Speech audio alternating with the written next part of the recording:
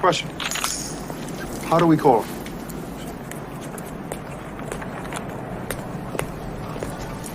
He gave us a signal.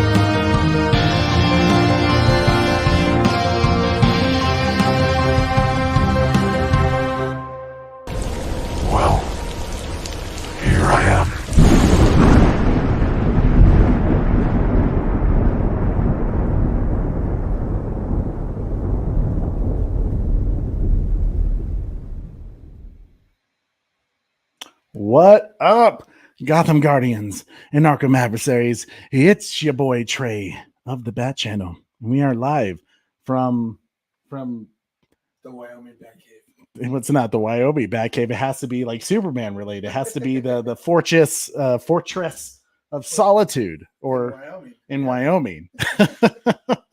How's everyone doing? As you can see, I'm not in my usual area. I'm hanging out with Super Bro Corey today, and so let's just get this started. Super Bro Corey, What's up, everybody? How we doing today? my man. Can you believe it's been 1 year? You still have me unmuted, big fella. I told you not to mute me. Oh, well, there you go. See, Thank you. I see. I didn't care. I didn't care to hear his. After I was in the Fortress of Solitude, I was like, mute. So are we ready to watch the Justice League cut today, or what's going on? Justice League cut. Oh, Yellow Devil.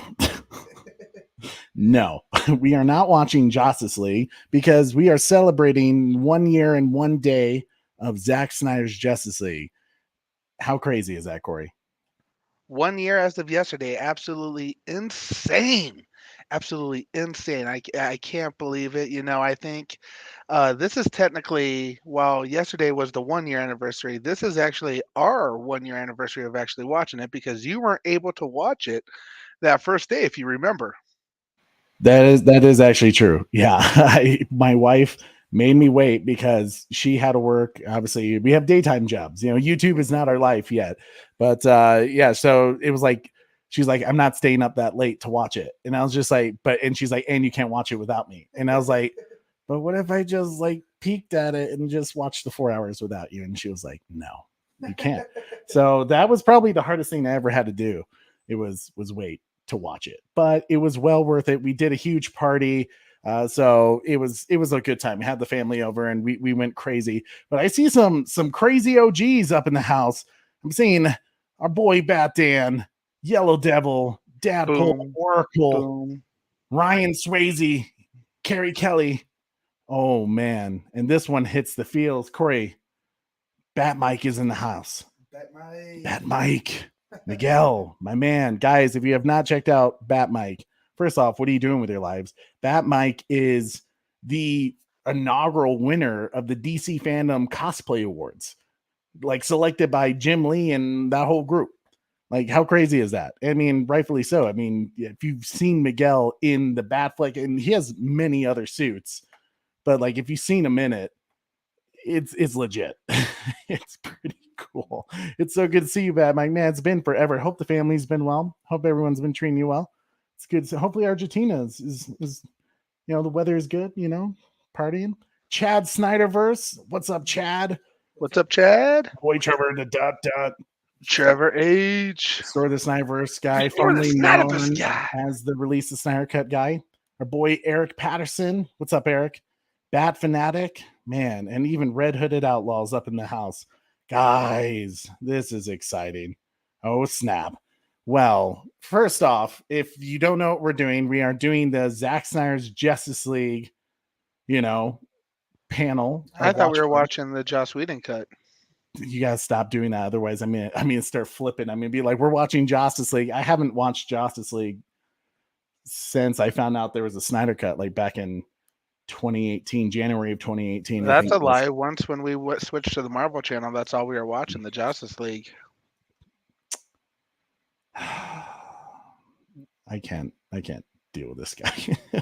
So guys, hopefully you have it pulled up, ready to go. But first off, I think we already got a few super chats. So with our super chats real quick, it's one of those scenes, guys, which first, it always helps us out if you guys can like, share, and subscribe to our channel. And if you share this, we get more people in the chat, because here's the big thing that we're doing today. And I'm sure you've heard it from Twitter as I've been posting our watch party, but it's always been very important to me that, you know, with Zack Snyder's Justice League, that we do something for what this whole community was about. We've already raised, Corey, can you believe this? Like over altogether, since donating to the American Foundation for Suicide Prevention, you and I have raised about $1,100. Wow. Yeah. Well, that's with all of our subscribers. Well, not just our subscribers, but some of it was like from our individual donating. But recently, what was super cool is you guys helped us raise through our first YouTube check, which was like $300, just about. We donated all to the American Foundation for Suicide Prevention, because that's what part of the deal was. I think our 1 year anniversary stream, everything went to AFSP. So that was, we finally got the check for that, went directly to the Autumn Snyder Tribute Fund, which they're over $400,000 donated now in that fund. And that's not including the additional like $300,000 that we've done before that, you know, tribute fund was created on American Foundation for Suicide Prevention. So we are nearing, I've heard, because the $750,000 mark, we hit that like back in May. So something tells me we're pretty damn close to breaking $1 million. So what am I trying to say? All of your super chats today, once again, are going to go to the American Foundation for Suicide Prevention, because as you guys know, it means the world to me, that whole group, and just what we've been able to do to really help people. So I think I've already seen a few super chats. I think our first one was Trevor H with $10 doing the dot with the Bat Channel theme. He loves that. I always appreciate that. So Trevor H, this one is for you, sir. Everyone, this is Alfred. I work for him. So here we go. Let me pull up now. Bat Dan, thank you so much, Trevor H, for your $10 super chat. It really does mean the world to us. But let's pull up my man, Bat Dan, who we had on the show a couple weeks ago. But he says, when Zack Snyder announced the Snyderverse, I think he should announce, when Zack Snyder announced the Snyderverse, I think he should announce Man of Steel 2, Zack Snyder's Justice League 2, and Zack Snyder's Justice League 3 together.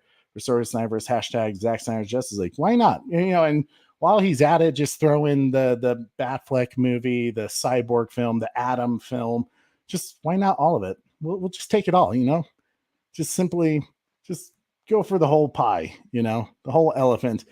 Batdan, this is for you, sir. Thank you so much for your $5 super chat going to the American Foundation for Suicide Prevention. Are you sweet talking me? All right. Awesome. That's really bright now. Like, yeah, no, we ain't doing that. So, guys, as I said before, it really does help us out when you share this video, get your friends into the watch party with us, because the super chats, like I said, the more we can raise. We've already raised $350 thanks to you guys. Corey and I covered whatever YouTube took out because they always take out their portion. Or you can see in our description, I have a link to the American Foundation for Suicide Prevention, Autumn Snyder's Tribute Fund, direct link that you can donate through there, and just let us know about it. You know, just maybe message us through the chat and say, hey, we donated. So we'll play something for you guys anyways. But hopefully, are you guys ready for Zack Snyder's Justice League watch party? I think so. I think it's just time. It's just time to get with it and to enjoy this masterpiece of a film. God, Corey, how many times have you seen Zack Snyder's Justice League? I'm not sure if I can count anymore. It's over 10 by now. Yeah. You know, I only watched the gray cut only I think like once or twice. I haven't watched that one very much. I typically like the colorized version better, but that you know me, I like that better personally. Yeah, absolutely. Yeah, it's all, you know,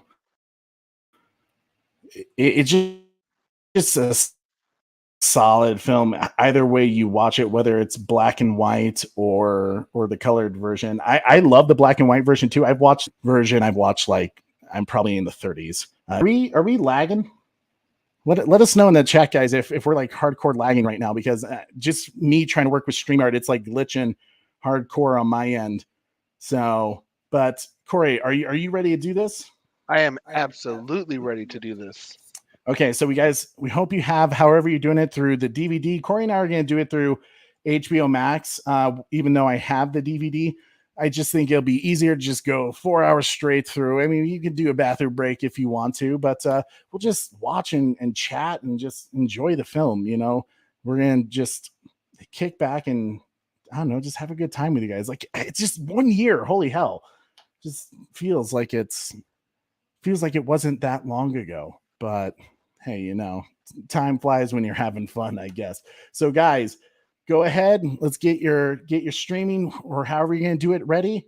We're going to play in 3, 2, 1. Zack Snyder's Justice League. Here we go. Technical errors. There we go. Now it's going. We had 0 seconds.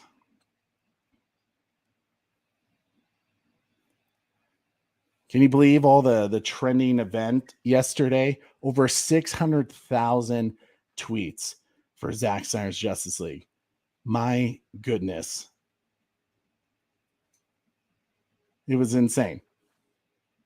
But not only that, Corey, I know as the film is getting started here, but did you see Wayne T. Carr posted the Green Lantern picture? That is the picture. That's no, you know, undone CGI. It's there. Yeah, I did see that. I can't remember who I saw retweeted it, but yeah, it looks absolutely amazing. Oh, totally, dude. It's, you know, the thing that makes me so mad is like we should have had that. Even though the Snyder Cut is a masterpiece, it's a bit tainted with, you know, them not allowing Wayne T. Carr to be Green Lantern. Gosh. Now you got this epic intro.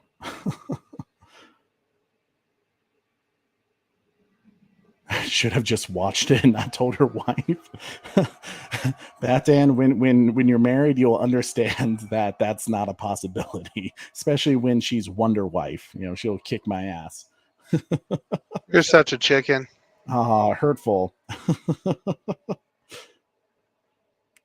Let's go. Time to watch Peacemaker like it was foretold. No, Yellow Devil. Thank you so much for what you tweeted me earlier. That was very kind of you. Meant a lot. Peacemaker, the Bat Channel Watch Peacemaker tray is still at like $17. By the way, Yeah, it has not improved. We've raised way more money for other great charities like Feeding America with Ben Affleck's Batman, as we've seen his beautiful face. It makes me laugh. Like, Corey, I'm not trying to talk bad about the Batman because I actually enjoyed the Batman. Not like it wasn't the greatest film in the world, but it was a solid film for me. But I loved how so many people were like, "Oh, you see that scene where Robert Pattinson's crying?" Yeah, and as we were just watching, you see kind of the wet eyes of Batfleck. It Teared means, up a little yeah. bit. And then there he is, Ray Fisher, the man. He's just gone nonstop at the clown table. I love it. I wonder what that is. A mother box. Batman says, I watched Justice League in 2020 sometime before the Snyder Cut. I played a drinking game, took a sip or chug for every stupid line or scene said in the movie. I was hungover for 2 days. For 2 days. Well, Batman, because you talked about that, I got some Guinness because Jason Momoa, right before his scene where he's going into the lake and they start singing that like really cool song. He to get his veins popping for that scene, he was like trying everything, like trying to drink like lots of water and like just get his veins popping a little bit to make him look really muscular, and nothing was working. And he's just like, you know what? 1 second, drank some Guinness beer. Badass. Cedric, what's up, man? Big up Bats. Yeah. Batman, I saw it yesterday, but I don't have any rubble to see it again. Hey, man, you can watch it back to back to back to back to back to back to back to back To back. to back. Batman, I agree, Corey. I feel like it's a hot take, but I prefer the colored version. No. Both are solid takes. Yeah, I agree. I think for me, like the black and white has its purpose and has its, Justice is Gray effect. It's a cool way to watch it. But I think, Zack Snyder has these just amazing views in his video, in his movies that, I want to see the bright colors, we're coming in here now, I love to see the green grass and the green trees and the beautiful water, like I don't want to see it in black and white or gray personally, like I it, it's an acquired taste type thing for me. Yeah, I hear you there. As some of you know, if you follow me on Instagram at all, I recently watched all the Hobbit and Lord of the Rings films, extended edition, of course, because if I like Zack Snyder's Justice League, I'm like anything director's cut, right?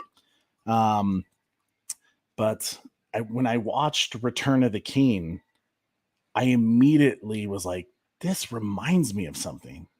And I was like, oh, this is totally like Zack Snyder's Justice League. That's exactly what I was going for. That grand epic. Baby girl, what's up? What's up, baby girl? It's always good to see baby girl. Baby girl. Yellow Devil. Corey is lying. He is never on Twitter. Otherwise, he would have seen my jokes about him. Yeah, he was going at you hardcore, man.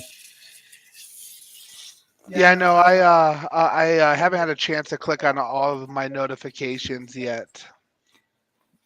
But all right, I'll get over there today and actually. Corey did not partake in the hashtag Restore the Snyder'S. We didn't need him though. Over 600,000, probably even more by now. Yeah, I was way too busy at work the other day. I got stuck at work too. I was like, it was so funny. Like, I think I even tweeted about it where it's like that moment dilemma where you're stuck at work and all you want to do is just tweet hashtag restore to Snyderverse all day.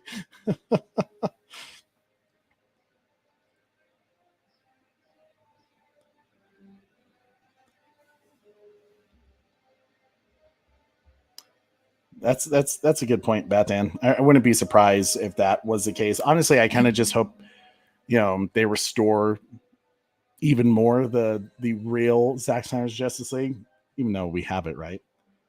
Tom Holkenborg, man, this music in this particular scene. Well, I think that's a perfect way to kind of jump right into Zack Snyder's Justice League 2, Batman. As we saw the clip of, the Man of Steel, Henry Cavill's Superman, die, and the effect of the him yelling around the world. So I think showing Green Lantern at the beginning of Zack Snyder's Justice League 2, it would be awesome. Yeah.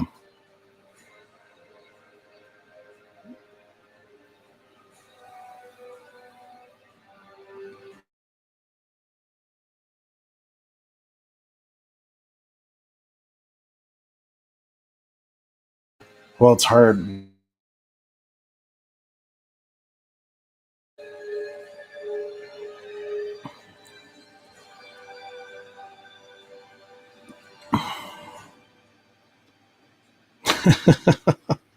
That's also bet Mike.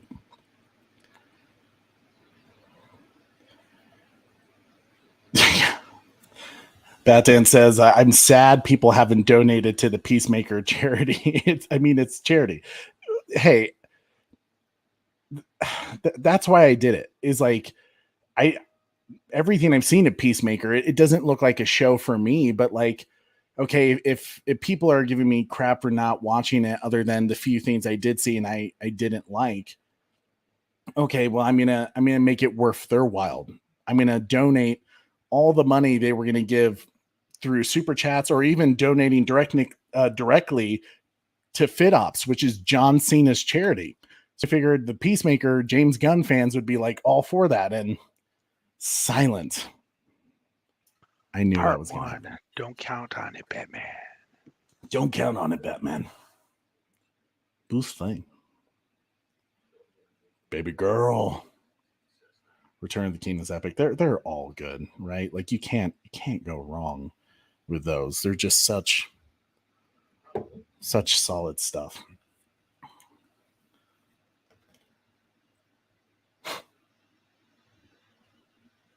So cool. Now, does that look like a guy that would sleep with fish?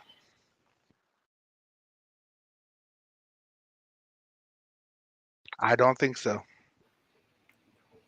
Damn you. That's the shit. It's never going to go away now. Constantly sleeping with fish.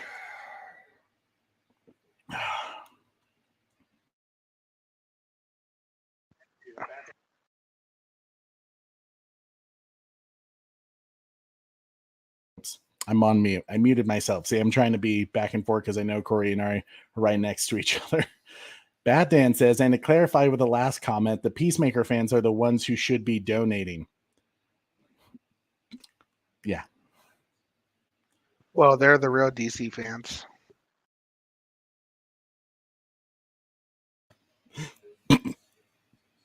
Yeah, we'll go back to the Spider-Man channel at some point. Cancel the Bat channel. Probably when it's like end of season 2 at Peacemaker and they make Ben Affleck sleeping with bats or Michael Keaton sleeping with bats or something like that.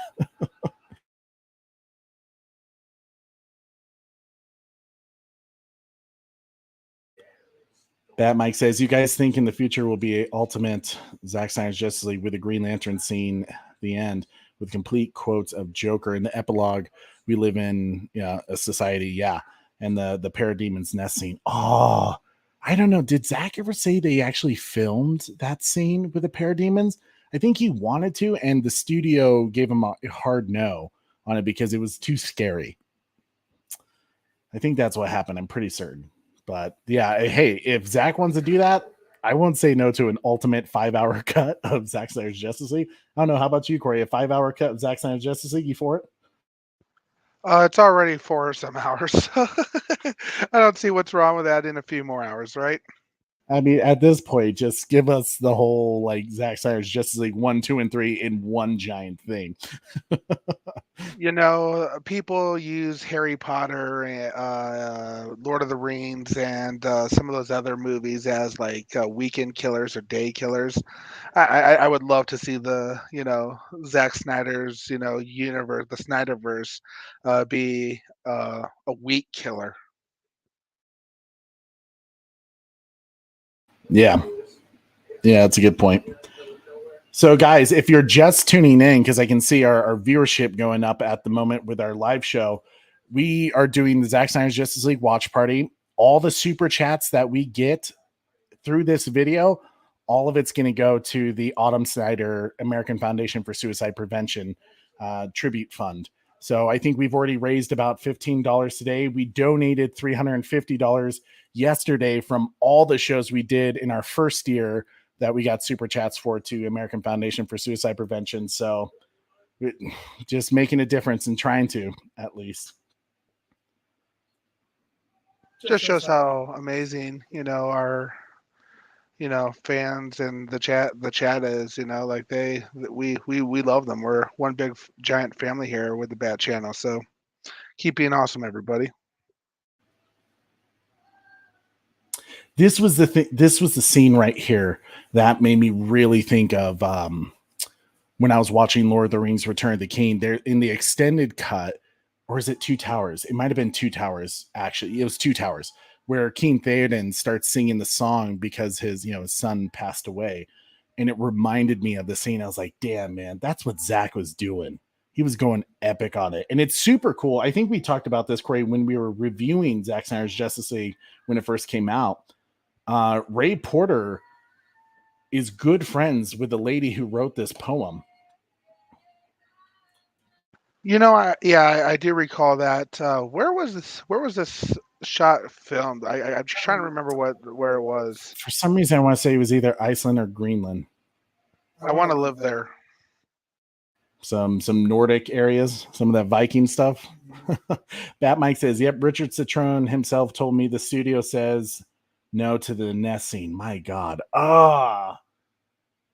pisses me off. Martha, why did you say that name? Baby girl says, "Yes, give me that 5-hour cut." Snyder, I love it. Could you imagine that, a 5-hour Snyderverse cut? People, the people who do not like Snyderverse already complain about it being too long. So it'd be hilarious if we just went 5-6 hours. Right? I mean, they would never be able to say like, with the Batman being almost 3 hours long. It made me laugh that so many people are like, "Oh my God, it's such a long movie," and it's like. You guys clearly don't watch Lord of the Rings. You don't watch Zack Snyder's Justice League. Come on. I just watched BVS this morning to get myself psyched for the watch party. That one still is so good.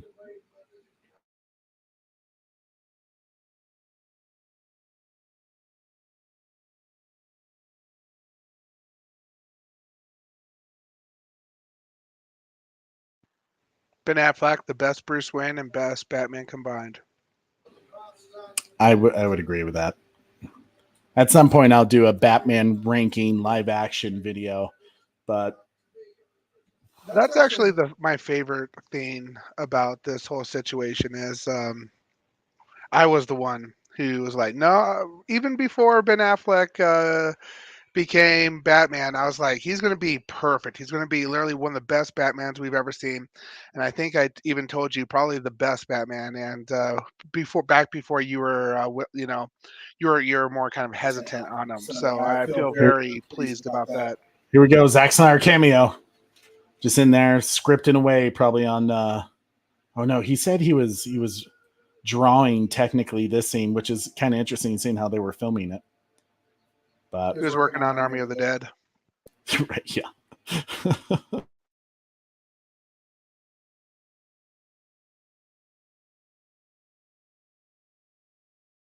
Bad Mike says Ben Affleck is the GOAT. Couldn't agree more. Alexander says, which welcome. I don't know if you've been to our show before. If I haven't seen you, it's awesome to have you here. Welcome. I'm wondering if alternate takes are considered part of 5 assembly cut. Probably. He's been here before. Has he? Mm-hmm. It's been a while. Sorry. But it's always good to see you. My man Lucas Ironside is in the house. What's up, Lucas? We just watching Zack Snyder's Justice League. Lois just is at the Superman Memorial with a coffee, which met the original Jimmy Olsen from the Christopher Reeve series.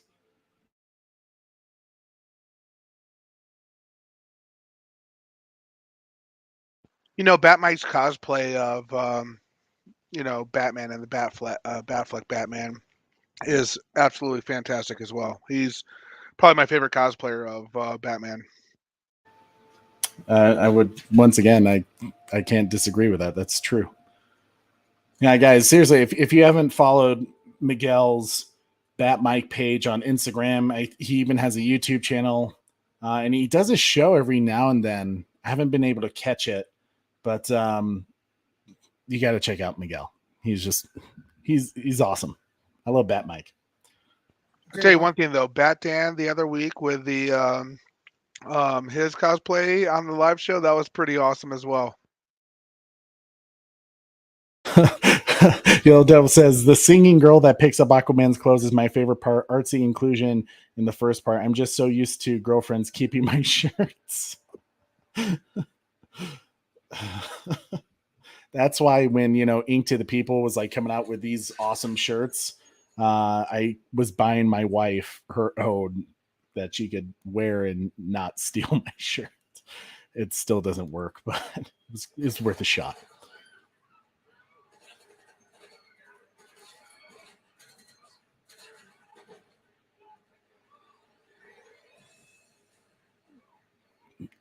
Love that Junkie XL.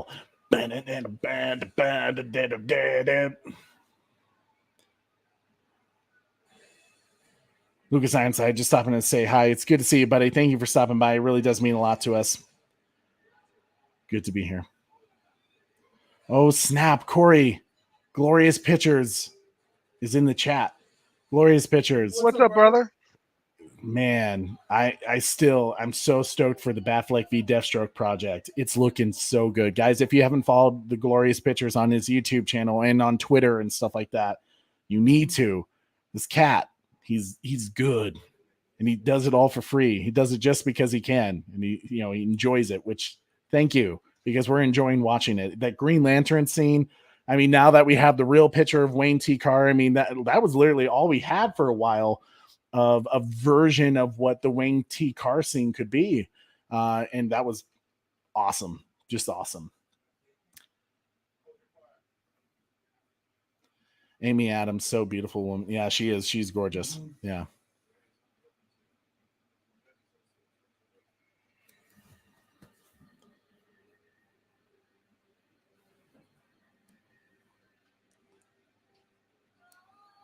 Oh yeah, when Batan dressed up for our show, that was awesome. He kept telling me he had a surprise for us, and when he finally saw it, it was like, yeah, that's cool. Little tweak of the Wonder Woman theme. I dig it.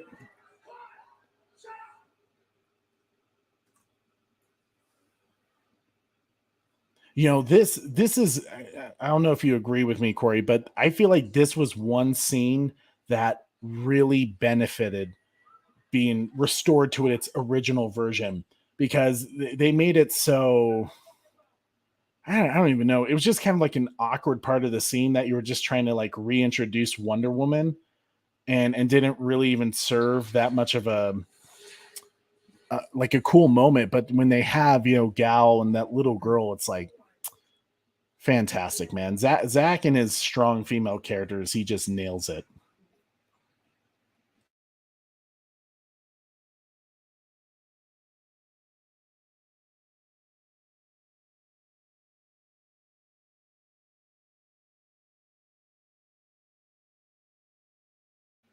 Thank you for stopping by, babe girl. Hope to see you again soon. I know you're probably busy.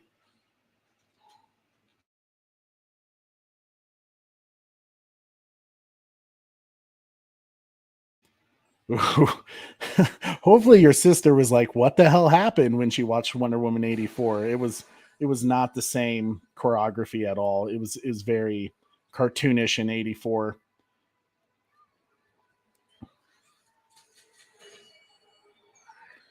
Oh, no.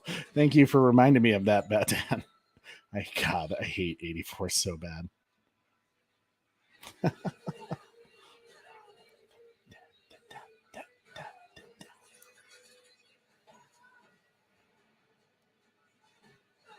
See you soon.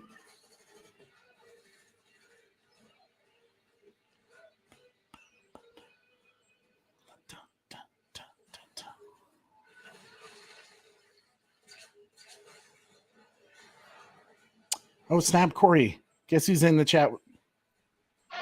Jeffrey Warfield, ladies and gentlemen. What's up? The Watchtower himself. Jeffrey, what's up, brother? Nothing. How are you? Doing good, man. Just watching our Zack Snyder's Justice League watch party, trying to raise some money for the American Foundation for Suicide Prevention. We're already at $15, I think. So, yeah, and right now we're at the really cool Wonder Woman bank heist scene. That was greatly improved. Yes. Once it was restored to its full glory. Let's see. So we have Snyder Steppenwolf in the house. What's up, Snyder Steppenwolf? It's good to see you, man. I know, yeah, it's been a while, bro. It has. It's been a minute. So, Jeffrey, I know we're doing a watch party as well, but you've been busy on your Justice League Pandora's Box 2, which I'm totally spacing the name at the moment. Infinite Chaos. Infinite Chaos. Thank you. I'm so excited for Grail to be in it and to see what you do with her. You've talked so much about it that it's like, I got a good feeling. Good feeling. I'm telling you guys right now, you guys are really not prepared for what I've done with Grail. Like, I think it's really amazing. like me personally, like the video itself is like 7 hours. Oh my god! Long, and yeah, Grail does a lot. like basically, I guess I'll just leave it at this. If you thought Darkseid was scary, then you don't know. Then you're really not prepared for Grail.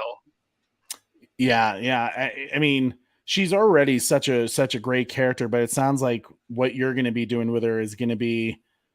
Honestly, it's kind of depressing that we haven't seen Grail in a movie yet. Other than it really is. Yeah, so I mean, hell no. Maybe Zach will look at it and be like, "That's not bad," and just like, "Hey, can I borrow?" Hey, well, I have the script on my Google Drive, so I could email Zach if he wants. Yeah, look at it. TJ, it's good to see you, brother, in the chat. What's up, TJ, my man?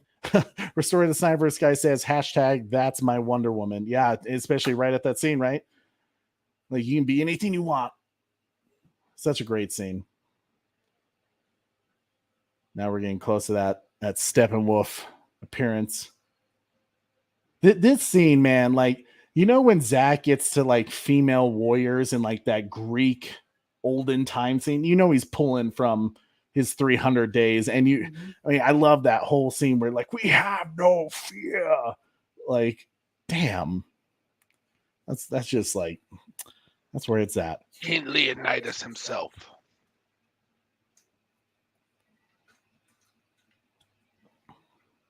Ben Mike, thank you so much for stopping by, brother. I always appreciate it. He says, I got to go, guys. A pleasure to have been with you for a few minutes sharing the Zack Snyder's Justice League hugs. See you later, man. See you, buddy. We'll have to get in touch soon. It's been a while.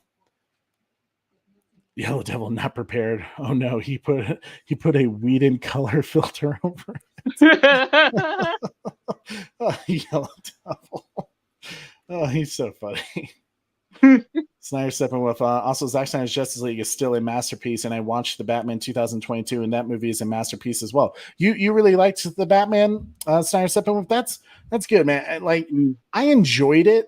because I'm a Batman fan. I was going to find some enjoyment in it. Is it my favorite Batman film of all time? I had issues with it. When we did our spoiler review, Corey pointed out some more major issues that I somehow overlooked. Not just Corey. Well, I mean, Batman did too. Batman did come up with it, with some of them, and rightfully there was a few things that I had issues, but I still think it's a solid start to what could be a very good trilogy. And surprisingly for me, I felt like Matt Reeves screwed up a lot of things, which I had a lot of, I had hope with Matt Reeves directing it. It was the storyline that was somewhat confusing in certain areas and had issues, in my opinion.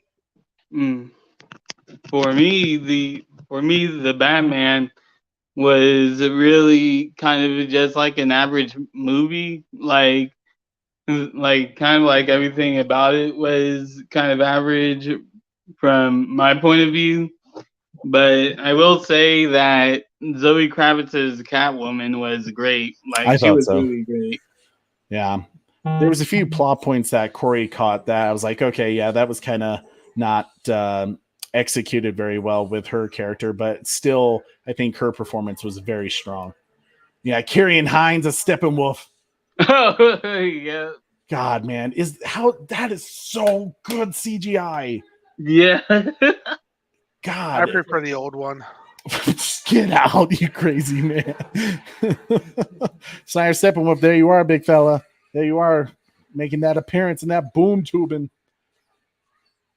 Much better than the Endgame female fight scene. I mean, did the Endgame really have a female fight scene? It was basically Captain Marvel showed up and everyone was pointless at that time. Yeah, it was kind of like you were. Yeah, it was kind of like one superhero and a bunch of sidekicks. Right, like, yeah. That's pretty much what everyone agrees on. Right. Yeah. For me, it's my favorite Batman movie of all time. Wow, really? Well, dude, if that's what you got from it, that's awesome. Like, yeah, I mean, it's going to be a good trilogy, I think. For me, there was just a few things they didn't execute well enough for me that I was like fully vibing with it. It's one of those films I think I'll like more if I see how it resolves in the sequels. Like if they just leave some of those things hanging, I'm going to be kind of like, it has the opportunity to grow really well for me, or kind of go in the negatives. But I think I give it a 7.9 out of 10. I think so. Yeah, it was a good film. Yeah, it was. What did you guys think about the Riddler, though? I loved his character until they took off his mask and he became a YouTuber. Once he became me, I was like, okay, I can relate to you, but almost in a not a great way. Like, thank you guys so much for telling me how to use StreamYard. Oh yeah, that final video was so weird. It was a bit weird, and to me, it kind of took out.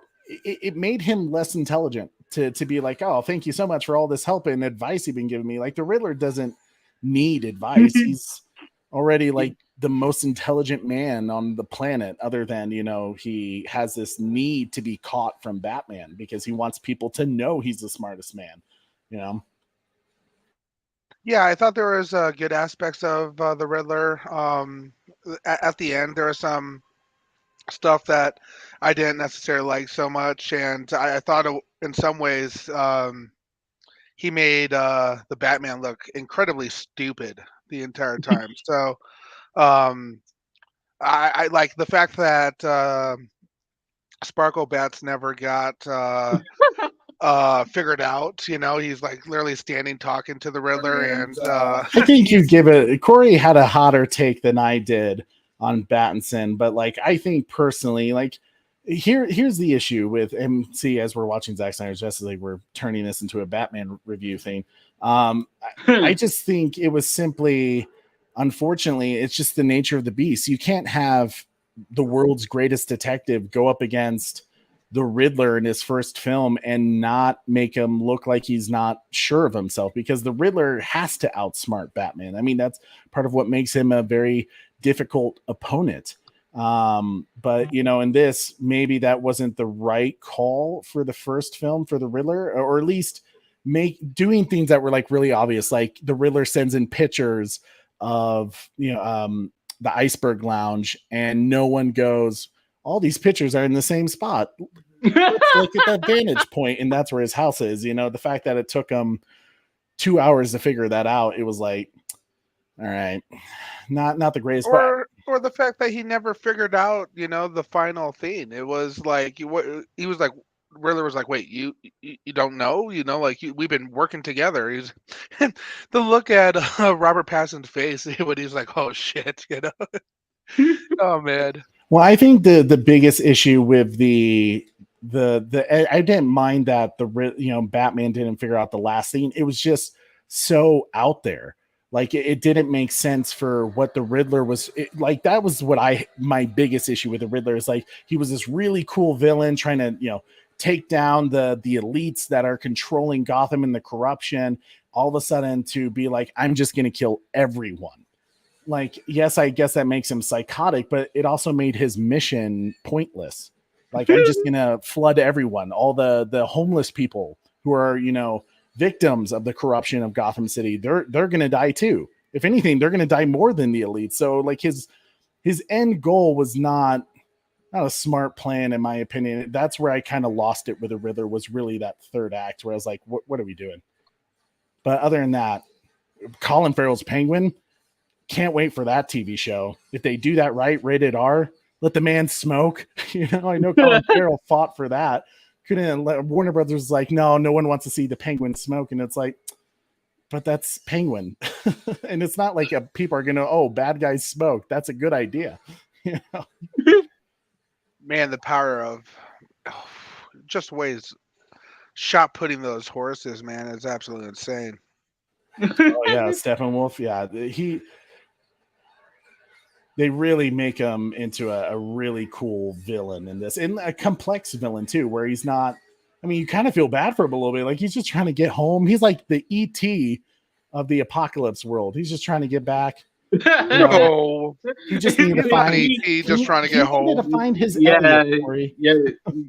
He's basically ET who went to the gym.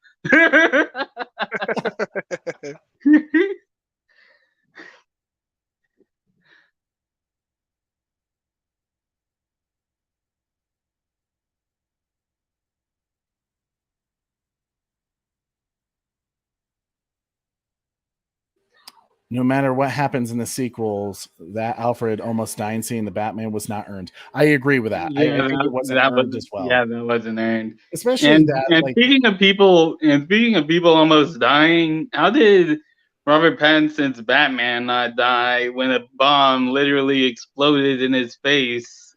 Oh, you're talking about that one scene? I mean, I think his chest plate, I mean, the fact that it was able to take some pretty heavy fire rounds, Wrong. The way Batman also mentioned in our review that he just stood there and waited to be blown up, Yes, like, I'm the greatest detective alive. This thing's not actually going to blow up. Oh, wait. Yeah, that was a bit of an issue too. Like in like real Batman comics, like he probably would have figured out how to stop the bomb, save the dude's life. But I get it. Like, Matt Reeves even said that this Batman's not perfect. He's making mistakes, which is funny to me because so many people gave Ben Affleck shit for his Batman making mistakes and, trying to kill Superman when he just needed to dig in a little bit more research. But like, Batman's human. He makes mistakes. I know it's Batman, right? Comics, like, he doesn't, make that many mistakes, but in a way he does. Yeah. Iffy, what's up, my man? How's it going? What up, everyone? It's good to see you, Ben. Yeah, Corey was not a fan of the Batman. He liked certain aspects of it. I absolutely did like certain parts, and I am excited for like a potential Penguin spinoff. Jeffrey, I would agree with you that Catwoman was she was a good character. This is where I have complaints about Matt Reeves' storyline. Like, one of my biggest issues was she just returns home from the apartment. Her friends, clearly has been kidnapped. She's with the greatest detective in the world, and they just pretty much drink milk and pet their cats and then call it a night. So it's like, it's a fresh trail. Let's go find our friend. We got the greatest detective in the world, standing there in your kitchen, and we're going to drink some cold milk and pet the cats. Yeah, I think Snyder said, so he says, give him some slack, y'all. He's in his second year, so he's not going to be the Batman we all know and love yet. He still has much to learn. I think my issue with that reason, we're just now at part 2, The Age of Heroes, by the way. Yeah.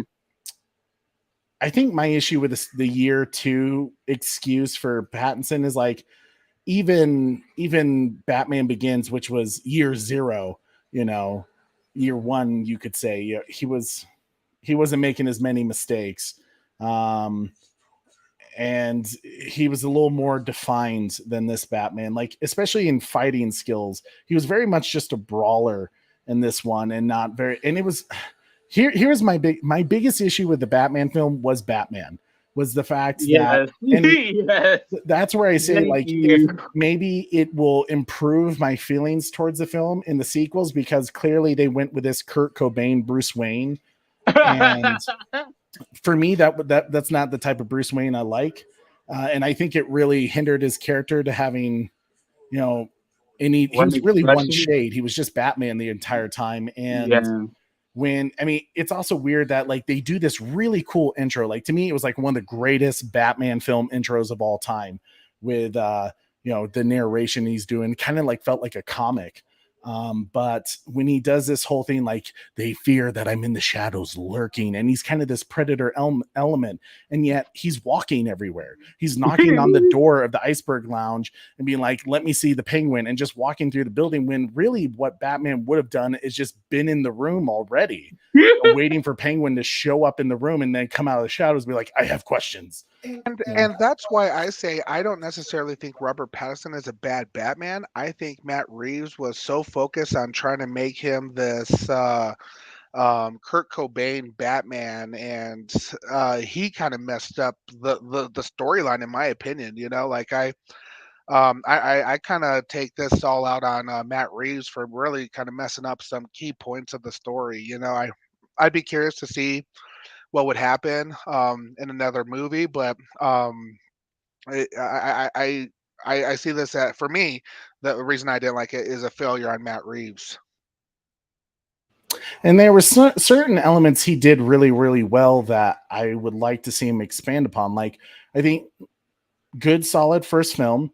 I think build on the positive things and improve the things that weren't vibing with everyone, because it seems like, based off even people who enjoyed the film that I watched their reviews, they weren't exactly, it doesn't seem like anyone really thought Robert Pattinson stole the show as Batman. They loved the narration, the detective noir style of Batman that is very much Batman-esque, but it seems like everyone was like, I'm iffy on the Bruce Wayne element. So like I said, it could be character development to, as he kind of says, I need to be a symbol of hope at the end of the film. Maybe that's. I'm gonna be honest. That one was that, as far as the people saying that things sounding cheesy. That, to me, that whole closing speech really was cheesy to me, because it's like, I understand why he thinks the people need hope, but it's like, but it was kind of like, with how everything went on, like, how did Robert Pattinson's Batman come to that conclusion? Like, you could have set that up, but to me, it just kind of came out of nowhere with that speech. Yeah. So I'm at the first Silas scene. Yep. We are as well. So as we're coming up to the hour mark of our watch party, let me just reiterate that we are doing this show for the American Foundation of Suicide Prevention. We're hoping you guys, all the super chats that we get, through today's watch party, we're going to be given straight to the American Foundation for Suicide Prevention Autumn Snyder Tribute Fund. We're already at $15 for the show so far, but every dollar counts, right? Like I think we just donated $350 yesterday, and I think total wise for like the collective of what I was able to donate over the last few years, we're over like $1,000 now. So just trying to make a difference, man. And that's part of what makes this Snyder community so great, is that it wasn't just about fighting for artist integrity. It wasn't just about, getting a movie that we wanted to see or supporting a director. It was, a tragedy happened with the loss of Autumn, and so tragic that is. And this is a group, a community and organization with the American Foundation of Suicide Prevention that tries to help out with those people that are fighting depression like I do, and trying to let them know that they're not alone in the world. So like I said, every dollar counts. So we really appreciate if you do super chat, or if you want to donate directly to the American Foundation of Suicide Prevention Snyder Tribute Fund. That's in our description link down below that you guys can see. So our little plug-in right there for the Autumn Snyder tribute.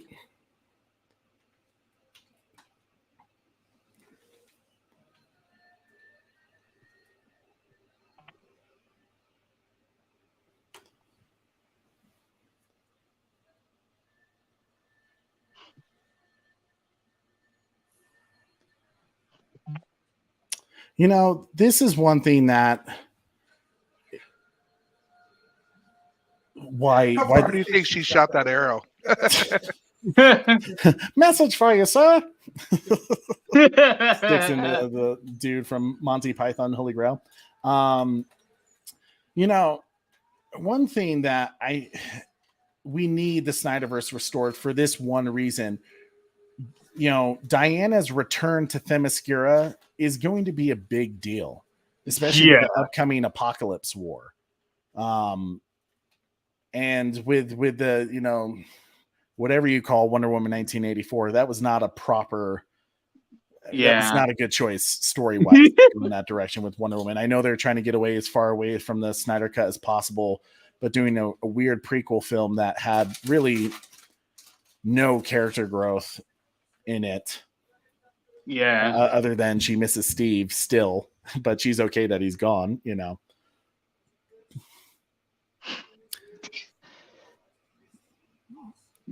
Oh, Batman is back. There we go. Thanks, Xfinity. I know you've been having a lot of issues with Xfinity lately. Gotta call him up. I'm watching it on with my DVDs. I'm not trying, because for me, watching it on HBO Max has been kind of glitchy. Like it would restart, like I would be like 2 hours in, then the movie would completely restart out of nowhere. So yeah, I'm watching it on DVD.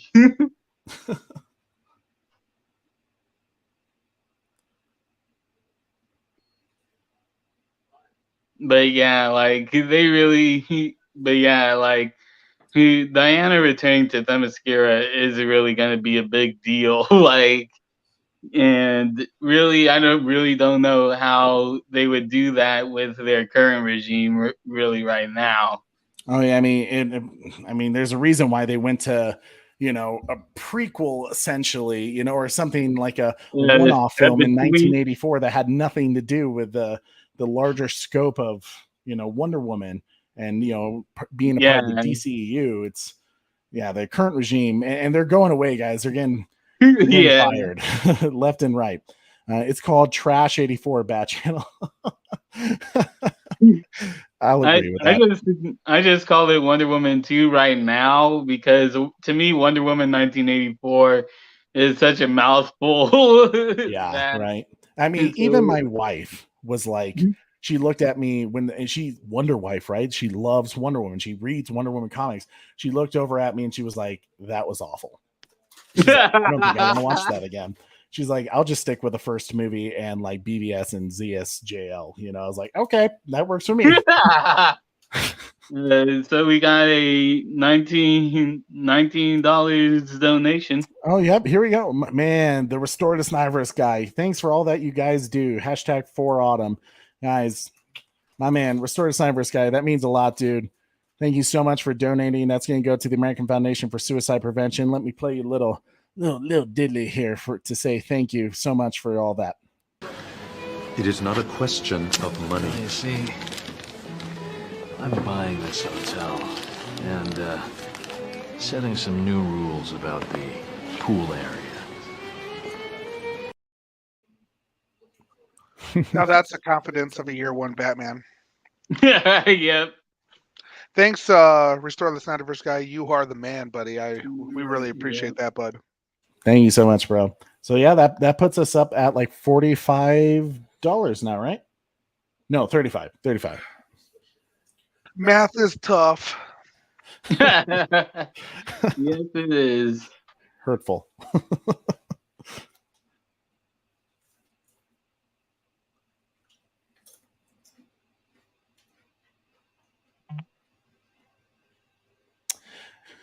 Yes, TJ says here, and remember in BVS, she said she closed herself off for 100 years. So Wonder Woman 84 makes no sense. Patty would have said no to the film, should have said no to the film. I agree. I absolutely agree. I agree 100%. Yeah, unfortunately, I'm going to put a lot of blame on her even accepting that script from Jeff Johns because it made no sense.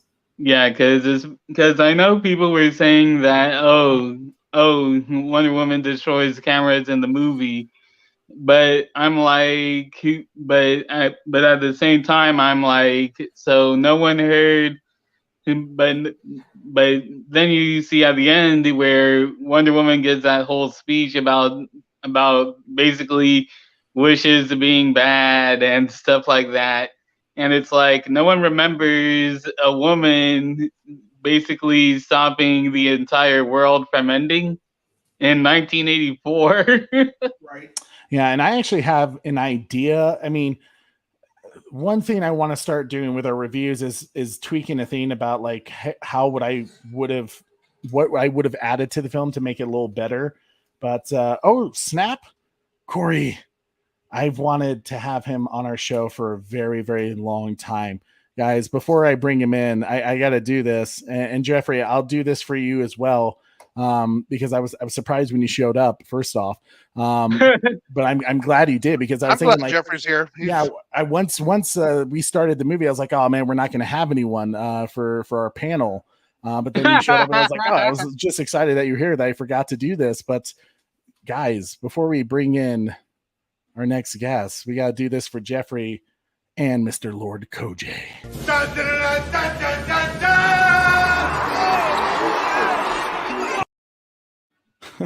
Ladies and gentlemen, the man Koj. What's up, brother? Oh, dude, thanks, man. I saw the link and I just had to pop because, I want to let you know I got mad respect and appreciation and love for you. You always got good energy and you're a good guy. So I wanted to wish you a happy Snyder Cut Day. I was going through a list. I don't know if I got you, so I was feeling guilty. So I was like, oh, here's a good opportunity. And you give me the intro? Shit, man. Hey, man, you, Koj, I've loved your content for so long, especially that you're into like wrestling, and you're part of a wrestling league, aren't you? No, I just love that shit. I'm trying to get into it. I know some guys are in the indie scene, I just love pro wrestling. That's like my that's my heart. Really, I've recently gotten back into it basically because of AEW. Yeah, but I'm also gotten back into the independent scene as well. Yeah, I was really big into wrestling as a kid, watching WCW. Goldberg was my dude, and to this day, Goldberg is still the feels. I know people hate him. He just shows up and they're like, oh, it's the same 3 moves over and over again, but I love it. Jackhammer, spear, do it again because he's old, but hey, he's still he's ripped as hell. Like he's Ben Affleck's like body shape for Batman. It's insane. Yo, so real quick, we're at the mural scene. Real quick, the mural scene just passed, and man, I just gotta say, I really we know we don't use music here because of copyright, but just with that whole scene of just going through, like, scanning the entire Darkseid mural and seeing what happened is just really amazing. Like, just no dialogue. You're just taking it all in. And then just when you just see a mural of Darkseid, you're like, oh wow, he's bad news. Totally. Like a lot of people say show don't tell, and that scene is like a really good example of that, man. Yeah, and and it was brilliantly done in a way that the way they built that, like that was like one of the first clips we saw of the Snyder Cut when they finally announced it. And I think what made it such a powerful moment is that Wonder Woman's a badass. Like she has said in BVS, like, I've killed things from other worlds before, and she smiles when Doomsday like knocks her down. She's like, yes, and like, we're in a freaking brawl now, bro. Like, she's like, I've been waiting for this for 100 years. Let's go. And yeah, she got like Trunks energy or something, and I like that. yeah, Trunks, totally. And then, because if we look at the three Saiyans, we got Goku, Superman, we got Vegeta, Batman, because Batman's always got attitude of some sort. Yeah. And then Trunks with the sword, that's Wonder Woman. Perfect, right there. Yeah, Trinity. Yeah, totally, dude. I mean, and the fact that you see her face and it just goes to complete utter fear is like you know you're dealing with someone very scary, Which, guys, we have another person in our chat room. Please, ladies and gentlemen, I gotta do it for you too. I gotta do it. You know it.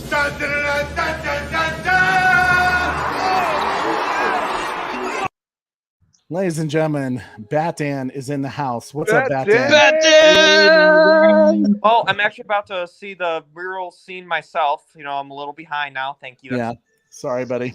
But actually, I think it was a power outage. It might have more been a power outage than Xfinity's fault, but just blame Xfinity anyways. They'll give you free stuff. Yo, that original Space Jam. Fuck yeah, by the way. Oh, hell yeah. Oh, can I curse? My bad. The new one. I'm a Michael Jordan dude. Hey. My parents are from Chicago. Like, I have to just root for, Michael Jordan. LeBron can't ever match up to Michael's, Yeah, I agree. I love the Bulls. You are from the Illinois area. You have to support the Bears. I support the Packers, and I'm from the Illinois area. $5 donation.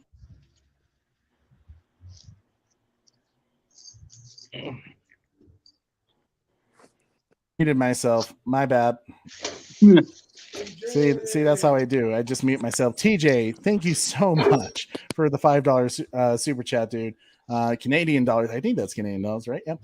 Hashtag for Autumn. It's why we do it. This community, this family puts the fight in all what we do. Love you all, and thanks for restoring my love for comics. Oh, dude. That hits the feels. Yeah, man. Oh, okay. Christ, that's love. That's where it's at, man. Oh, sorry. Yeah. Sorry, not.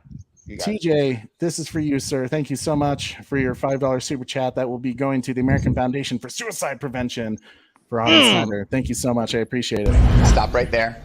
I'm in. You are? Just like that?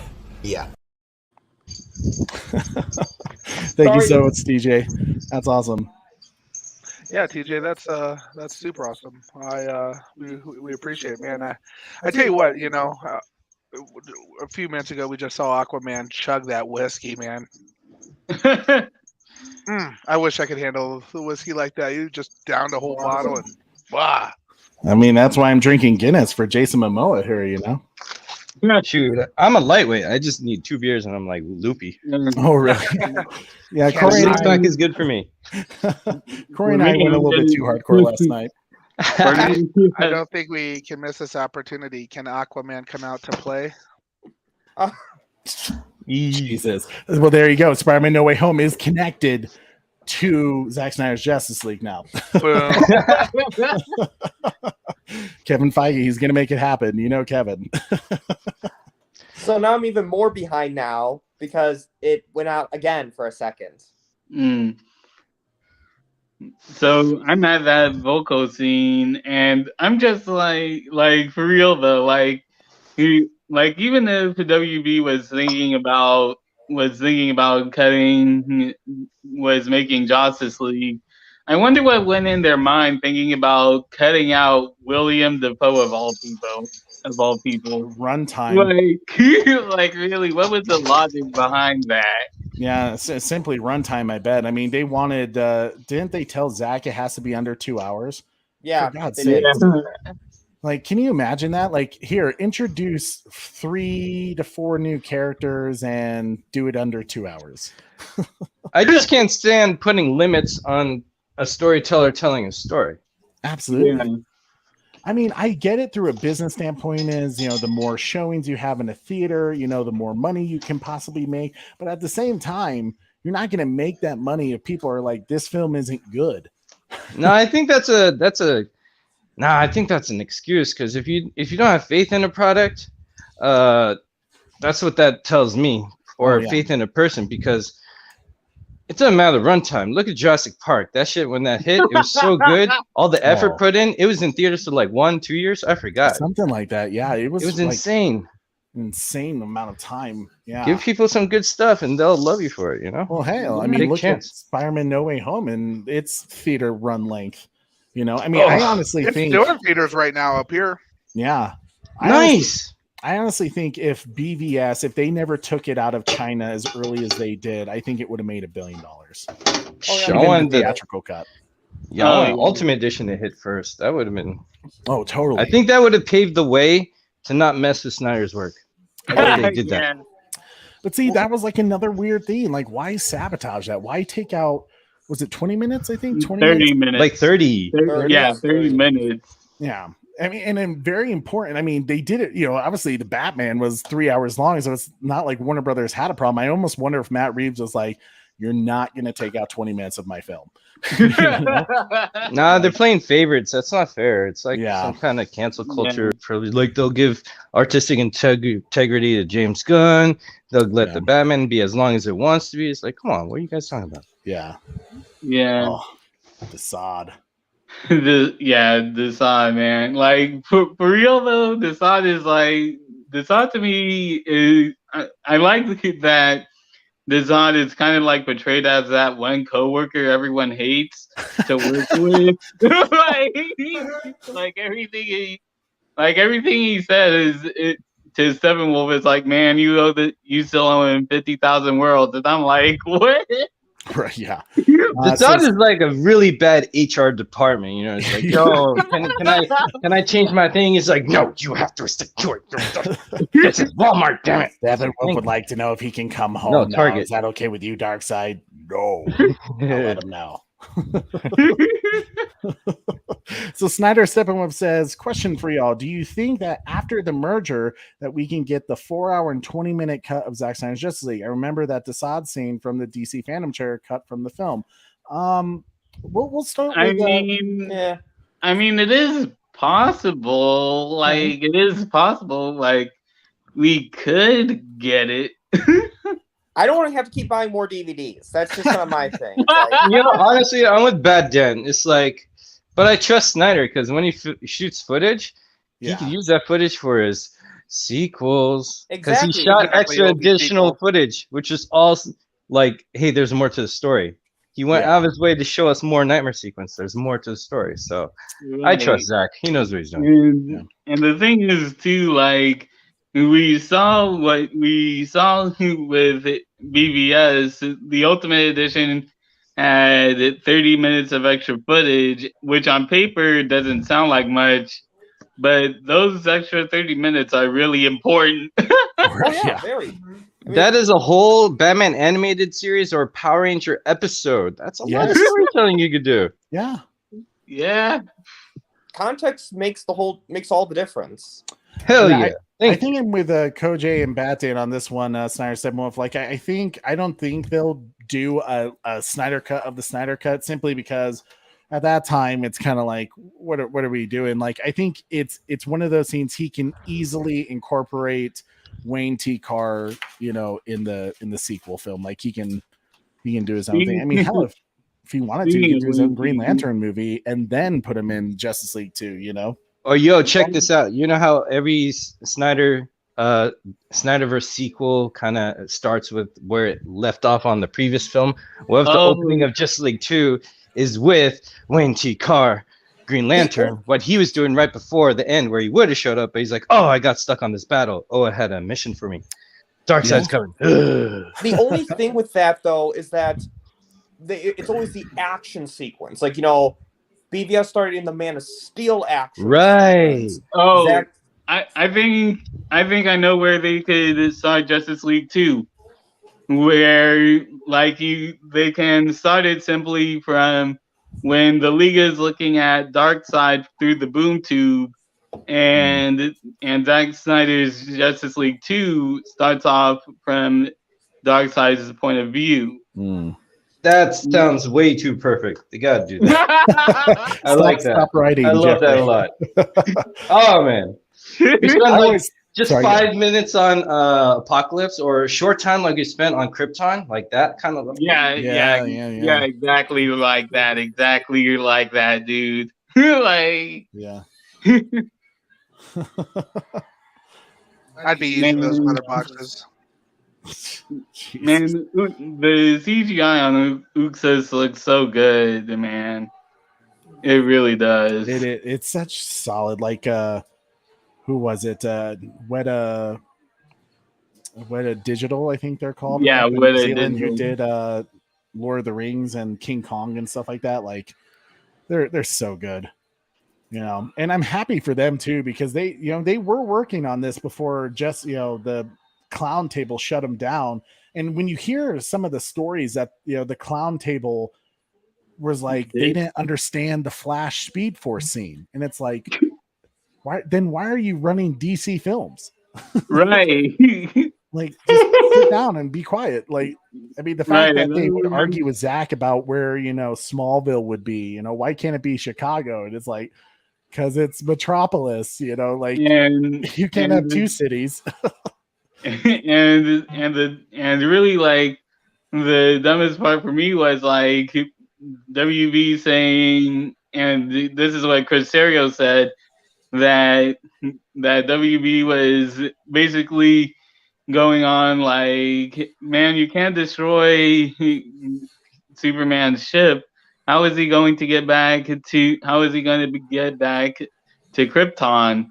That was and it's like, and I really do wish I was there to see Chris Terrio's face. Like, he was well, that was probably David Goyer, not dumbfounded. Chris Terrio, because David Goyer came on BVS, not Man of Steel. No, David Goyer wrote Man of Steel. Yeah, that's what I'm saying. It wasn't Chris Yeah, Terrio who was gotcha. complaining about. Oh yeah, this that shit. part it was Right. Okay, cool. Because what happened is Ben Affleck wasn't satisfied with the script for BVS, so he brought on Chris Terrio. That is right. I wonder how Sarnoff's doing right now. Hopefully, what was that? I hope she's finally reading the letters that we sent her with love. Hate mail. Right? Exactly. By the way, as they're like She has kicking the her time out to of do the it. office, like, here's your box full of Restore the Cyberse letters. Like, shit. Nah, she probably picked it up and put it in the shredder. Yeah. Yeah. She's like, get all the interns, and have them take care of this for me. So this is a really cool detail that I like about the history lesson that a lot of people really haven't paid attention to. The only people that actually do hurt Darkseid are the old gods. Yeah. And to me, that really says, like, that only the old gods could hurt him. So what could, and this is like only the old gods could hurt young Darkseid without the Omega effect. So how is the Justice League going to take him on in full power? Like, Exactly. And The stakes are especially- stacked, really. Yeah, when he's at his prime now, he's just baby Euxis in this. And they're kind of cheating because they have Ares. Now, traditionally, Ares, he gets his power from violence and war. And so all the craziness is building him up. And then, apparently World War I, Ares was defeated by Wonder Woman. So again, there's no Ares, there's no Kryptonian. So Dark Apocalypse is like, hey, this planet is perfect because they left the mother boxes like GPS, you know, because it's like losing your keys in the sea. Yeah, so which it's easy to forget what it is. Yeah, and a lot of people are still kind of upset by like Reporter Cameo, and a lot of people are upset by Darkseid forgetting where the mother boxes are, but really think about it. If a dude can forget his keys in the car, then I'm pretty sure a dude could forget powerful weapons in the multiverse. I don't know about you guys, but if the mother box is not in the very front of the fridge, then it's not in there. Oh god. Zach. It's bad enough that the other Steppenwolf had a sexual fetish for the mother boxes. Don't put that thought in my head. Oh, dude, I forgot about that fool. Dude, he was like, oh mother, how are you doing today? Mother, do you need your unsalted crackers?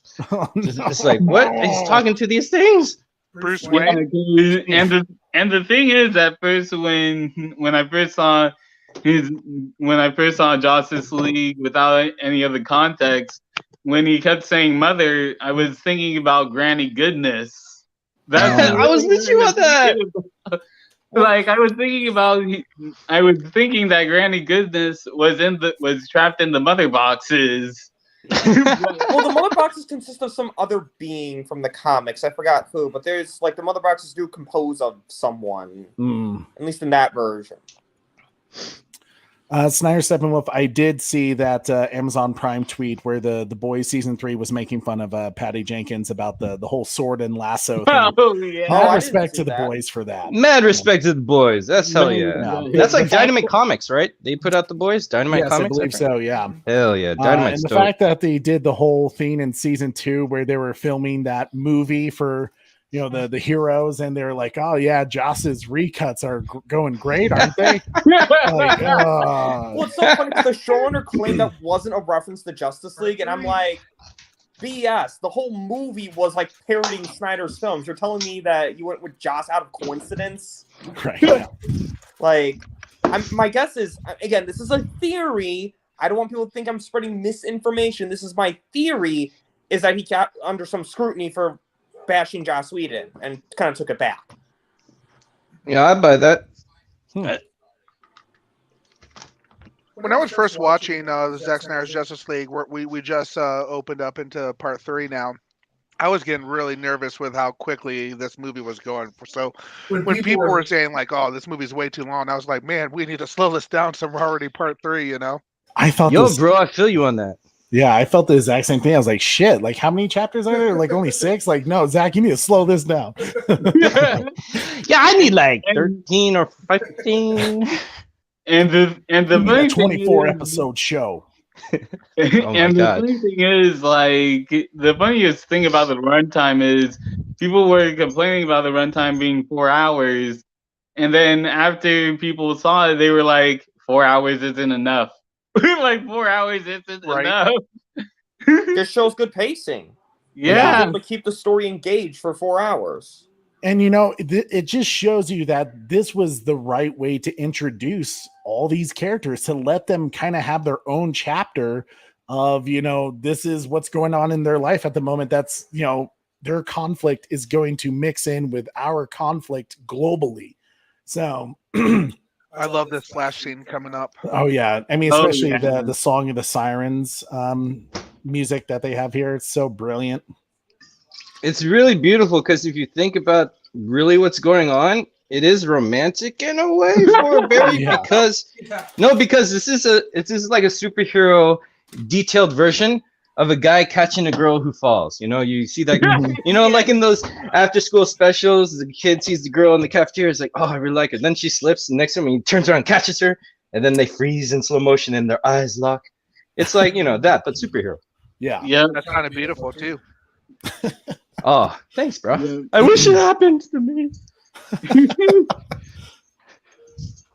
And really, like, a lot of people complain about this scene because of the whole hot dog thing. But that was in the comics.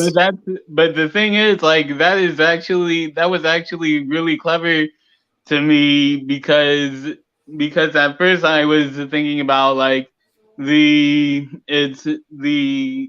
mother box intro thing that Zack had for Zack Snyder's Justice League was to be a series at the time. Yeah. Where it showed Flash's art piece and there was a hot dog on it. So I immediately went to that and then I continued to laugh because I thought he was going to eat the hot dog, but then he gave the hot dogs to the dogs to get the job. Like it's such a layered joke that really does pay off, while also showing that Barry is also very smart in the moment. I mean, it's also like it's a direct reference from the comics Showcase number 4, I think, in 1956, the first appearance of Barry Allen. Like they did it with him like being surrounded by a bunch of hot dogs. Like, so it was a little nod to that. I mean, for anyone that says Zack doesn't read the comics or doesn't know the characters, it's like, what is that? Come on. Yeah. It's said by people who don't read the comics or know the characters. Exactly. And I think, they did Zack Snyder did a fantastic job of just showing the amazing power that Barry has. The fact that he was tiptoeing basically out of the pet store to help Catcher, and like I guess what I'm trying to say is how she's just he's just like little fingertip here, little fingertip there, because if it wasn't a fingertip, he'd basically be punching her. Like it's just cool to show how delicate he has to be. It was very well done. Yeah, and especially too with you also see with Barry without his suit, he basically explodes his shoes and also destroys the road by just tiptoeing. So that right there explains like hold on. Well, I fast forwarded. I'm on the Barry saving Iris. Where are you guys right now? Oh, I'm just catching up. I'm late to the party. Excuse me. I didn't hear you. I muted myself. Whoops, my bad. It's right at the beachfront scene with Steppenwolf and the Atlanteans, and he's interrogating him with that little Starro device. Oh, I like that thing. Oh wow, Yeah. I'm still behind. Wow. So TJ's asking a question here. Here, let me add Jeffrey back to the stream real quick. But TJ says, question for all. How would you all felt if it was a series? Remember, Toby Emmerich said no to this. I'm glad he said no, actually. Yeah, I'm actually glad he said no. No, because I'm sick of this film being changed from what it was originally intended just to fit some comfortable viewing pleasure. Yeah. People, it's like more practice of misfaith. It's a cute idea. I appreciate it. But we've changed his vision enough. Yeah. Exactly. And it's time to put a stop to that. Yeah. And again, all the reasons for it is like, oh, we get more subscribers. We could get more subscribers. And I'm thinking, I heard that before when they're like, oh, take the runtime down so we could get more viewings. It's like, stop this. I'm done. Which is silly because it's HBO Max, because it's like that doesn't matter. Time duration doesn't really matter other than are people watching it? Yeah. How long are they watching it? Yeah, and we're in the age of Squid Games, man. People binge shit. People watch them for 12 hours straight. Come on. And people and that's the thing too. Like if people like you have Netflix and they have Cobra Kai, they have Squid Games, and you have people binge watching Cobra Kai, all 4 seasons of Cobra Kai, basically in 2 days. like if people can take a 10-hour binge session, they can take a 4-hour movie. Yeah. And that's the thing anyway, because at the end of the day, Zack Snyder's Justice League is the fourth most streamed movie on ever for 2021. And that was only counting HBO Max, not all the international viewings Exactly. that the movie got. I have a feeling that Zack Snyder's Justice League, while I think it did very well domestically for streaming numbers, I think globally that's where the real money is like, I think it killed everywhere else. Yeah, and speaking of which, I don't know if you guys caught this, but over on Twitter, people have been saying on Netflix's Germany, Switzerland, Yes. and Australia, I think. Yeah, already in the number one spot. Yeah, are in the top 10, and two of those are number one, and the other is number 3. Yeah. So yeah, like even like, and I saw people on Twitter that were also saying that, oh, people will get confused and think that it's 2017's Justice League. Yeah. But then I was like, you really think that people will get confused with a 2-hour runtime and a 4-hour runtime? Yeah. God, I love this scene so much with Ray Fisher and Victor Stone at the GCU versus Wisconsin, which, fun little fact, the reason why GCU is playing Wisconsin is because Zach is from Wisconsin. That's his team. That's his go-to dogs right there. But like, man, Zach made this scene so beautifully epic that I almost like, I know he talked about once like doing a Vince Lombardi film at some point, and I kind of want to see it simply because of this scene. So you're on the football scene right now? Yeah. Well, it's Victor Stone's mom, and yeah, it's the football scene basically. Okay, I'm fast forwarding every so often to kind of get back in sync. Okay. Trying to pick like the less important parts, but it's hard to. It's every move part's important, so it's kind of hard to do. Yeah. God, and this theme is so good. I remember getting chills watching it I still get chills. Let's go Wisconsin. Go Badgers. I just find it weird they brought her mom in for that scene though, for what he did, because I feel like in college, they don't really call your parents when you misbehave or do something bad. They do actually, like they do sometimes. Really? Oh, okay. Yeah, they really do sometimes. Okay, well, again, that was more of a minor nitpick, not enough to be like. I mean, now some people would be like, certainly the Snyder haters would use that as a reason to hate Zack Snyder, but yeah, and I love this. Just this little pan down to the empty seat hits all the feels. Yeah, and to think Josh Whedon had the balls to call Ray Fisher a bad actor. Yep. Yeah, he should have known that wasn't going to work after the movie came out.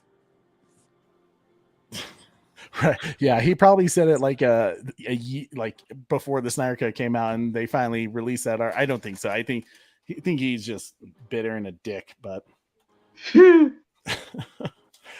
if he says, question, how would you all react if that Iris scene was the opening scene in the Flash movie? Like, are you saying they just use it again, or are you saying they redo an Iris scene? For like, honestly, basically, it's Andy Muschietti's version of how they meet. If they do it that way, that's going to be very bold of them. I'm going to say it right there, because then everyone is going to be comparing Zack Snyder's Justice League then to the Flash, like immediately right then and there. Oh yeah, I mean that's going to happen no matter what. Let's be honest. But I'm guessing he means like the scene in a different perspective, which I don't know. I actually don't want the Flash movie to be canon to the Snyderverse, honestly. Well, I mean, who knows? It got pushed back a long time. Yeah, and apparently, and for some reason, it's just for VFX. reasons, which Oh, I no, don't believe for a second. The same people Like, that I worked really on don't Death believe Stroke. that for a second. If Zach can get a movie shot, a movie's VFX done in a few hours, in a few months, then Andy Muschietti should be able to do the same thing, because he is a really good director when it also comes to visuals. So I think what's really going on for retaining to the Flash movie is that they're basically going to, as Zodwriter put it, anti-Justice League the Flash. Oh yeah, I think hope that's so. going to happen exactly. We brought closer to Andy Muschietti's vision, who wanted Ray Fisher in the Flash movie, just to clarify to people who don't know this. Yep.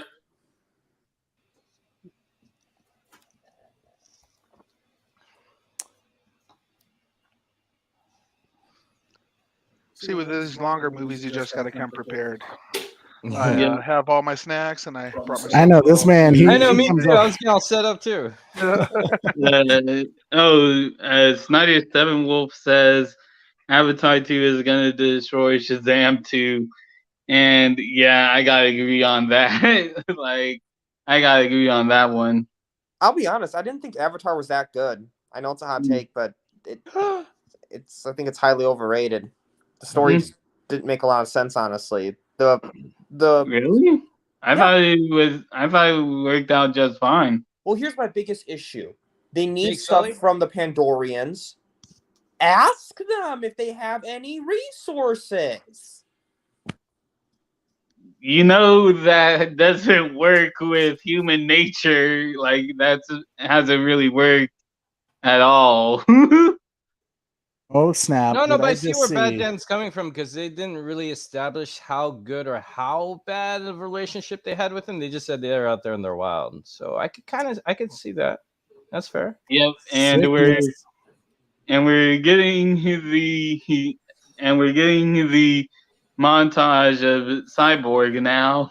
Yep. Sickness is in the house. So when Sickness is in the house, I always have to play this for him. Sickness, what's up, brother? It's good to see you. Get up, come on, get down with the sickness. You mother, get up, come on, get down with the sickness.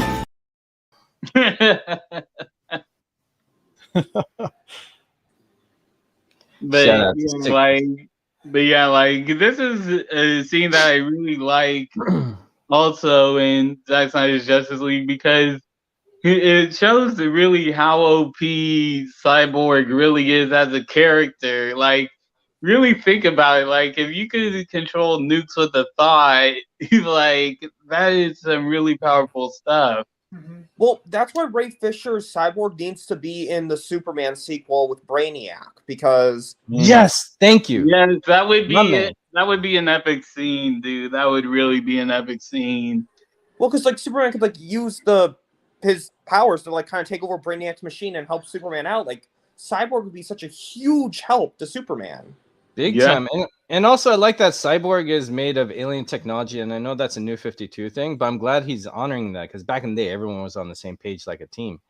And because before he was on human technology and the old jokey thing, you even see it in the cartoons, Cyborg always falls to pieces. He's like, he's like poorly put together, worse than freaking RoboCop or Johnny Five from and it's good to see that he's alien technology, which is you could kind of cheat and go, oh, that's immeasurable, just like Kryptonian technology Superman is weak to.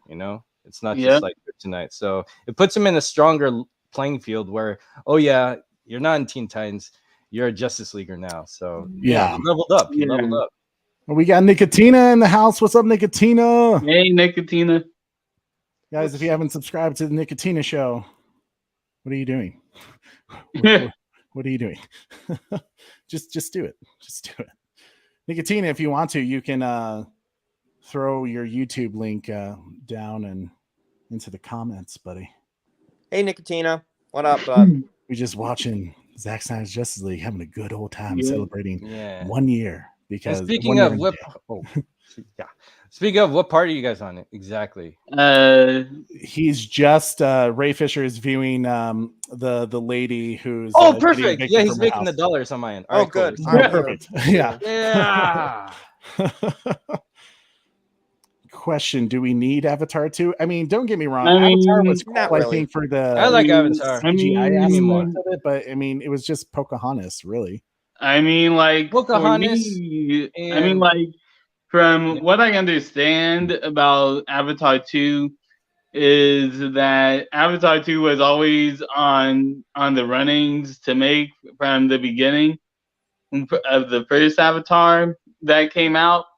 Like James Cameron actually went on record saying that he was just waiting for the VFX to age up to actually make it. So that's a thing. But also, what apparently one of the actors and producers actually said is that apparently this isn't just a sequel; it actually expands on the world as well. So it might not be like a sequel that is needed, but I am curious to see where they take the Avatar world and where they go from there. I love that scene so much with Ray Fisher of how he plays that. Like, he just does this incredible thing and helps this woman, and he gets joy out of it. And then to see him just walk by those folks who just are immediately taken back by him, it's like it hits so many fronts, of just complexity to his character, and honestly, like, just kind of the beauty and the beast of his character. Of he's just really a good guy, just trying to do right, and yet people are looking at him differently. The symbolism that Zack Snyder is trying to do there and how Ray portrayed that, I love it. Hero or monster. Yep.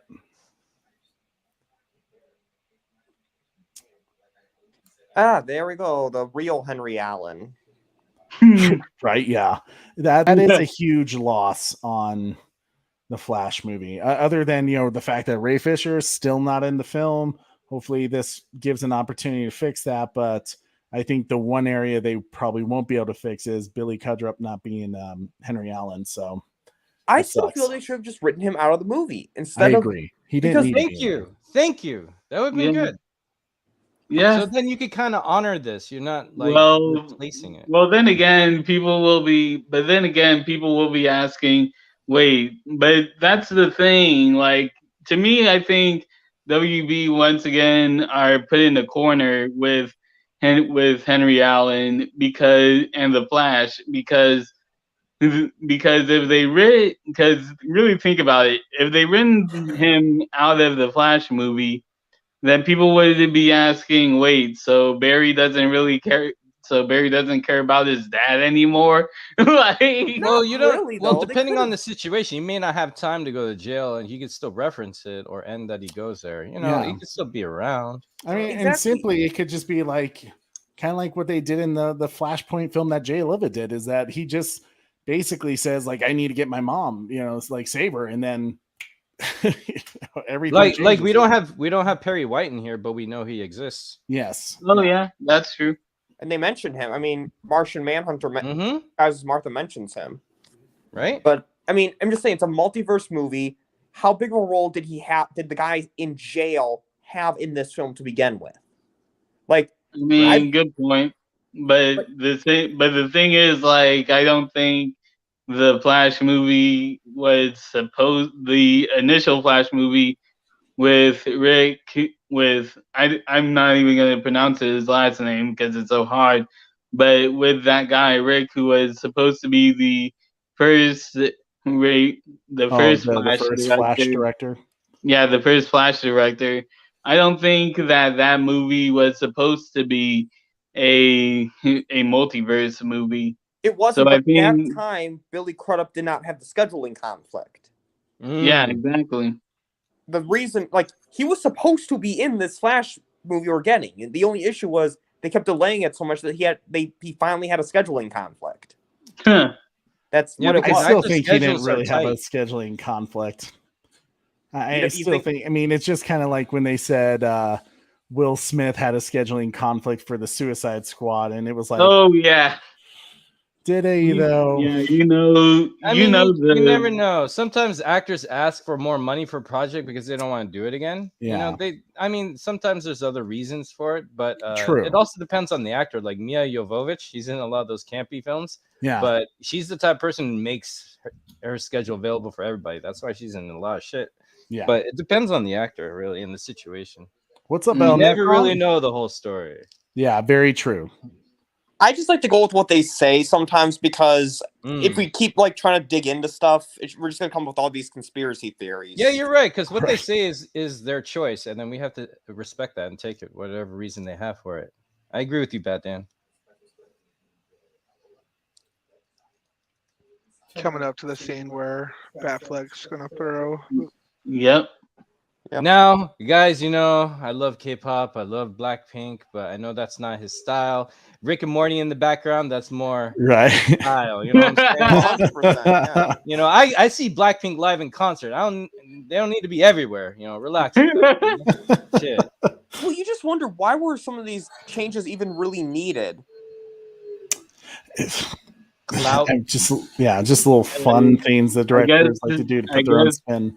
No, because they made 3 articles saying Blackpink is in Justice League. I was like, what? I guess Blackpink is too adult.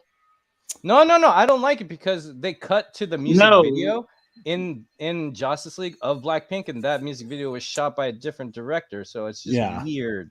Like this, having stuff in the background, it's still all his stuff. I don't see Zack Snyder using other directors' work at all. So that was another weird thing to see, if that makes sense. Yeah. Oh yeah, totally. Well, it's kind of funny. It reminds me of like Zack Snyder's comment in the first Justice Con about how he said that there will not be any of Joss Whedon's footage in his movie, about how he'd set the whole movie on fire before before he used a single cut. Yeah. So, ladies and gentlemen, we have Noel Leon Flores in the chat, my man. So Noel, as you guys have heard me say before, he is the comic book artist with Mikey Sutton on Dreamwalker, which I have that comic finally. Thank God. I know it came in. I had to get it because it was selling out like crazy. I had to purchase it from the Alaska comic book shop that had it. And I was able to get it finally, but it just took forever to get here. And I'm so excited to read it. But Noel says the next Avatar movie is 5 movies. 5? Oh, yeah, 5 movies. 3. Yeah, no, it's 5. Wow. It's been like I said, it's been like I've been known that it was going to be 5 movies for years now. Yeah. Well, also, you know, James Cameron's a fan of Zack Snyder's work. 5 movies, 5 story arc. Right there, yeah. He says they speak the same language. Yeah, new narrative concepts that move forward and away from Pocahontas narrative, as I was told from Weta in New Zealand. That's cool. I got Pocahontas and Dances with Wolves with Avatar. I told you. I'm looking forward to Avatar 2. That's really one of the reasons why, because it seems like he was going for a more original version. Yeah. My man Zod in the chat. What's up, Zod? Zod, you could jump on because I can't be the only one on the couch tonight. Zod, if you're available, bud. I love Zod. What's up, brother? Can always come in. And there's the billboard. I think I sent you the link too. Yeah, you sent the link in that general chat group. That's right. In. Yeah. Corey and I were panicking right before the show started. We we're like trying to get everything together. Like, is this going to echo a ton? Is that okay? What can we work with? I just try to keep mine down and mute as much as I can. So yeah. I mean, it's not like we haven't seen it enough to where we probably can't quote the entire film. My wife often hates that about me. Yeah. I live alone, so I quote the movie to myself all the time. What were you saying, Koj? Sorry. No. I used to watch a lot of stuff too, like a bunch if I loved it. Like Mortal Kombat 1995. I used to be able to recite that whole movie beginning to end without watching it. That's my shit. That's fantastic. The one with what was it? Bridget Wilson and yeah, dude. Yeah. Oh man. That to me, that's still like the #1 Mortal Kombat film. Oh, it is. Because they honored a lot of stuff from the thing. Even though they couldn't do gory, they had so much martial arts in that. Totally. Like, you rarely get that amount of martial arts in films today. Yeah. Mhm. Like all those combos, all that choreography, that's rare. That's so rare. You don't get that in movies. It had more. It had more choreography than the new one that came out. Yeah, yeah, it totally did. The new one wasn't. I mean, I appreciate all the respect they had for the games in it, and we got to see some characters that we haven't really seen before, which was great in the films. But the story, it like jumped a lot. It felt had like no 30 story. minutes cut.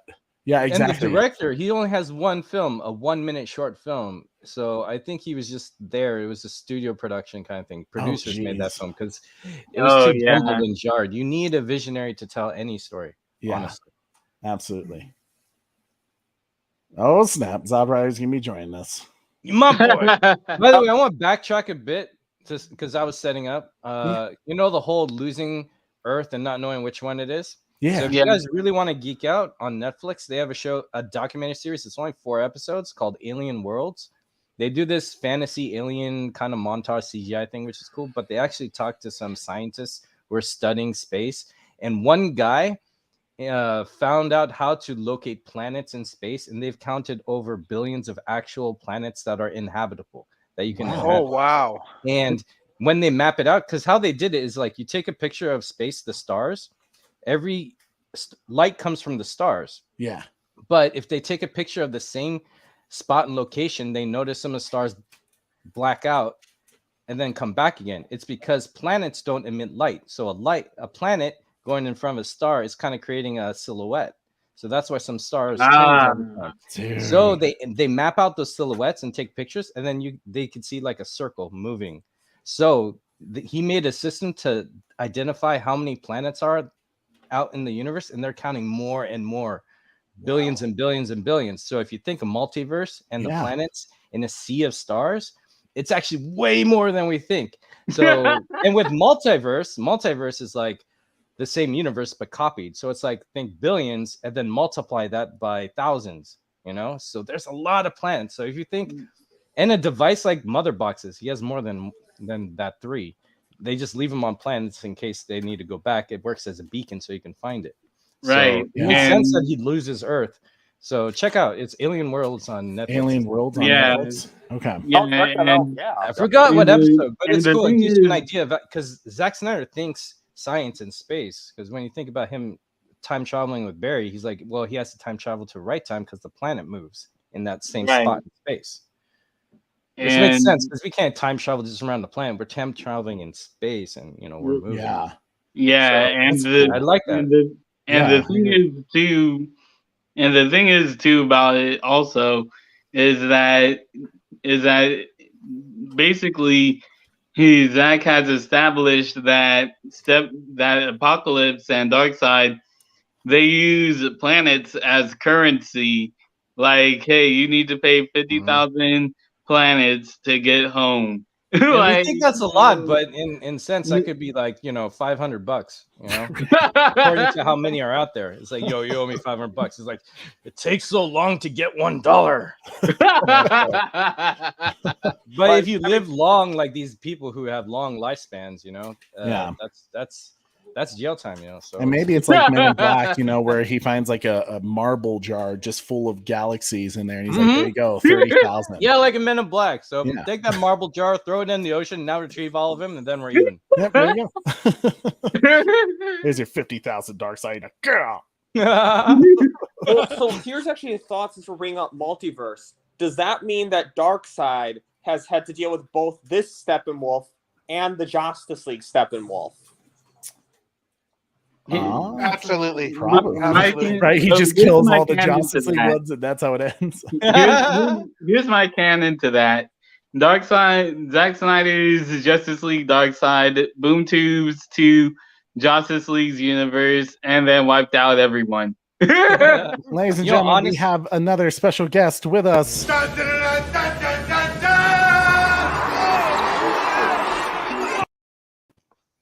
My man, What's up, gentlemen? What's up, brother?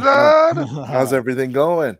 It's going good, man. We just watching Zack Snyder's Justice League, raising some money for American Foundation for Suicide Prevention. As I got to plug that in now, like, all of our super chats are going to the American Foundation for Suicide Prevention for Autumn Snyder We already donated yesterday $350 from our first YouTube check ever, which was awesome. Yo, nice. You beat my personal record. Mine is like 330 from my channel. Oh, nice, dude. Congratulations, man. That's awesome. You surpassed hey, me. every I'm dollar proud. counts, I'm man. proud of you. I love Thank that. you. Hey, proud of you too, man. That's awesome. I'm glad other people are doing it because so many people, and I don't have a problem with it because, like, eventually this channel, hopefully one day we'll get to that too, where, people are really supporting us, funding it so we can make the show better. But like, when you can actually like raise money for like a cause like that, like, to me, it's a beautiful thing. Yes. Yeah. That's what it's about right there. And it made me happy when finally we got, all the checking stuff they have to do for, to get your checks for monetization. Cause I hadn't like fully set up our monetization. We were just getting all these super chats. Monetization takes a long time. Yeah. And then the way that they hold your money and your super chats, YouTube is crazy. I've never seen anything like it. You got all this money, but you have to have like a certain amount before they'll even initiate like it. It's the $100 crazy. mark. Yeah. And the fact They're that they're trying to keep afloat their monthly budget or funds or yearly funds. That's But it's not even. But the funny thing is, though, it's like not even monthly, because when you think about it, really? you could have $65 sitting in there, but until you get to 100, you can't touch it.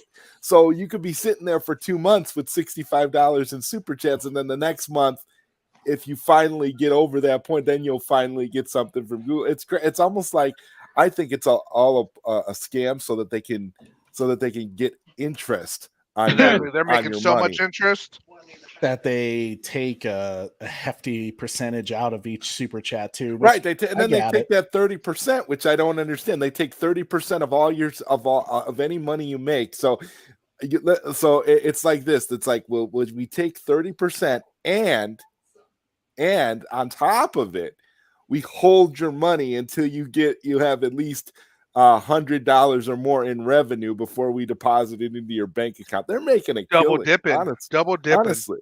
Yeah, they are. YouTube's looking for all sorts of ways to make money. Don't forget all those annoying ads they play every 2 minutes now. Ads? You mean ads that we don't make any money off of? Yeah.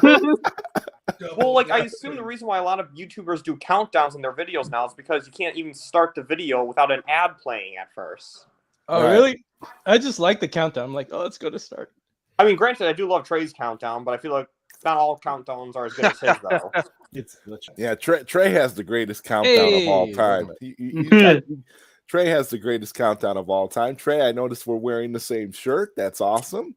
Yeah, buddy. Yeah. I think I was glitching out there. I kept getting every other word that was saying, and I heard something like YouTube percentage take out, and then something about countdown. That was about it. I was just like, all right. YouTube, so basically to summarize, YouTube is a ripoff, and the Bat Channel has the greatest intros. Oh man, you guys are too kind. The greatest countdowns of all time. I try. It's part of the fun of it, No, I love countdowns. It's good. People just come here for the countdowns. Yeah. After the 7 minutes, the opener and the countdown, they're like, okay, this guy sucks. It's not the final countdown. So you guys have the Bat Channel. We're going back to the Marvel Channel, boys. Yep. No. South Cali guys is in. What's good to see you, brother. He says, afternoon, gentlemen. Hope you guys are having a great weekend so far. # restore the Snyderverse. And oh my God, do I see another super chat from my boy, El Necron, my man. El Necron, it's awesome. So much. Yes. As you guys already know, $10 will be going to the American Foundation for Suicide Prevention for Autumn Snyder. Man, you guys have been, Corey, where are we at right now? I think, is it 65? Maybe somewhere around there? I stopped counting. You stopped counting. What good are you, bro? Oh man, you know what? That's a good plateau to hit. If you that's can't, pretty close to where you counting, need to be for it to actually count, for you to actually start getting it, so that you can... Yeah, there we go. Now, well, Corey and I always kind of do this thing, and that's part of the thing too, because I think technically, from some of our super chats with our first paycheck that we got, I think technically $250 after I did the calculations was from after what YouTube took out for the American Foundation for Suicide Prevention.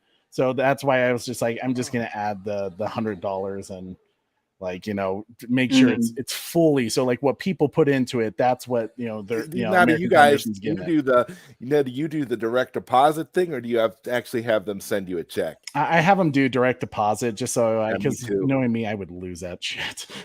But El Necron, thank you so much for the $10 super chat. Here's a little thing for you, sir. Man is still good. Yeah, if you guys ever sell stuff on Ink to the People, they give you the earnings through PayPal. And when you go to the website for AFSP, the link is on my channel for every video I do. I do where you too. can donate anytime. You can pay with PayPal, so you really don't have to do anything. You just click accept from Ink to the People, go on AFSP, click PayPal send, and it's like easy. Yeah. That's awesome. Which we do as well, guys. For all of our videos, I'm sure you guys have seen, we have the direct link to the Autumn Snyder Tribute Fund. So if you don't want to even bother with the super chat and just make sure 100% is going to go that way, like that works too. Like you can do it either way. As long as the money goes to a good cause, I don't care. So, man, this scene right here with Steppenwolf attacking Atlantis, I like how Zack kind of like pictured Steppenwolf as a shark in a space knight in this scene. Technically, it's not Atlantis itself; it's a stronghold, but it's not in the Atlantis borders. Yeah, which would be good because you don't want this stuff hitting your countryside and your. Well, the reason why was when this is like their Area 51 or something. Yeah, I love how Mira also like throws out. I mean, other than it's Amber Heard and she's used to beating men. Oh God! I'm sorry. That was a cheap shot. shot. We called that a shot in wrestling. That was a good one. I mean, just the character Mira, not taking Amber Heard out of it, but like the fact that she can go toe to toe with Steppenwolf was like a dope moment. Yeah, and that does female characters justice. Oh, totally. Yep. And I'm expecting if Mira is going to be recast, it's going to be Emilia Clarke who becomes the new Mira. Well, I don't think they're going to recast Mira. At least Zack has no intention to, because he wouldn't have brought her back for the additional photography if he was going to do that. So what? He's just going to kill off Mira, and instead of Mira being in the nightmare sequence, we're going to see Volko. I think we're just going to unfortunately have to accept that we're going to see Mira in Zack Snyder's Justice League 2 and 3 with Amber Heard. Yeah. I mean, are you sure about that unless she goes to prison? I mean, if something more comes out of it later on, prison. sure, but No, it should as be of fine, this moment, probably. I'm not holding my breath for her to leave. And this is kind of a hot take. I actually don't like Emilia Clarke as someone replacing Amber Heard. Well, okay. She's too short compared to Amber Heard. Play down the newest post. Like if you're gonna recast Amber Heard, at least pick someone who looks as much like her as possible, including height similarities. No, I'm with you, Batman. That makes sense. Yeah, but I trust Zack. Okay, guys, I'm Recasting over in here general. right now trying to sync up with you guys. Where are you at on Zack Snyder Justice League? Mira is talking to Volko, where Steppenwolf just took the second mother box. Oh, we're literally You mean, right at where Aquaman. Ray Fisher, Cyborg. Ray Fisher, Cyborg. No, that's just it for me. He is just now looking out of the window and he sees the bat signal. That's where we're at. That's where I'm at. So I'm a few seconds off. I'm always on a cyborg scene when we try and. South Cali guy says, "Have y'all seen Clay Stubbs' Twitter post?" I just looked at it, and Clay, man, he's doing some interesting stuff. I would love to. He's pulling some Zack Snyder's with all of his hidden messages, but it looks like a scene from Excalibur, and it just says faith. And as tweet says, faith is being able to see more closely that which cannot be seen by others. A true believer looks closer, drag and drop on desktop and search. Ben Affleck's going back in time. That's what you think it means, Ben Affleck going back in time. You know what I wonder though with the air bubble scenes? They talk in English when they're in the air bubble. So does that mean Atlanteans have to learn 2 different languages from birth? I mean, when you think about it, how did they learn English in the first place? I mean, it would have been like Greek times and even before that. I mean, really think about this. Like really think about it. Atlantis. They were on the surface for a while before Darkseid came. Which prior to that, who knows how long they were in there in the surface, but yeah, they would have learned some languages you could imagine. Yeah, fair point. But I mean, one thing I will say though, because of the dolphin speak, Aquaman is definitely not in the Snyderverse. Oh, this glorious shot! Another No Way Home. J.K. Simmons here. How dare you? How dare you? Yeah, that's so great. Oh, I love this shot. You gotta love J.K. Simmons. I hope he gets. I hope he gets a lot more to do in future movies. Me too. I agree. Batfleck movie. Yeah. You need to get that Batfleck movie. Proper Batfleck movie, not yeah. Well, that's weirdness. for sure. I love how he's not amused too. How many are there of you? Not enough. Not enough. For shits and giggles, I watched Justice League on TNT. It's like going to Sonic after you've been to a steakhouse. Amen to that, El Necron. Oh wow! Oh, hey, yeah, you know those well, onion rings. Did you have Sonic while you were watching Justice League? That's the best way to watch it, to get the full cheap experience. You actually got to do something more like Taco Bell. You know, something that's really gonna like create some waste in you for I'll later. do one better. Yeah, something that gotta pass through your I'll do system. one better. I'll do one better. Clear out the McDonald's. tubes. No, I'll do one better. McDonald's. Hey, I like McDonald's. It's much better than Justice League with movies. Respect. McDonald's is better than Justice League. That should be a hashtag. I mean, I'm not going to say McDonald's is like the best quality ever, but it's better food than Justice League is a movie. Oh yeah, that we can't agree on. I know what you mean with Taco Bell though, because I love Mexican food. Oh, I'm going to say Taco Bell is better than Justice League. Oh snap! What? Okay, South Cali guy. Thank you so much for that. Here, I'm gonna see if I can share it real quick. God, man, these guys, they just causing trouble. What? Trouble. Clay style. Here we go. 1 second. Let me see if I can. Okay. Uh-oh. I gotta pull it up. Oh man, I love this. Dun dun dun dun. Windows.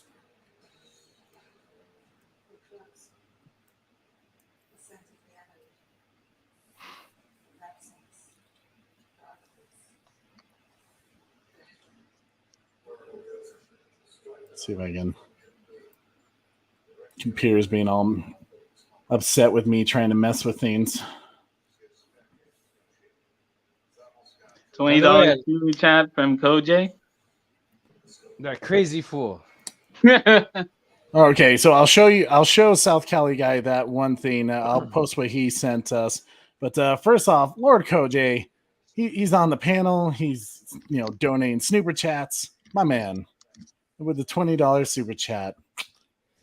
You are too kind, sir. You are too kind. Now I gotta think of a good one to send. Okay, I don't go anywhere, so I have money to send. We'll do this one for you.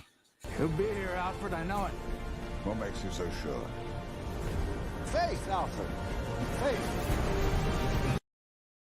Oh, thank you. I'm a guy. All that Thanks so much, brother. I appreciate it. $20 super chats, man. You guys are rocking. I mean, it can't get much better than this. For a YouTube show, like this is about as fun and easy as it gets. Watching Zack Snyder's Justice League with some buddies. Yep. And raising money for AFSP. Come Hell on yeah. now. Come on now. Keeping the message strong. That's why y'all are champions to me, man. He went to that.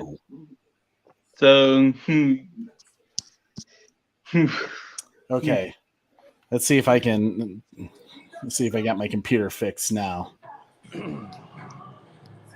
Technology's tough. Hurtful, Corey.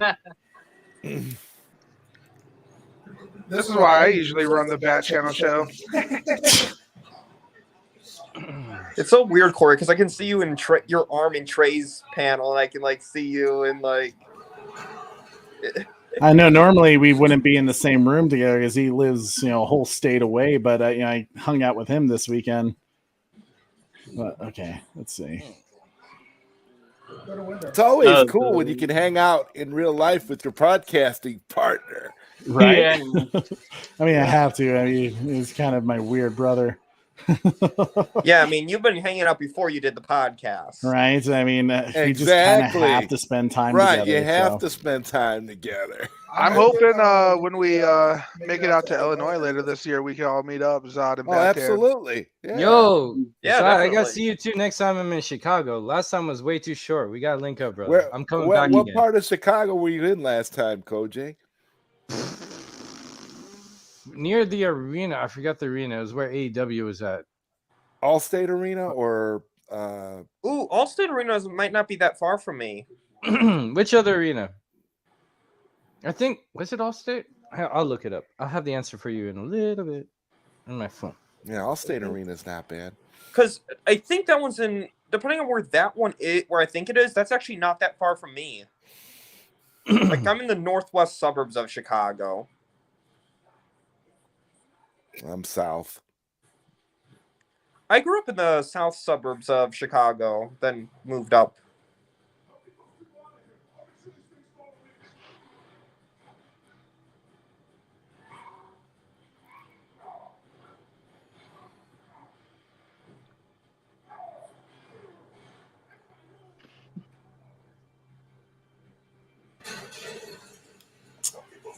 But guys, Oh, it's the Wintrust Arena. It was at the Wintrust Arena.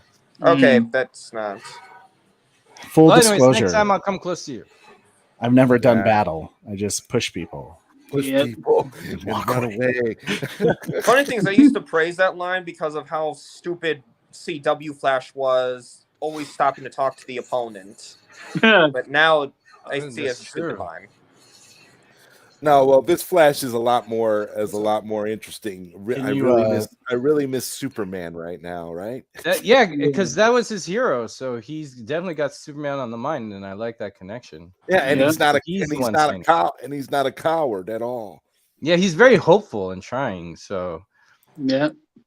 Like, what's the thing? Everyone's doubting themselves. I mean, they're doubting themselves naturally here in natural moments, but in the other one, they were just not confident in themselves, just like WB was not confident in the product. That's exactly what it was. The incompetence went from the studio all the way into the movie itself. That's insane, but it's true.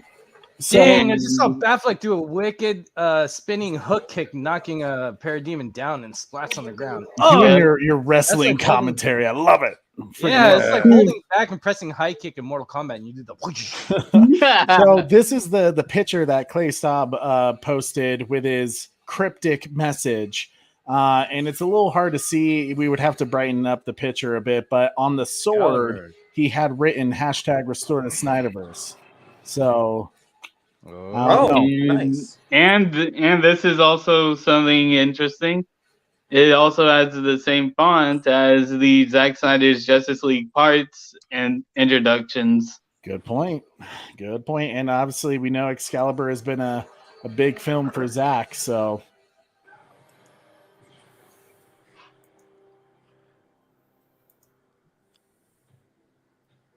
oh, what's up, Snyder Cut fan? It's good to see you here. Oh, Hey. yes. This is such a great scene. Yo, I ready for like the that. Jesus, he's tall scene, right? Where Batman goes, Jesus, he is tall.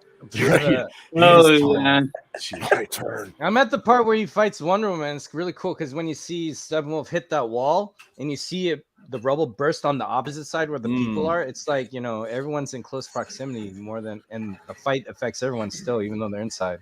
Yeah. Yeah. Oh, that was dope. My brother-in-law, he's a huge Flash fan, like the way I am about Batman. We've had him on our show before to kind of break down some Flash stuff for us. But like, it was really cool to watch this film with him because when the Speed Force scene came up, it was like seeing the greatest thing in the entire world. Like literally jaw Yeah. dropped and just like he got up and started like clapping like, oh my God, that's my Flash. You know, and it's like, yeah, man, Flash got some justice in the Snyder Cut. Yeah. Is he excited for the Flash movie, or is he worried about? Well, he's not as invested into the Snyderverse community the way I am. I mean, he definitely would say this version of the Flash with Zack was far superior than Justice League. I think he's just happy that he's just kind of that, like, we needed a Flash movie forever, so now we're finally getting it. And he has concerns about it, but I don't know if he's like, oh, it sucks that Ray Fisher's not in it. He's not that much in depth with the community. I get that. Like, I have family members who are superhero fans, but they're not like if I talk about like Ray Fisher, they would have no idea what I'm talking about. Yeah. So. Yeah. I have a lot of friends and family members who love this shit. They just don't go online publicly about it, but they watch this like a lot. And that's cool. Yeah. I completely agree with that too. Ezra was definitely redeemed in Zack Snyder's Justice League, and you know what? I think all the heroes were, being a Superman fan, he was obviously so OP in the Justice League. So it's nice to see that Superman didn't have to just save everybody's day in the Zack Snyder's Justice League. So yeah, and they actually work as a team. Exactly, dude. And that's the thing too. Like, and that's another cool thing too. Like, not a lot of people realize this, but technically, Superman has died twice in the DCEU. like the Unity actually killed Superman. Well, no, because that's not DCEU anymore. That's Snyderverse, which is separate from the DCEU at this point. Well, right now it's kind of confusing for everyone, so I just stick with Snyderverse. It's easy. Yeah. Yeah. I just realized Flash really gets his legs messed up in the Snyder Cut. Oh yeah, twice. No. The other one, he needs those legs. Oh, that's right. Yeah, it is his ribs. Yeah, that's true. It is his ribs, hips area.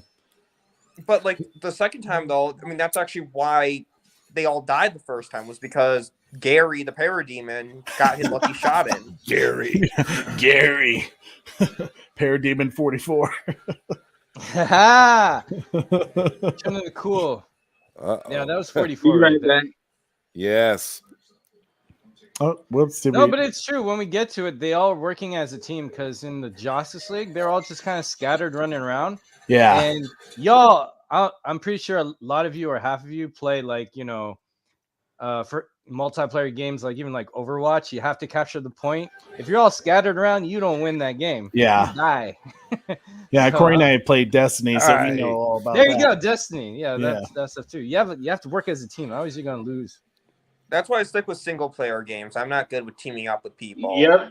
The solo movie, bro. Speaking of single player games, Bad Dan, have you played that Cyberpunk yet? I have not played Cyberpunk yet. No, actually. So this is going to sound very random, but it's going to kind of all connect back into video games.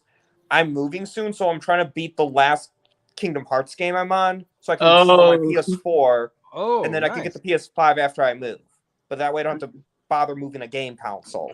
That's a good strategy. I like it. Yeah, and so pretty much no more video games till May. Yeah, but for me right now, I really do recommend you play. I really do recommend the Cyberpunk 2077, especially have they fixed all the bugs, Jeffrey. Have they fixed all the bugs in that game? I will say this: with the newest update they have, yes, they have. Will there be a PS5 version of it? Oh, that's the thing. The PS5 version is the updated version. Oh, okay. Yeah. They just updated it like a month ago, I would say. Yeah, about a month ago. Well, I'll try to get it then. I have to play the Spider-Man game. That's gonna be the Miles Morales. That's gonna be my first PS5 game, or the remaster of the Spider-Man game. But I love Sorry, go ahead. My first 2022 game is going to be Horizon Forbidden West. I Right love now. the fact that Cyborg is using the Nightcrawler here, and then he just goes halfway up, and he's just like, "Oh shit, I gotta go get something real quick." That would have been a perfect moment for the Flash to be like, "He's coming back, right?" Yeah, that is one thing they did have in Justice League. We're like, Yeah. did he fail? But yep. Even because Joss Whedon had some good moments, but I wouldn't want Zack to incorporate them in his film just because. Yeah, I know, but it's fine the way it is too, because they're catching their breath. Because the difference is here they were fighting to live, and then it looked like it became a whale. The water wasn't coming up, then they could catch their breath. One of them could hold them both and jump up, and they're fine. Yeah, but they had more of a battle here, so when they're done, they're like. In Justice League, they didn't do much, so they had time to go, wait, where's he going? I'm hungry. Yeah. You guys want Sonic now? And this is just really something I really like about Steppenwolf's design in general. Like you have the entire armor and his whole alien design, but when you zoom into his eyes, it's like really human. In a sense, like I really do like that little detail where where in Justice League they tried to make him look human, but it seems like for Justice League, the more human he was, the more alien Steppenwolf was in 2017. Yeah, the more weird he looked. Yeah, I feel you, because his eyes here are really big. And they're very expressive, and his voice and his tone, his layers of his, even his commentary, like when he speaks, you could tell what kind of emotion he has and what's like invested in the moment. And also the other one, he was too squinty, barely moved. He looked like Liam Neeson with leprosy. He looked like a PS2 alien render of Liam Neeson. That's what Well, we could have gotten that design in this version of the film. Like, there's actually images of that Steppenwolf in Zack Snyder Justice League scenes. Yeah. So Rain says, "What's gonna be new with Snyder's Justice League? What's gonna be new with Snyder's Justice League? I've not been following." I think everyone right now, after yesterday, is speculating on the assembly cut coming out. Yes,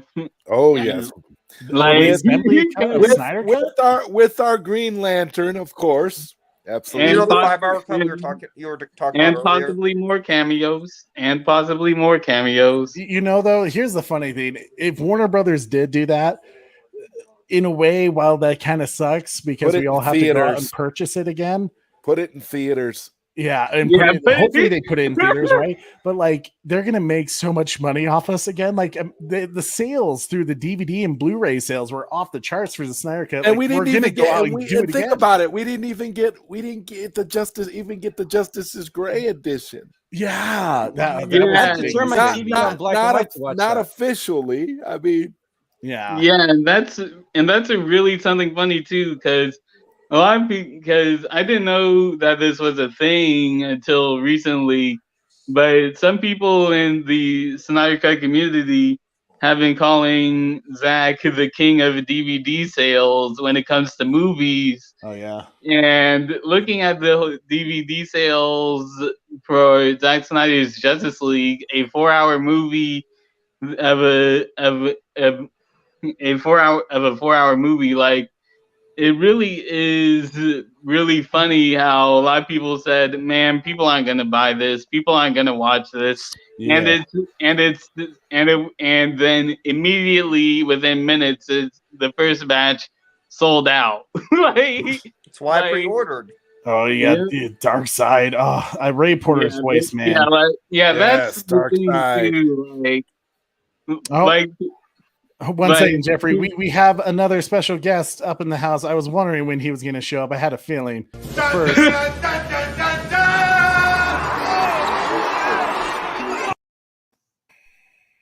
My man, the Skywalker, the Jedi. Skywalker. What's up, What's buddy? going on, everybody? Nothing. How are you? We're just watching Zack Snyder's Justice League. Hey, what part are you guys on? I'm on my lunch break. Darkseid just showed up. Darkseid showed up in the little metal thing. Okay, absolutely. Yo, I know that whole movie front and backwards, man. I done seen that thing like 50, 60 times already. You know what I'm saying? Yeah, I've watched it so many times that right now I'm actually watching it on mute without the subtitles, and I can still remember the dialogue that is being said. like it is like I've watched it so many times.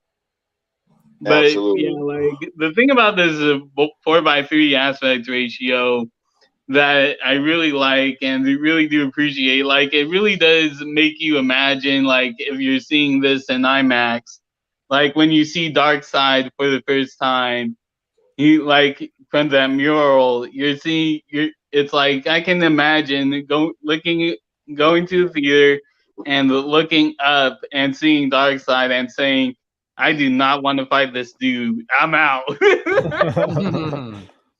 Man, yo, I'm actually in the process of like trying to find somewhere that'll play the movie, like an actual theater in LA.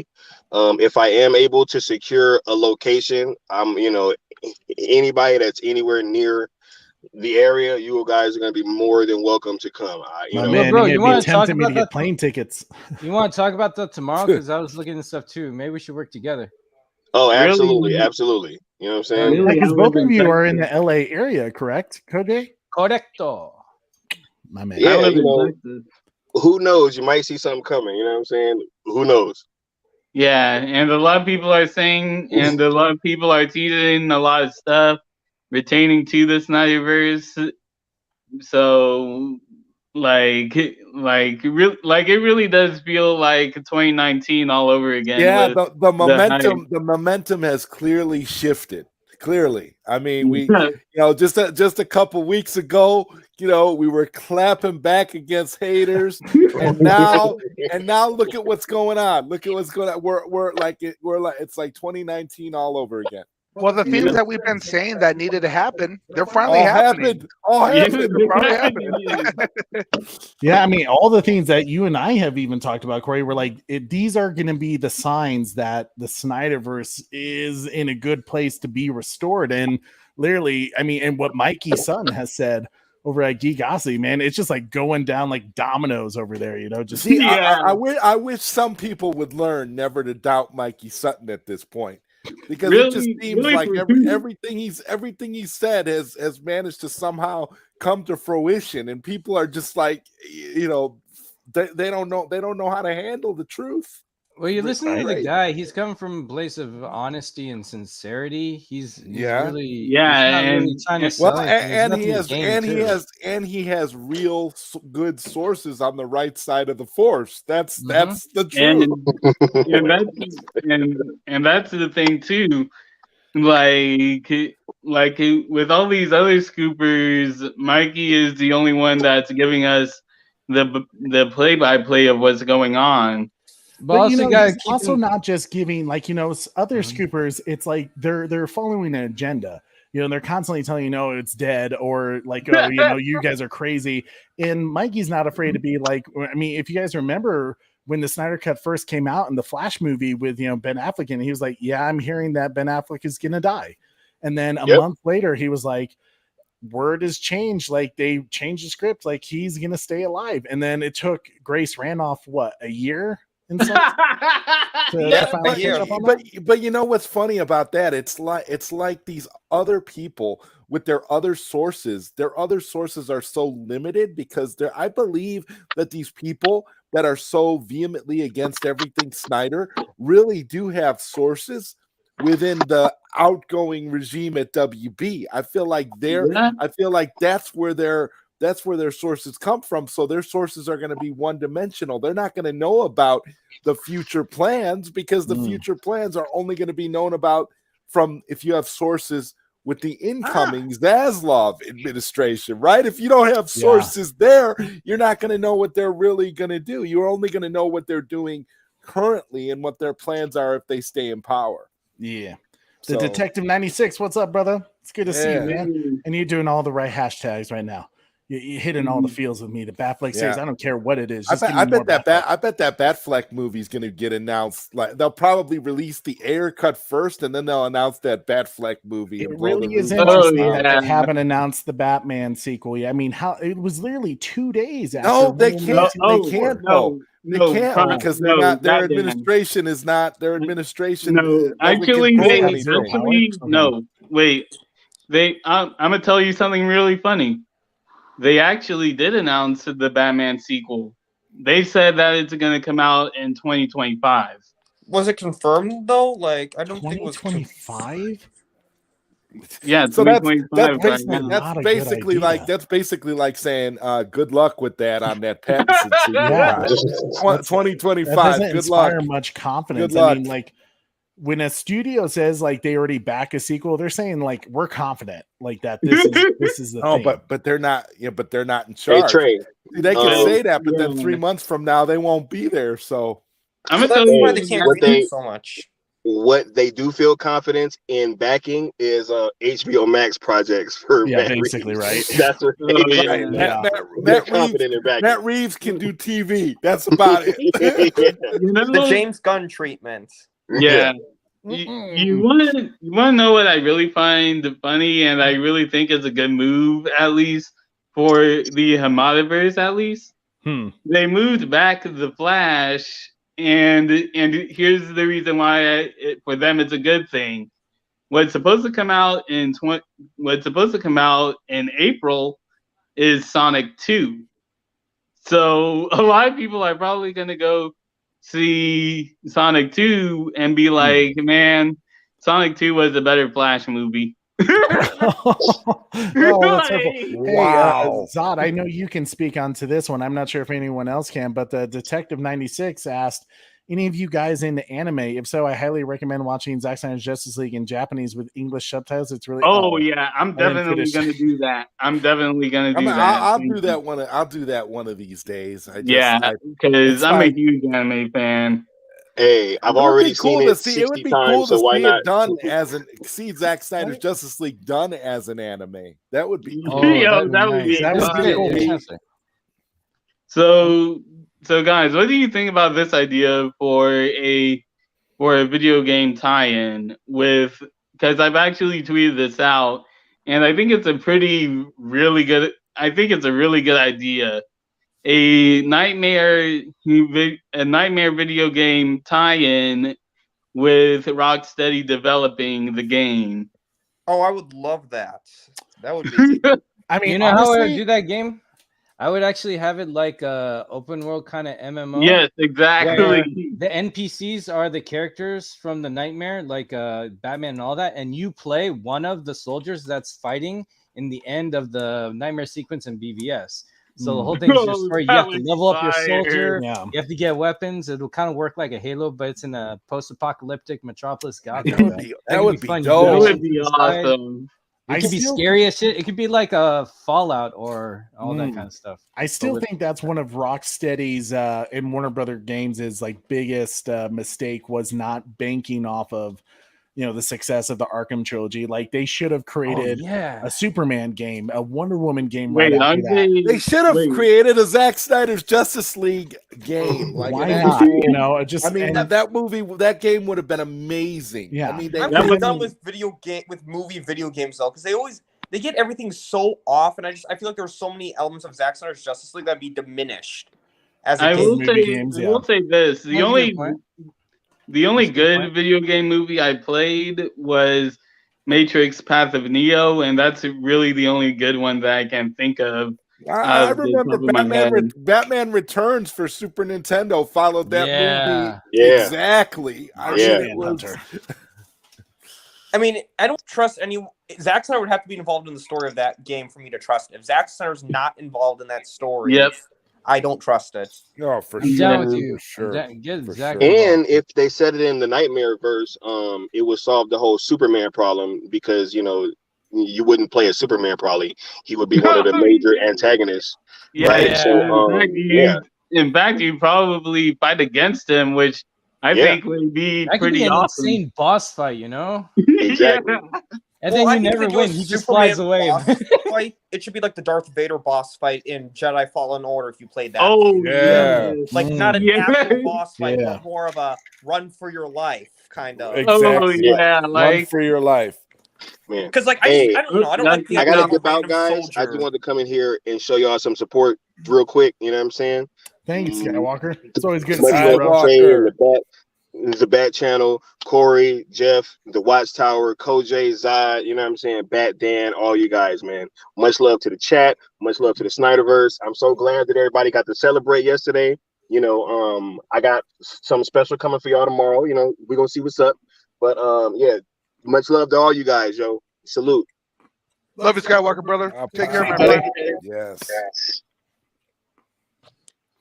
Well, part 5. Yes. I love Skywalker. Oh, He's I so- love his he's so videos. cool. Right? Go. He just speaks mad truth. I just love that he hasn't. Continues hold on back. disc 2. Give me a sec. No, you continue. I'll catch up. Oh, yeah. We can pause it if we need to. You want us to pause? We can pause. Go, Jay. Are you Pause, pausing? pause for a second. Yeah, let's pause. Yeah, we'll for a pause. second. So, guys, we're pause pausing right here before the next chapter starts. Yep. Yep.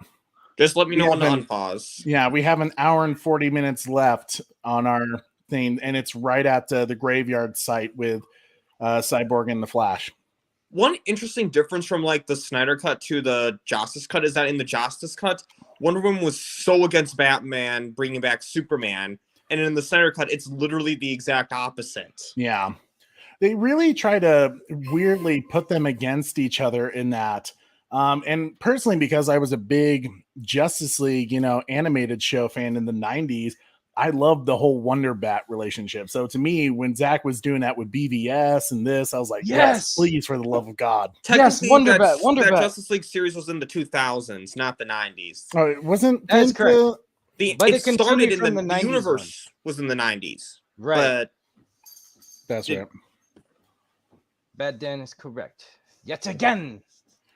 Actually, I just watched Batman Beyond Return of the Joker this week. Did you see the uncut version? Yeah, it's Yeah. the HBO Max has the uncut version, the real version. Oh, nice. All right, I got mine started. It's at the graveyard scene. I paused it. Oh. You guys still there? We good to I'm starting it up. You're starting it up again? Here, let me grab Corey out the controller. Corey! Can we do like a countdown to unpause? Like, 5, 4. We're right Yeah, at we'll- where we'll do they're that. One sec, let me grab the controller. digging I'm up, at the part 5. where they're digging up Superman. Yeah. Yeah. Let Okay. me pause at that scene when it pops up after the part 5 part. Part 5. All the king's horses. Okay, so we're going And back pause. to the part 5 place. Yeah. Oh, okay. Hold on a second then. I figured that would be easy for everyone to start. Okay. Just All at the right, part one 5? I'm at part 5 Okay, now. 'Cause I'm right at this part. Oh. you are? Okay. I Yeah. just rewinded. So here we go. Coming down. 3, 2, 2, 1. 1. Hey. So Yay. There we go. all synced up now. We're all in this together. That was dope. Trey, look behind you. Super bro Corey. He's trouble, man. Yeah, Why do I- he's mischievous. Why do I do shows with him? So, guys, right now, Robert Pattinson's Batman's trying to get into my apartment. He's trying to break it and he's trying to hurt me. But guess what? My door's locked, so he can't get in. Well, he's a vampire. You have to invite him. Yeah, in you have to invite Yeah, him in. you have to He'll invite just, him in. Oh, I didn't you'll think of that. open the door and he'll just stand there and look at you until you let him in the room. You know who I am? I'm not going to let you in, dude. Yeah, I know who you are, and I'm. But you know what, Batman? If you want to come in and have some of this Little Caesars calzone, we can do that, bro. Hey, now we're my talking. goodness. Just chill out and eat a No. calzone with Batman. I'm telling you right now. Extra Little, Catwoman sauce. No. I'm gonna tell you right now. Little Caesars needs 50% of WB's box office from the Batman for the marketing they did. Because I've been seeing so many ads of that Little Caesars pizza. Jesus, that's hilarious. I don't know. I feel like Little Caesars got more business because of the Batman. Little Caesars was it absolutely did. They were the big winners. Yeah. Yeah, they were the big winners of the whole thing. I mean, granted, I still chose a different pizza place to celebrate my Yeah, you seeing of did. the Batman. Yes. That calzone was such shit. You guys? It really Zack was. Snyder's, It was that bad. It was that bad, Super Bro. Oh man, like He it hated was it. fake ricotta. It was like this chunky, Fake greasy ricotta. mess, garlicky. Yeah, it would have made Sparkle Bats run the other direction. It's basically fast food pizza. Like pizza, you can't do fast food.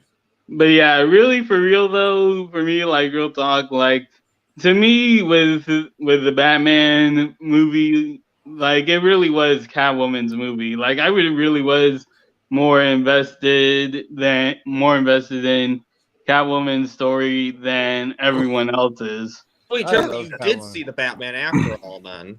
Yeah, my cousin. Yeah. Funny thing about that, my cousin actually bought tickets for us to see the Batman, but I didn't know that he bought them, so it was really a surprise.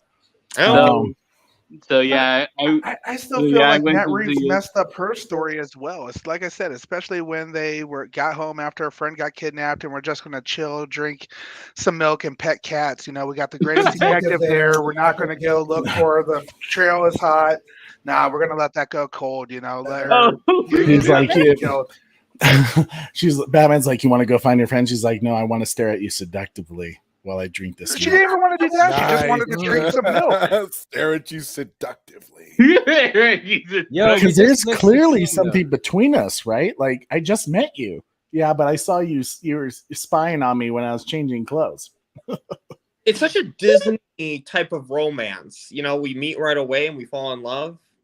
Oh, is that how it went down? I mean, it's Robert Yeah, Pattinson. that really is. Yeah, that really is how it went down. She's clearly Team Edward. Always has been. Team Network. Team Network. Yeah, but yeah, it really was like that though. For some reason, it felt really weird. See, this is the thing that I always laugh about, that with the studios basically saying, well, Zack's films aren't like really comedical. They're too serious. And it's like, you had this scene with the Flash and Aquaman, and he's like changing on different hats. And it's like, I laughed so hard at that part that I was like, who said he's not funny? Take it back to that 300. One scene was funnier. Even the scene when the Flash was doing his thing, when he saved Iris West, the parts of that were pretty funny too. And the thing is all of that had more humor, more real, natural humor than anything in Justice League. All the jokes and stuff in Justice League were literally forced Whedon-esque stuff that he just threw in there because he likes cheap laughs that don't go anywhere. Yeah, this humor is organic because it's coming from the characters having a moment. Yes. It's very sincere and heartfelt. It's not forced or so external. This part right here. So real quick, this part right here where they're checking the ID.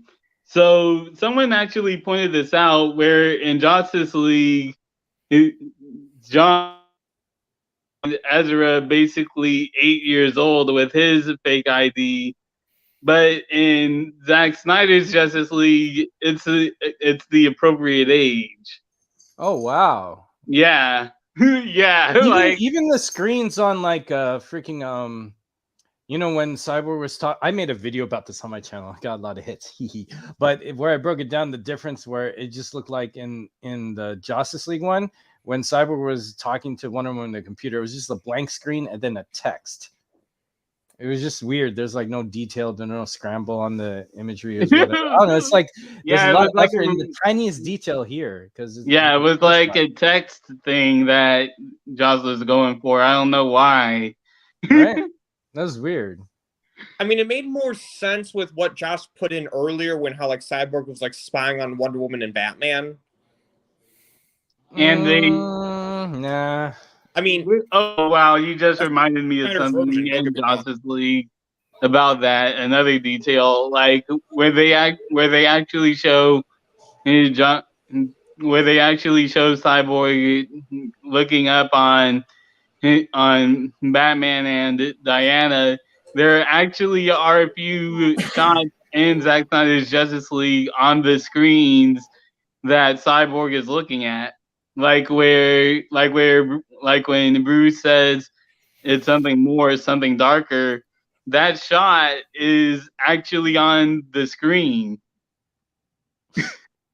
So they took screens from Snyder's movies to use in there. Yes. Huh. Yeah, they did. Cheeky. A bunch of punks. I didn't know that. We did the I still like. That's the thing. Like I still remember that. Like I may have seen Justice League once, but I still remember the details about it. Yeah, I'm still trying to forget Justice League. Yeah, it's really hard. that total clip that they do from the Godfather. It's unforgettable. That's how I feel with Batfleck. Yeah, it's unforgettable for all the wrong reasons. Well, at least we're gonna tell our kids not to watch that movie. Oh yeah, I'm not letting my kid. If I ever have kids, I'm never letting them watch Justice League. Well, I mean, if you have that one kid that you don't like, he's kind of the screw up in the family. Like, you can give him Justice League. That's just horrible, Trey. That's just. Yeah, here's something for you. Here's something for you, son. You suck at life, but I think you will enjoy this. Yeah, you always got that one person that, like my middle brother. He can have Justice League. Your middle brother. The redheaded stepchild of the family. Exactly. I wonder who Zach would have chosen as Supergirl. Deborah Snyder. I'm just kidding. No, that's a great question. I'm not sure. I mean, I think Sasha Kai, I feel bad for her because I think she's gonna do a good job, and just unfortunately she's in the shadow of Zach right now, with everything going on. Well, here's the thing. Here's a question though. Do you think that Zack Snyder might just end up using Sasha Calle just because if he's impressed with her performance and being like, yeah, I think she'd be very good in my film?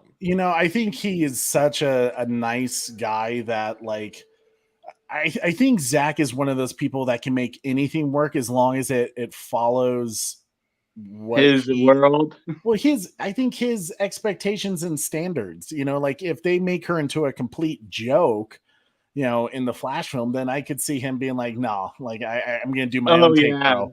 I think he's going to do his own thing. Yeah, and that actually does make sense because, a lot of people, for example, Wayne T. Carr and Ray Porter, as the Darkseid and John Stewart as a Green Lantern, respectively. No one expected Ray Porter to be the voice of Darkseid. And everyone was saying that they wanted Idris Elba to be Jon Stewart. I was one of those people for a while before I knew of Wayne T. Carr. Really, I was one of the people who actually wanted Michael B. Jordan to be Jon Stewart. Oh, really? Yeah, but that's besides the point. Zach uses these kind of unknown or not very well known actors and actresses and gives them big roles to kind of side up their careers.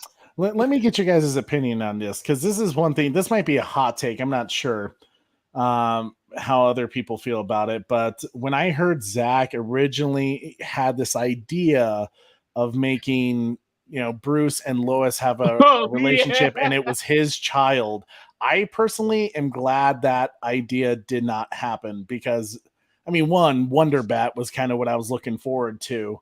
But I think that just makes it a bit of a mess. If you don't mind, I'd like to jump in on that one because me too. I'm cool that it went the way it did.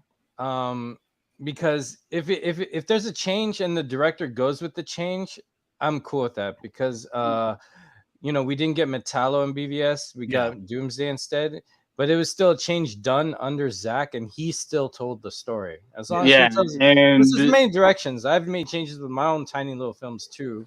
Yeah, but, it's just an alternative take. But as long as the the storyteller tells the main one in the end, it's cool because now we got Wonder Bat, and that's really cool. It's another layer. Yeah, because that's a really kind of like another thing for me, because it's like looking at it in hindsight, like this is the thing, we don't really know how far back this idea was. Yeah. Like for all we know, it could have been before BVS. That confirmed that it's before BVS. Oh, okay. For like all we know, the thing could have been made. The idea could have been made before BVS filmed. So really, I think in hindsight now, with Zack having like years of waiting and sitting on things, I think Zack would have removed that subplot, which is actually why I removed that subplot in Pandora's Box to begin with, because I was like thinking in like Zack's head, like would he get rid of that? So I don't think that anymore. I think that idea is. There are some ideas I hope do continue on from the original storyboard, like the whole Riddler solving the anti-life equation. That's really cool.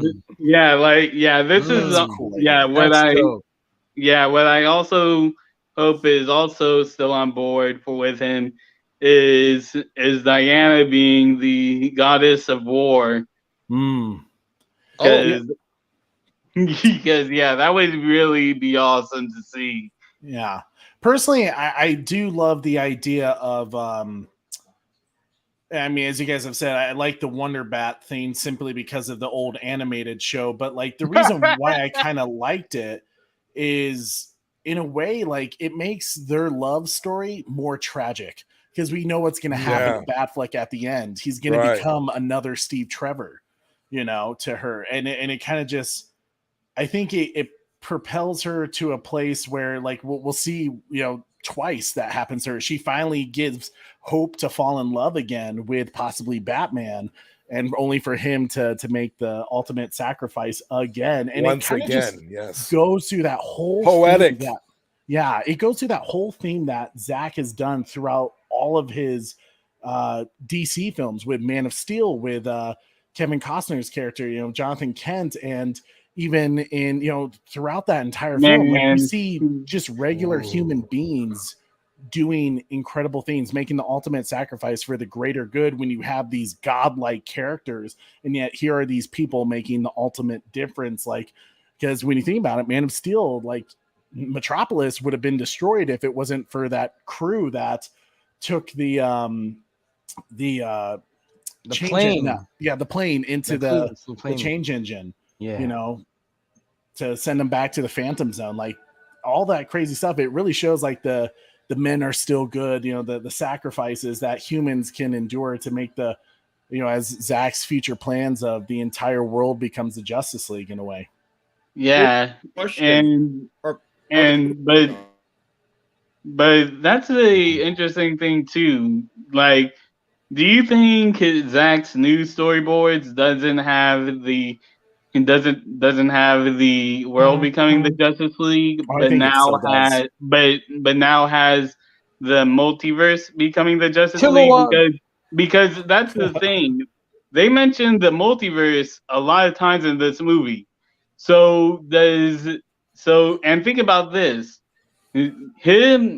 Darkseid has conquered hundreds of thousands of planets that we know of, and for all we know, it could be millions. So does the Flash?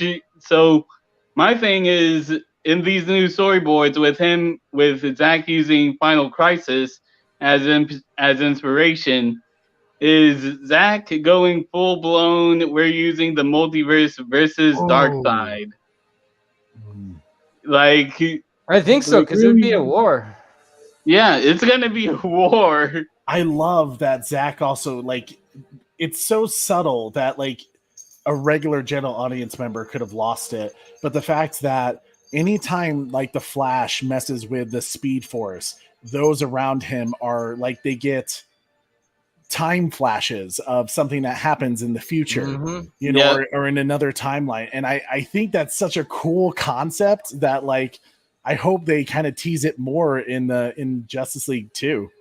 I think they will, because Zach said his other favorite DC hero other than Batman is Dr. Manhattan, because quantum physics, quantum force, and the science and the deep, you know, all that depth is like his jam. Yeah. And I think even spiritually, I think Zack Snyder is like a science Christian. I think he considers himself one of those. Yeah. So he's not just a fan of the science, but he loves it. And you can see he puts all the art and the science and all these things into his fantasy hyper realistic stories. So yeah, I can totally see that like going, man. when Superman catches Lois, he doesn't just catch her and he like catches her, matches her speed, and slowly decelerates. He applies and this is really something that right, and this is something that someone actually showed me in slow motion in Man of Steel, where there's this dude who's falling from the helicopter, who's falling in the air, about to die,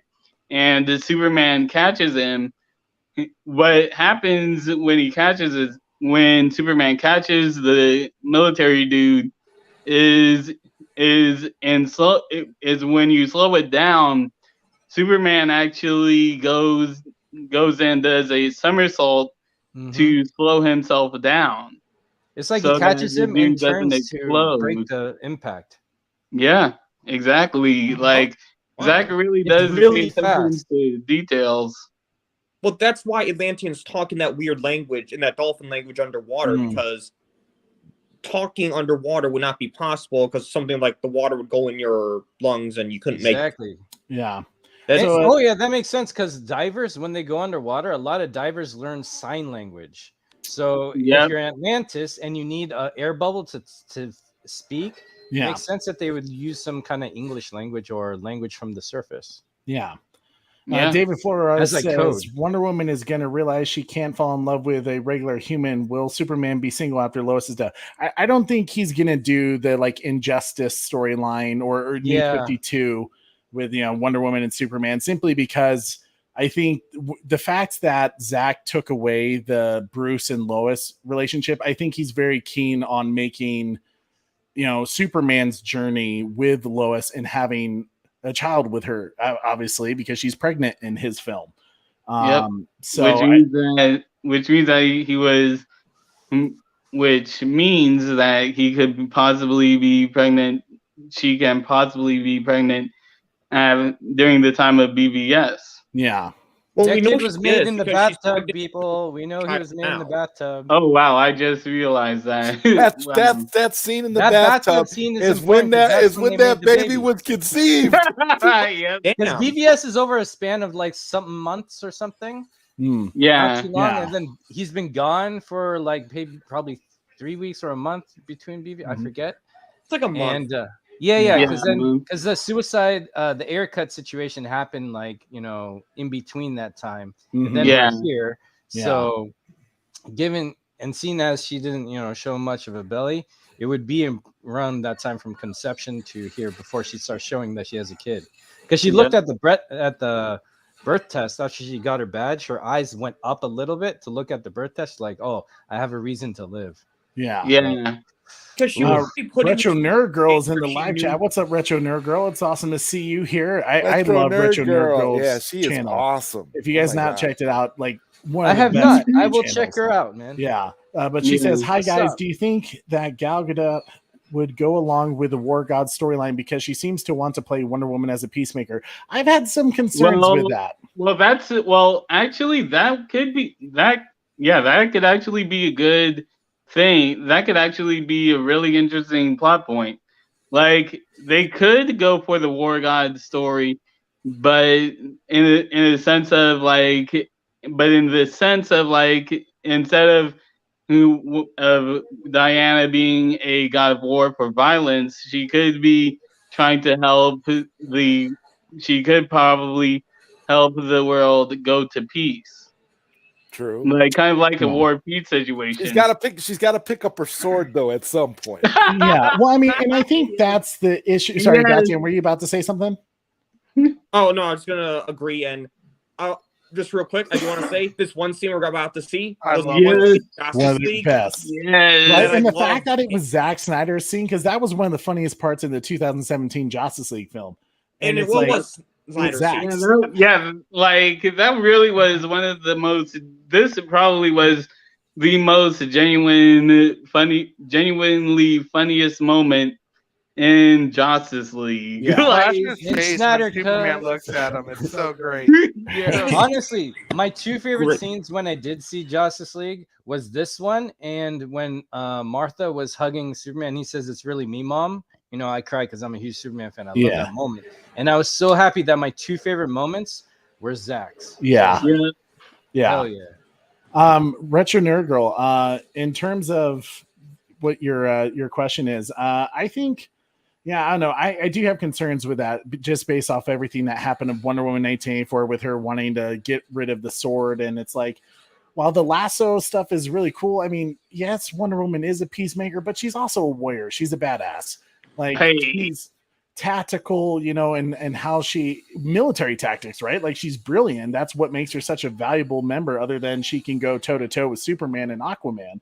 But And we need that strong woman as a hero. Sorry to interject, but yeah, that's honestly, if you go back to the 90s, that's what made Xena, the warrior princess, such a successful show. Yes. She was the Wonder Woman of the 90s. She had the sword, she had the compassion, she talked to people, but she also didn't take no shit, you know? And she Yeah, like, sorry, I'm not supposed to like, curse, no, no, you're good, bro. Yeah, okay, thank you, sorry. But yeah, that's Wonder Woman. Yeah, because Wonder Woman at her heart is really like, I'm nice, but I'm gonna mess you up. Like, And I think after how Wonder Woman 1984 performed, I really don't think I would argue with Zack too much and be like, no, she needs to be a peacemaker. Yeah, because clearly his take works better. Yeah, I mean, obviously. Yeah, obviously. Yeah, I agree with you on that one, Pat. Go And figure, I right? will say I am super glad that they didn't keep the, you know, Superman completely and picking up Batman and just tossing him like, "Tell me, do you bleed?" and then just there's no way. But see, there's no way Zack Snyder would have did that and would have made fun of BVS in any way. Right. He took BVS very seriously. BVS was an opus for Zack Snyder. Yes. And the fact is, you know, all Whedon did was mock it the entire movie. Exactly. So, That's why Snyder would make Batman, you know, when he was fighting in the tunnel some chapters ago, he said, my turn is his turn to save Diana, rather than make a jab at a word in like the other movie. Like he'll continue the story from there. And that's the thing too. And that's the thing too, going back to that scene where in Justice League when Bruce saves Diana, he says, "Sorry, I didn't bring a sword." Like, cool. What? He's not Spider-Man. He doesn't quip. He's not Tony. No, I'll do one better. He's not Tony Stark. Yeah. Retro Nerd Girl, though, if you're interested, I think you're a part of all the Sil Abdul Inc. chat. You're welcome to join the stream at any point if you want. It's up to you, though. I don't know if you're busy, but it's good to see you here as always, Retro Nerd Girl. My boy Yellow Devil says, panel, do you find gentlemen think this Green Lantern teaser yesterday meant legit something in terms of casting, or is it just a filler and could be replaced if they continue the story? It means it was legit. It means there's more coming. It's legit. It's legit. Carr already said it's legit. Yeah. I mean, well, this is how Zack Snyder's Justice League appeared, right? You know, he was putting teasers. Everybody was putting little teasers here and there, and it meant something more. So he was definitely poking the bear throughout the entire time we were fighting the release of Snyder Cut. Whenever we needed that little push or inspiration to light the fire in us, like Zach timed it perfect. And it goes back to his years of being an advertisement director, you know, doing all those ads. Like, he knows how to market stuff. So for him, it was just waiting for the Zack Snyder's first movie. And that's really the craziest part about this. Like, really think about that Zack Snyder's Justice League, the marketing for the whole movie. Like, for this whole movie, it's been word of mouth and Zack. That's pretty much been the majority of it. And right now and Zack Snyder's Justice League turned out to be the 4th most streaming movie of 2021. Yeah. On HBO Max. And what were you saying, Koj? Or no, let me correct that. It was the most watched movie on HBO Max. It was the 4th most streamed movie overall on 2021. But Jeffrey, James Gunn says that The Suicide Squad was the most watched movie of 2021. Well, Hamada lied to him. Koj, you were saying Zack Snyder's first film. Oh yeah. So Zack Snyder went to Art Center, and I went there too for like a high school program back in the day. And the school enhances it teaches students the trade of art, but also how to they focus back then, and I think they still do now, on how to use art and commercials so artists can have jobs in the I'm on the big screen. Artists can have jobs. So artists can have jobs in the industry. They always advertise that they're the top 5 schools to get artists jobs in commercial or whatever. And Zack Snyder's first film was a documentary of Michael Jordan. So you see that he knows he really knows how to artistically tell a story and artistically promote a theme, a character, or something. So Zack knows what he's doing very, very well. Yeah. That's why Michael Bay is so good too. He went to that school too. He's a different caliber of storytelling. Yeah. Whether you like him or not, I don't know. I'm on the edge, but hits and misses with him. But they still have that dynamic style or that dynamic approach to telling their stories. They're both different, but they know how to market artistically, and that's why I like that depth. They know that. Yeah. Once again, man, Zack with the human sacrifice. Yeah. Oh. And I remember when I first that saw human element, the human heroes. Yes. Yeah, like. And the music, man. Oh, Tom Holkenborg. Yeah, man. So Tom really, wow, just this whole scene, man. Tom Holkenborg, his second, he hears music in Blade 1, the second song that comes in when he's messing up the vampires. That's his song, Junkie XL. Yeah, yeah, and this is really just for the record, for everyone in the panel and in the chat, I've been seeing this whole movie on mute the entire time on my 4K TV, and I can still in my mind hear everything going on, from the music, the VFX, everything. Me too. Otherwise, I can't use this on the computer. I'm seeing it on mute also.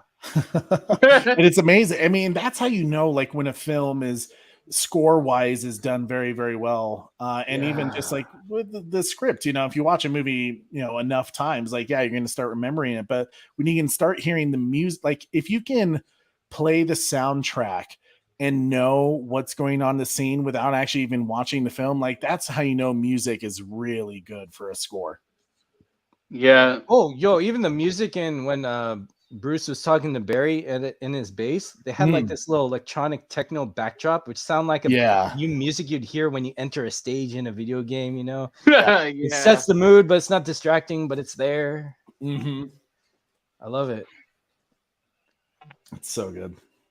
So if we have any new people in the chat, thank you, one, for being here and joining Zack Snyder's Justice League watch party with us in the panel. We are doing an American Foundation for Suicide Prevention Super Chat donation. So any money you put through Super Chat goes directly to the American Foundation for Suicide Prevention Autumn Snyder Tribute Fund. I think we've raised over $70 now, which is completely awesome. I really appreciate it, guys. Koj was one of them that helped donate. Thank you, bud. I really appreciate that. And it just means the world when you guys do that. And if you don't feel like doing it through Super Chat and you just want to do it directly to the Autumn Snyder Tribute Fund, the link's in the description. Either way, just donate and help people out. Let them know that they're not alone in the world. That's what it's all about. Well said, bro. That was beautiful. Thank you, sir. Thank you. Chapter 6. Part 6. Part 6, technically. Something darker. Mm-hmm. Like this is kind of when it starts to be more of a Superman movie here. Yeah. Yes. Yep. Because there's each part for all 6 members in a way. And that's the thing, and really that's what I like about Zack Snyder's Justice League 2 is that Justice League was essentially we need Superman the movie where where everyone is like, man, Superman was better than all of us, so we need him to take on the Steppenwolf, yada yada yada. but in Zack Snyder's Justice League, it's like no, the team is the team, and Superman isn't the end all be all. And that's really what I really like and really love and appreciate about Zack Snyder's Justice League. Well, what's up, Double MJ? Sorry, go ahead. Who was it? Koj? You were starting to say something? Oh, no, Batman. Oh, Batman. Sorry. Sorry, big panel, but just real quick. I just remember Justice League when like the Flash's big hero move of saving the family was out Superman when he carried that whole building full of people, which goes against physics, but because the building would have fallen apart. But yeah, that's what I was gonna. I didn't like that because that was too much of a dick measuring move. It's like, oh, well, look what I did. I was like, that's not the team. That's toxicity. That's not Justice League. That's toxicity. Grow up and then make a movie. Shit. That's not the team. Oh man, but yeah, like Superman really wouldn't do that. He didn't necessarily like show off. What would Superman do? It was like too Golden Age type of Superman where he sneezes and the planet dies. It's like too ridiculous. I didn't like that. But like, Superman picked up the building, like that building would have fallen out because it's like something like the weight measure. Because the base of it holding is like, oh. No, this is really what should have happened. Those people in the buildings should have fallen through the windows and died, essentially. Like, that's really what should have happened. Yeah, unless they had their seatbelts on, which don't because those normally don't move. Nah, they shouldn't have messed with this movie. Yeah, they really shouldn't have. The more that we watch this movie, I don't know about you guys, but don't you realize it just becomes more and more nonsensical as to why they would have messed with it at all. Why they didn't just why they didn't just, even if they weren't going to go with Zack Snyder moving forward, because somebody needed to fall on Wonder Woman's boobs. They still should have just let this movie go with what they had. They should have just went with it. It would have did fantastic in the movie theaters. I mean, well, yeah. It also just feels like they wasted so much time. Like if they had such an issue with Zack, why even let him start? Contracts. Well, not only that, it's like you realize you only get one chance to make the first ever Justice League movie. And I feel like they squandered it by releasing Justice League. And then you get Zack Snyder's version and you say to yourself, you could have had, you could have caught up with Marvel right then, because the hype would have been so at immense. The time, yeah. Ridiculous. Yeah, like really just imagine seeing even if you didn't show Darkseid, like people would have popped it so hard during that Speed Force scene. Like people would have popped so hard from that. And like let's hypothetically say they cut out Darkseid. Let's hypothetically say they just left out Darkseid, right? People would have been so hyped to see Barry save the entire world. Yeah, that's how insane this movie is. Which is great because even as a character, that's what Superman did in Man of Steel. Then Barry, who looks up to Superman, gets to do the same thing.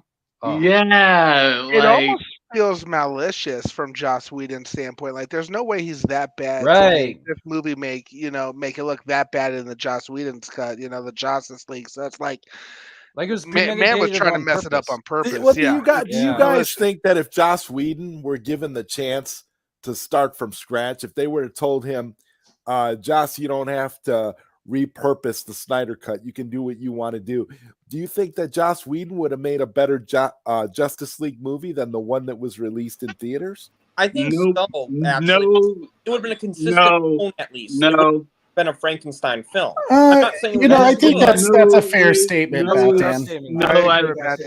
I'm gonna tell you why. It's a big fat no, because even if he did still have full creative control, like Joss, even if Joss still had full creative control to do whatever he wanted with the 2 hours, by making his own Justice League movie from scratch, there's still the factor of three movies: Man of Steel, BVS, and Wonder Woman. And I really do believe that Joss would have ruined the connective tissue right there and still. Oh, I see. I mean, no doubt it would have been not a great film, a part of the DCEU. I just think, would it have been slightly better than Justice League? Yeah, because the tone would have been the same. Yeah. You know, and it would have had a cohesive idea. I mean, now this isn't backing, or supporting Joss Whedon, but like looking at it from his angle, right? Like he was given pretty much an impossible task. Like honestly, he should have said no from the get-go with Warner Brothers. Like he should have said, like, I think they probably gave him so much money to do that hatchet job that he probably had his brain turned off 90% of the and time. And that to do it in what, 2 months, 3 months, something like that. 3 months. 3 months. So yeah, like think about this: like 3 months of shooting 80 new pages of material. Yeah, and then also having to rescore the entire movie from Danny Elfman, which I think it's another horrible idea, because that wasn't a score, that was a playlist. Because honestly, Danny Elfman should have said no. Also, just about anyone should have said no. I'm surprised the cast didn't walk out. I'm surprised they didn't involve Ben Affleck. I thought they did have. Wait! I thought they did have a walkout. I thought there was. I heard that he tried to convince them, and they didn't all go. Yeah, okay. Ben was trying to convince everyone. I heard it was like Ben and Ray were like the pushers of that, and I don't know if it was Jason who joined in on that. I'm not sure. Who knows what happened exactly? Maybe with that discovery, it was probably Jason who joined in on it for sure, but. Yeah. Did you guys know, and this is just a fun fact that came out a few months ago, that Joss Whedon has a brother named Zach. Oh, yeah. That's actually a screenwriter and a filmmaker in his own right, and he actually looks like an amalgamation between Joss Whedon and Zack Snyder. Oh, wow. If you took both of them and you merge them into one person, and so that makes this entire thing all the more just completely demonic, and it doesn't make sense because it's like, so basically, Joss, you have a brother who named Zach, who essentially, so in a way, is it kind of like him trying to in some way screw over his brother because of issues that they had when they were kids? I mean, it's kind of weird to me. Like I look at him like the better, the better looking brother. Like he's the better looking brother. This is what it is. I think Joss with the Justice League accidentally created a movie version of his brother. Like, that's actually pretty funny. Oh my god, yeah, that is pretty funny. Wow. So Yellow Devil says, is the Green Lantern HBO Max show an undercover project, or did it get put on hold? I think it's just still in production phase. From what I can tell, I think it's being put on hold, and then eventually it's gonna fade out of existence. Yeah, I think so many projects. Yeah, like I really do think that that Green Lantern show is fading out of existence slowly. I was surprised we got the Krypton show. That was supposed to be the Man of Steel prequel. Prequel, yeah. Oh, By could David you Goyer. imagine what show's that good. show? Could you imagine what that show would have been if Jeff Johns would have stayed on the same page as Zack Snyder? Krypton could have been a oh my god, it would have been. It's still there. They didn't change the story. They just changed aesthetics and shoehorned this whack ass. Well, they Adam tried to Strange make in it more of a homage to, Superman the character more than one particular version of Superman. Yeah, but then when they pulled the plug for season 2, all of a sudden season 2 did a shit ton of Man of Steel and Zack Snyder nods. You watch it carefully. Yeah. Like they had an attack unit called Feora 1-3. We know that Jeff Johns. We know, guys, that Jeff Johns is the world's biggest Zack Snyder fan. Yeah, whatever he does, he's so spiteful, but he's like the world big. It's almost like it's like penis envy with this dude. Yeah, dude. He literally is like, Jeff Johns is like, well, I'm the biggest closeted Zack Snyder fan, but you know what? I love his stuff, but I gotta keep crapping on him because I think that I'm better than him. I'm the comic guy. I'm the comic guy. So we got a $20 super. Oh, sorry. Go ahead, Jeffrey. But no, you can get the super chat done first. Okay. So Bat Fanatic, my man, Bat Fanatic's always been a loyal supporter of ours with a $20 super chat. He says, "Never faced this before. Not hashtag us united. Faith, Alfred, faith. Restore the Snyder's. Love the crew at War Power theme." Oh man, yes, I love that theme. It brings back the I know I keep saying it, but like the animated Justice League theme, Yes, I thought I was the only one about that too, and really Ocean Master. Yeah, he's right there. Yep, he's right. He's right there. Oh, Bat Fanatics, dude, thank you so much for donating to the American Foundation for Suicide Prevention. Your support really does mean the world to us, dude. So for you, you know what? I'm going to give you a little something. We'll give you this one. What are your superpowers again? I'm rich.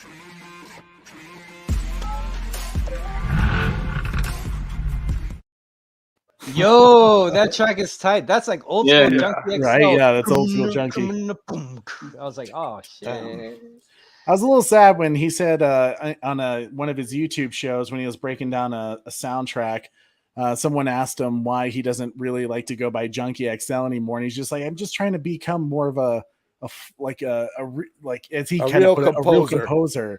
And it was just like, oh man, but like you were a real composer then. But I had his album. The Tom Hulkenberg name. The Tom Hulkenberg name is fine. He can use that. That's fine. Yeah, totally. I don't get the problem. Like, okay, I get it that you thought Junkie XL sounded cool at the time. That's fine. But I mean, clearly you want to go down in the pantheon of great composers. You want James Horner, I dare say Danny Elfman, right? But then you say Tom Hulkenberg and it fits, right? Yeah.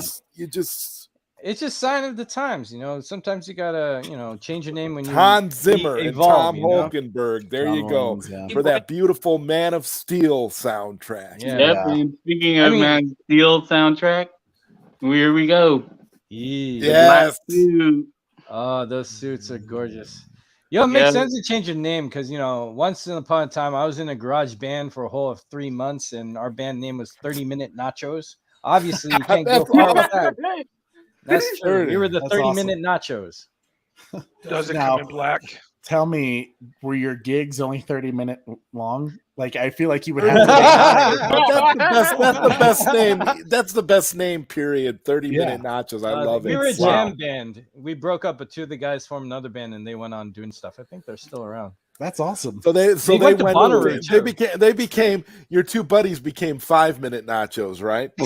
Oh. No, I think they named themselves something else. I forgot, but they're great.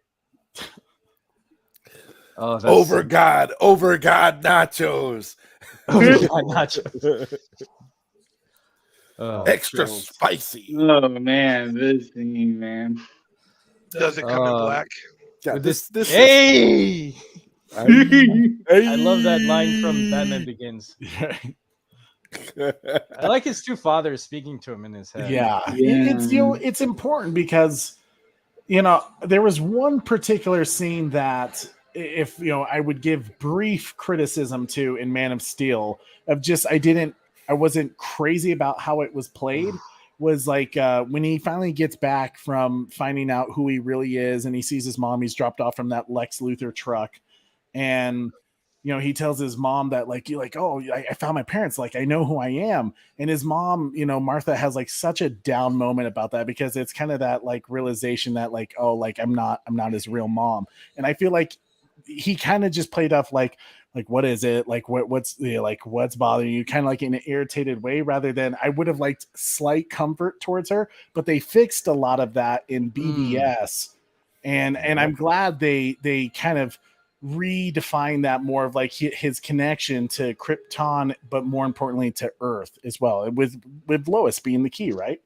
Yeah, I agree with you, man, because I love that scene a lot. I think it was handled well, but there is more to it because if you watch the making of Man of Steel, you see when he's walking up, he's actually cracking some jokes. He's like, "Hey, I see you kept the farm going, da da da da." Yeah. So there's definitely more dialogue there because the assembly cut for Man of Steel is 4 hours long too. So they cut a lot of stuff out. Zack Snyder has said that he likes Man of Steel the way it is. Because I think it's overall it's a good film. I'm guessing it had a different pace. I think it followed his life, but him doing the whole flashback thing was able to cut it down to where it is, and he's happy with it. If he's happy, I'm happy because I love that film so much. Yeah, I still love that film so much. Oh, Man of Steel is. I remember seeing it in theaters for the first. I mean, I'm a Batman fan, right? Like, so Superman comes out, it's like okay, whatever. And at the time, I didn't even know really who Zack Snyder was. All I saw was like the director from 300, and I was like, "Oh, I like 300." Didn't even realize he did Watchmen, and I loved Watchmen. I feel you on that. I was a Batman fan forever. And then 2008 is when I became Superman fan too. Yeah. Finally, when I saw that film, I was just like, "Wow!" I'm like blown away. It turned me on to Superman as a really cool character. Yeah, and that's really the thing too. Like for me, I really didn't know like. Prior to Man of Steel, I actually watched all of Zack's movies, but at the time I didn't know that those movies were Zack's. Like I didn't know that he made Army of the Dead, Dawn of the Dead. I didn't know that he made The Owls of Ga'Hoole. I didn't know that he made 300. That Owls movie, not to cut you off, Jeffrey, but that Owls movie is fantastic too. Yeah. People who haven't seen that are missing out big time. It's incredible. And if I may, I think what's cool about Man of Steel, BVS, and Snyder Cut is that they illustrate all kind of three styles of film he does. He has a hero's journey type of thing with Man of Steel that we see in 300. That was a very hero's journey type of film. We get BVS, which has a lot of social commentary, which we get from Watchmen. And then we have this teen heroic epic adventure for good that we get from Owls of Ga'Hoole style, And then his horror thing, Army of the Dead, look at all those films. That's like his style of storytelling.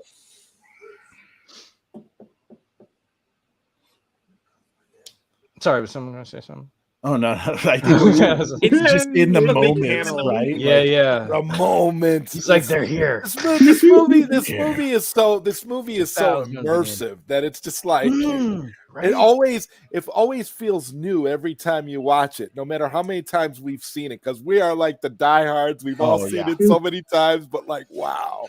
Yeah. And Zach is a huge Star Wars fan, and in battle, it's like, okay, you can't just get to the enemy and kick ass. You actually have to get through the army. You have to get around. You got to infiltrate the tower. Then once you're in the tower, you got to go through the levels. Because you look at the finale of like Return of Jedi, they couldn't attack the main base until they get rid of the shield generator on the moon, and you need the Ewoks' help for that. And then once you get in there, Luke is fighting the Sith right there. It's like all these layers are trying to save the day. It's like that's right here. Yeah, I never made that connection before, Koji, but you're right. And that's the thing too. Like he, for example, like with Zack Snyder's Justice League, it's like there's Gary. Because like for the pick, Gary. He hit the Batmobile too. But Gary's just on it. Give that parademon a raise. Gary wants to go. Gary know- wants to go down in the pantheons of parademon history as like the number one No, parademon. this is going to be Gary. No, I'm gonna tell you what Gary is. Gary is gonna go down into history as the one minion who didn't miss his shot in a crucial moment in battle. Well, that's what Gary does in the movie. He doesn't aim at Flash. He aims at where Flash is going to be. That's how he was. Yes, Yep. he's smart. He let him, baby. Yeah, Gary's smart. Gary's the smart. truth is Oh, Gary that guy was got a that. former, That was Larry. you know, he was a former speedster, and that's how he was able to time that. That actually could be it, because the parademons are, aliens / humans or former other beings. Yeah, because that's what Deathstroke does. He like mutilates other life forms to turn into the army. That's one of his special traits. So these are all beings from other planets already dead, but they're just zombified in this fighting form. Yep. Well, guys, it's funny you mentioned Star Wars, because I've brought this up before, but in a way, the Skywalker saga is kind of, or the pentology is like the Skywalker saga. It's about the rise, fall, and redemption of a character. Yeah. Whereas the Skywalker saga, it's about Anakin Skywalker, Darth Vader, Anakin Skywalker again. The Snyder's saga, it's about Superman. It's so funny trying to hear you describe it. It's so convoluted now. Yeah. I mean, it's so simple to say, the rise, fall, and redemption of a hero. It makes so much sense, and then when you try to add all that other stuff to it, it's just like, no. But yeah. Oh, this is another part. I am glad that it was in Zack Snyder's Justice League. Aquaman in the air taking on parademons, and then eventually riding surfboarding down with a parademon. Ladies and gentlemen, this is how you enter the map in Fortnite. Bam. Yeah, right. Yeah. We got Austin Reeks in the house. What's up, Austin? How you doing, brother? It's good to see you here, man. Oh, Cyborg flying. Oh, I love this. It's so great. Oh my God. Bam. And this is another thing that really had me misled in Justice League. Like I'm a hardcore comic book fan, and it was the Red Skies thing that had me misled for a bit. Because if you read the comics, the Red Skies in the comics means that something multiversal is going down, like a multiversal conflict is going down. So when I saw the Red Skies in the trailer, I thought that this was that someone in the multiverse was going to get involved, but I was completely misled by that. No. You had more thought process than them. They just didn't want to make it dark, and then everything being red here, and the natural skin tones of the humans being like like a warm color, making everything red, just flattened everything. It was horrible. Yeah. Double MJ, I hear what you're saying, and I agree with you. I think my only issue, to be more specific, my only issue was his Trinity reaction to what his mom being sad about, having that kind of what what's the matter, rather than I think at least how I think Superman would have taken that. I think he would have reassured her quicker, like you're my mom, That's all I'm saying from that. But yes, he did comfort her towards a minute later. But that's a cool thing, because we're used to in the comics a defined Superman. What I do admire Supergirl's story more than Superman. Supergirl is always her story. She's always on a learning curve, and I feel we always miss that. Even in Donner Superman, once he finds the fortress, 10 years later. Yeah. If you watch Smallville, 10 years later, it's 10 years of him on a learning curve. So this whole Snyderverse is Superman on a learning curve. And I'm Koj, you said the word. He said Smallville. don't know if you've seen our show love before. Smallville. Hey, that was 9 years of blue balls just to see Superman fly. What the fuck? 9 years of blue balls. Painful, Oh my man. God, that's so It was mean. painful. I love Smallville. Love it. I do too. They won me back in season 5 when they started the Fortress of Solitude. I was like, all right, I'll hang with you guys. Yeah. But the first 4, I was kind of whatever. Lana like was a horrible Pokemon for a while. character. I hated like the way she was written, not the actress. The way Lana was written, I did not like. Dude, Lana got on my nerves too, bro. Ooh. I was a fan of her too. I liked them all. Yeah, I liked Kristen Crook though. So I gave Corey her Yellow hall Devil passes. says That's this right. channel only exists to feed your dude, Smallville addiction. Dude, I Pretty much watched Yellow that Devil. Chun-Li movie just for her. I need people more often to mention Smallville. I got you, bro. Only for 6 of those seasons. Right. So actually, I have a theory about Gary. What if he's Barry from another universe? That's why he's Gary. Where But I the like G's are B's and B's are G's. Yeah. No. This Gary is the Barry from the Justice universe. That's why. He's like, you're not moving that fast, bro. No wonder he got caught.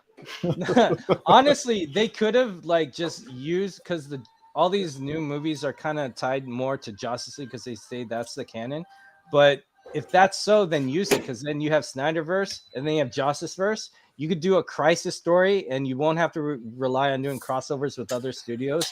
You could just have double cast Henry Cavill and have Snyder's Henry Cavill against a stand-in with a CGI version of Cavill's face on him type of Superman, and have them all fight each other, This cyborg versus the other cyborg who falls apart, it'd be a short movie. It'd probably be like 40 minutes because our team would destroy him.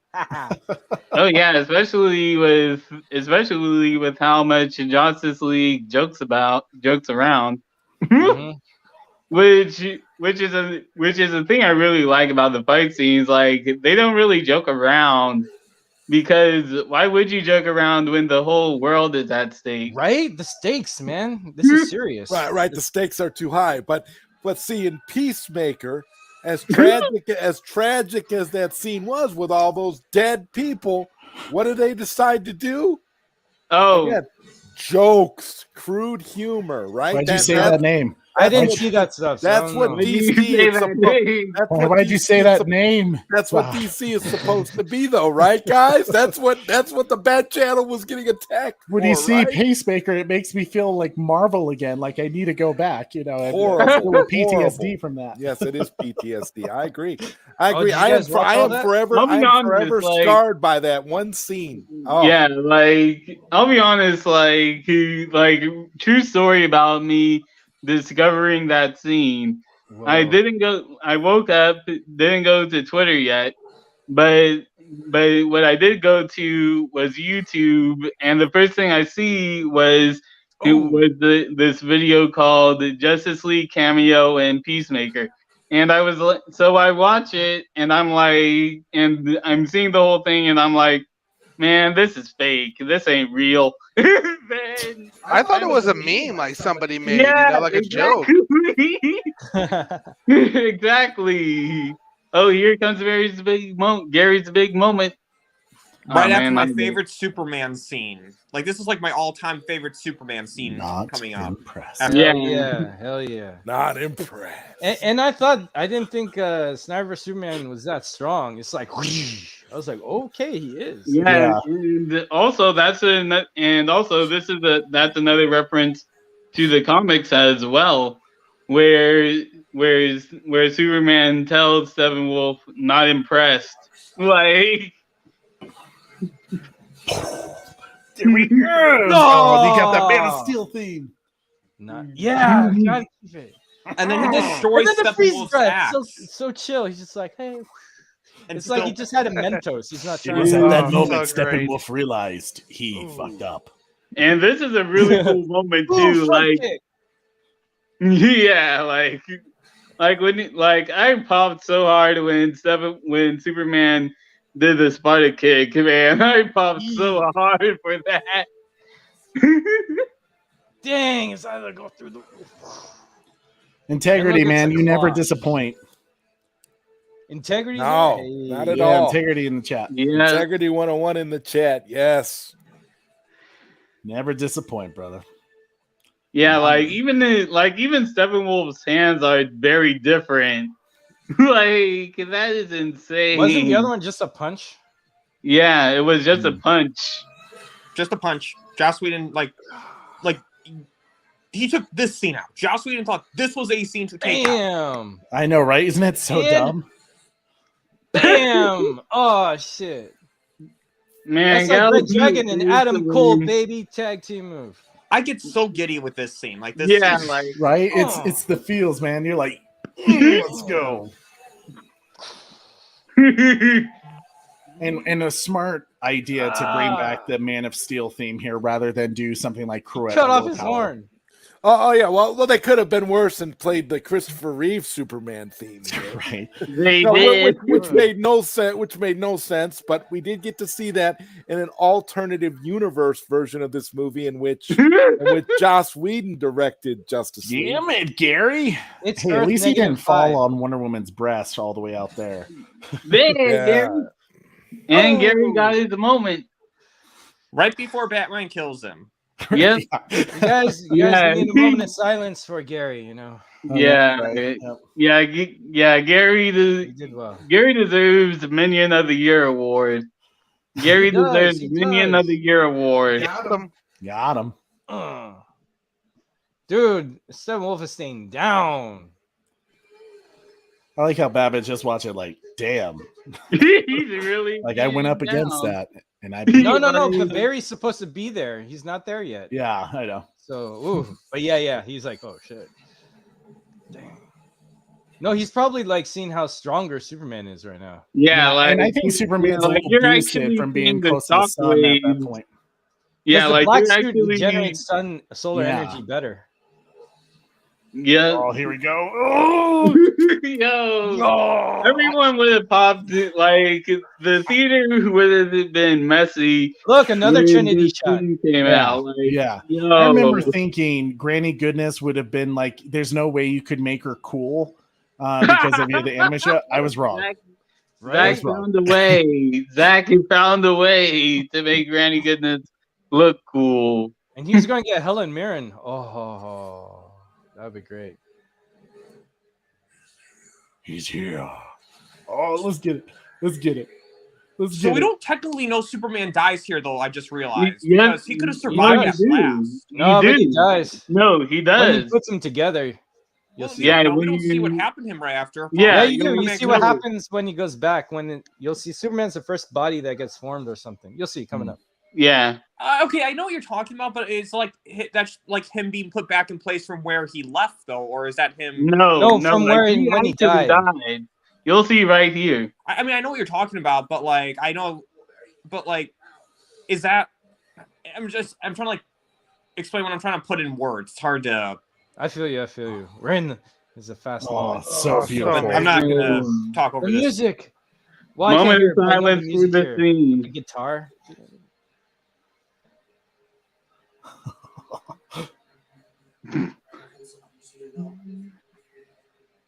He's going so fast. He has time to have this dialogue. Man, I can literally hear the score in this scene. Yeah, man. Chills. Oh. Reversing what just happened. And I'm glad that the movie took time to show us. First, they show us bullet time with Wonder Woman. Then they show us faster bullet time when he catches the batarang. Then we see him reverse time, which is faster than slowing time down when he charges the mother box. And now next level, it's like we're seeing the Flash get faster and faster and faster. Also, so he's getting stronger before our eyes in this film. Oh, because it seems like he's never done this before. Yeah. He said it's his one rule. Yeah, this is his one rule. And this is where I think the mother boxes are wrong, because I don't think the mother boxes were able to perceive this. That's why I think time will be different from what the mother boxes warned. Oh, okay. So not quite. That's the why I think there's Nightmare. still hope. No, No. still Nightmare, but the mother boxes I don't think quantified how Barry is the key to go back to saving things. Like they're still on set for it, but Barry has to show up. Oh, this is so cool. Man, this is so awesome. Here we go. Yay! There's Superman, the first one we see come back from being drunk. Ooh, his arm. All those Yeah. tendons. Yeah, his whole body got destroyed. Ooh, all that blood. Oof. And tag in team partner Cyborg. You're in the ring Yeah. now. You gotta save it. Well, it's like you pass it all from Superman's moment to Flash's moment to Cyborg's moment, like all Right. back to back. That's the team effort, like passing the baton in like a relay race or something. Yeah. I like that. Under Armour. See, there we go. But you didn't need like just Superman to save the day. Like he provided necessary muscle, but it wasn't like he outdid everyone. Yeah, it's like you need everyone's skill traits for certain situations. And I like that. Superman can't save it all by himself. Yeah, like if you can die from a beatdown with Doomsday, then yeah. And then here's a trinity of the mother boxes disguised as his biggest dream. Mm-hmm. Which is nice because we get to see the cast of Cyborg's family as like a final curtain bow for this story right here. Yeah. Unless we get to see some flashbacks in his Cyborg movie. Oh man. Oh man. So I wonder if we would have seen his parents in the flat in Rick F's. I'm just gonna say Rick F. His Flash movie. Since Cyborg was basically like the secondary character in that movie. Yeah, I was really stoked for that concept a lot. I still feel we could still get that movie. If Cyborg gets a series, what they could do is they could have like a 2-parter episode be an adaptation of that Flash script. Good call. Like basically like Captain Cold was the bad guy, just in this tweaked version, he's working for like the main bad guy of the Cyborg. Of like Dude, I Cyborg. love how Superman just went. Yep. Sorry to interrupt, but No, that was another great Superman moment. Yeah, definitely. Yes. Yeah, he just went in, got to business. He's like, I hope I could do this. I like being alive. I can't feel my toes. Oh, Get it. Even though I don't know you. Wonder Woman doesn't use swords. Yuck it up, Justice League. Can you imagine? My thing is, who's laughing now? The universe righted itself. It was like there's no way we can allow Justice League's history to go down with just this horrible Justice League movie. And look at how the universe righted itself against all odds. Steppenwolf got home though. Most of him. That dude. An ear was missing. Yeah, he lost some things in customs, I know, but Oh, so good. ooh. Ray Porter, man. Oh, I wish the camera was a little bit higher so we could see that throne room that he was in. Oh, yeah. Yes. Dang, the tease. Snyder, you tease us again. I wanted to see the throne. Right? You know he's got a huge throne. Well, we saw it in the flashback part, but there's a top of it with his face. He's got to put his face everywhere. It's so funny. We had this kind of scene in the animated series, and Darkseid immediately killed Desaad for "And I Told You So." Oh yeah. Yeah, this is Darkseid being a little bit nice. Well, maybe he's like, man, my uncle, they killed him. Damn it, I'm gonna crush my uncle's head because he's got messed up family values. Well, it's Darkseid less petty in this moment, I guess. So cool. Yeah. Like he takes a little bit of criticism, respectful criticism, because he wants to be a good leader. Like he also wants Earth. Yeah, he wants Earth. and really just like that's the thing. Like this is just a stand-in of Grand Goodness. Like that's just a stand-in for Granny Goodness and not an actual actor or actress. Right. Just a stand-in, and Granny Goodness still looks cool. Hey, they're getting along. Batman's like, hey, thank you, bro. I love that. I don't not like you. No, please. No, Oh, don't say that. No, I mean, Todd, I'm still trying to forget that. What that line was even more cringe with him wearing the Batman mask. I mean, it was just wow. Just no, please, God, no. We should do a Justice League watch party. No. Oh No. no. The only way we're doing that is if they do like our own $500 like riff tracks version. No. Yeah. I will get so wasted on that stream if I'm on a Justice League watch party. Yeah, I'm with you there. You know, I'll do Yeah. a 12 gear limit. You know what I'm saying? That's just about I'm lightweight, but you know. I'm Sure. down for that. No. Actually, that'd be hilarious. That'd be like the Peacemaker challenge, where like if people donate. I'm not doing any of this. Only if I lose a bet and I don't gamble. Not the Peacemaker challenge. Don't put me on there, or else you'll get probably demonetized. Oh, so cool. Dobson needs to suffer with us. Yeah, absolutely. Oh yeah, yeah. Well, only if I lose a bet. Yeah. Well, it looks like we got a $10 super chat from the Oracle Clock Tower. What's up, Oracle? We have the epilogue. Let's hear that at the Speed Force, one of the most cinematic scenes of all time. I could not agree more, Oracle. Like that. Seriously, it's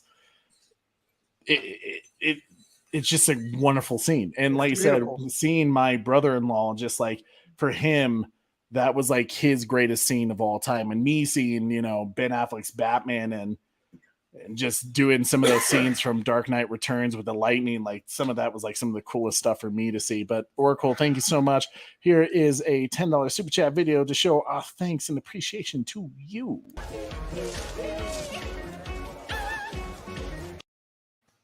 Yeah, play that Prince track. But yeah, for real though, like Ben Affleck's Batman to me is really still peak Batman. Like, oh, totally. Like really just with how just not shot. really not only just with the physicality of him in the bat suit, but also him as Bruce Wayne is just really great. Like, it's just really great, especially with that warehouse scene where, to me, still in my head, I feel like I'm watching a actual gameplay footage of the Batman Arkham games. Like, it is that good. Well, you know, Ben Affleck's script was partly inspired by the Arkham games, especially that Arkham Origins fight scene with Deathstroke. Oh, yeah. Because I remember that Joe Manganiello actually said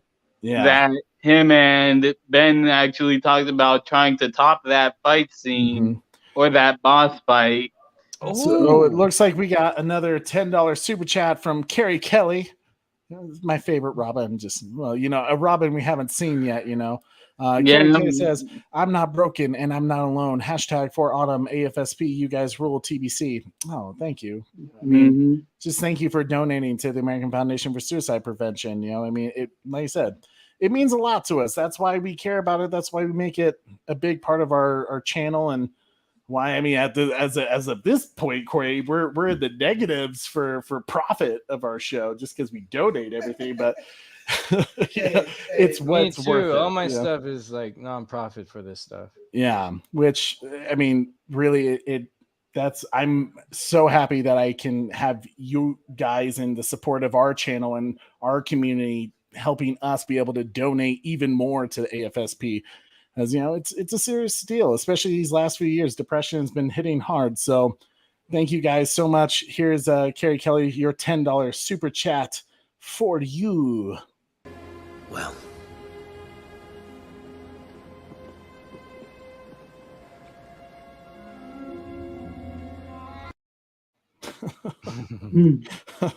Thank you so much, Carrie Kelly. That scene. You got to have the weird ass Batman smirk, you know. It only makes sense.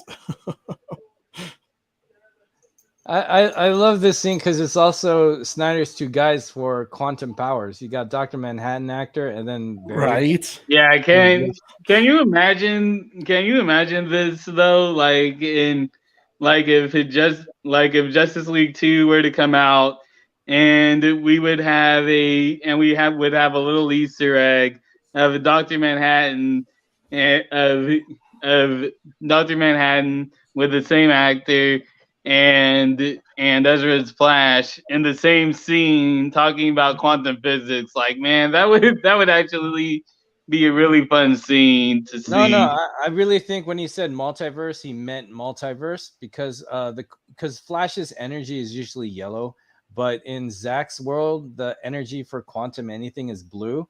So multiverse, I think the opportunity or the idea of another story Zack could have done when he's done with his arc was a crossover with Watchmen and his Justice League, because that idea was stolen, in my opinion. This is just a conspiracy theory of mine, that idea was stolen from Zack and also used in the comics later, because they kept stealing stuff from Zack's stuff. They took Deathstroke out of the Batfleck movie. You know, they took that out and put in Titans season 2. Yeah, Titans season 2 was supposed to be a longer adventure against Trigon and his whole cult.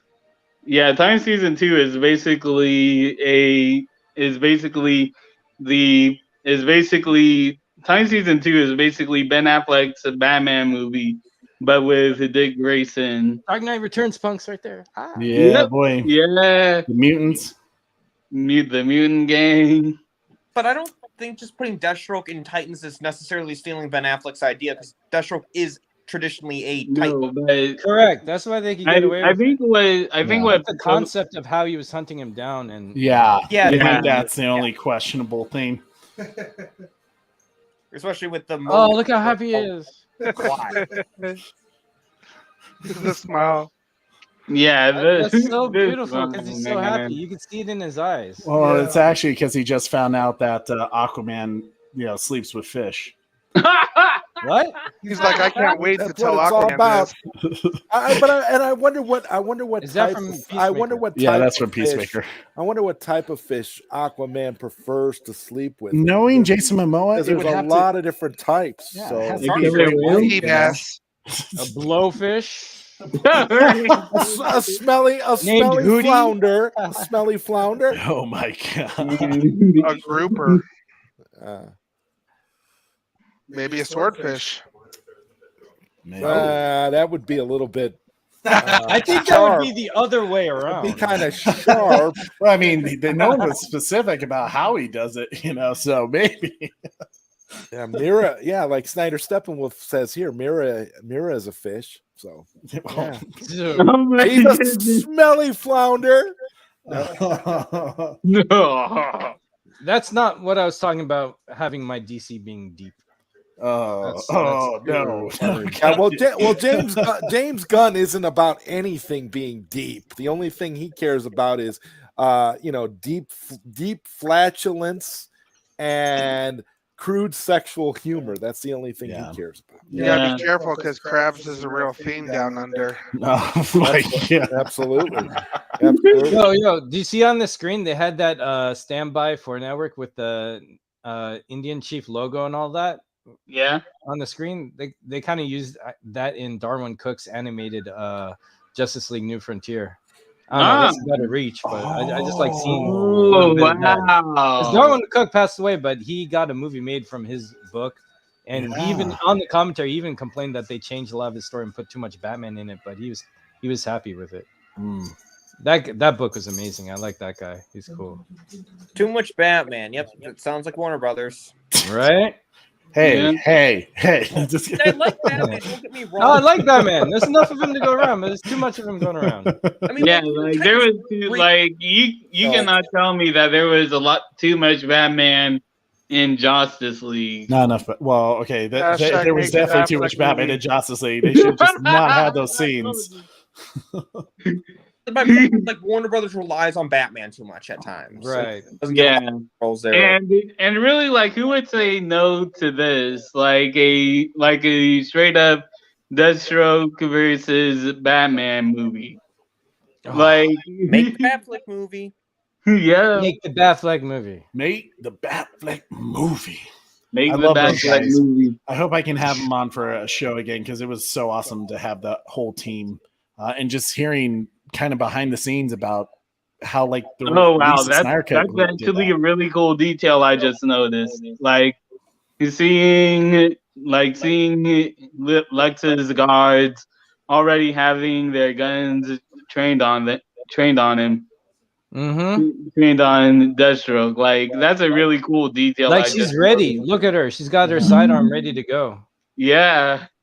Like these aren't just women; they're agents. Because you gotta remember, he lost Mercy, and but he's gonna have more of that. Because even in the comics, at some point, Mercy's a trained fighter, and at some points she was even cybernetic, and she had like weapons and stuff. So he Young surrounds Johnson. himself with bodyguards that you least expect will kill you. Look, Yeah. oh, she got her sidearm right there. Yep. Because this is a tense Man. moment. Because shoot. I want that yacht, yo. Oh, yes, Tax- good. I'll sell the yacht if I get the Batfleck movie. Now let's get that yacht. Next stream is going to be on that I'll yacht. sell the yacht if I get Yeah. that Fleck movie. Okay, this is my all-time favorite scene of the movie right here, because to me, Batman Joker scenes just are always the best.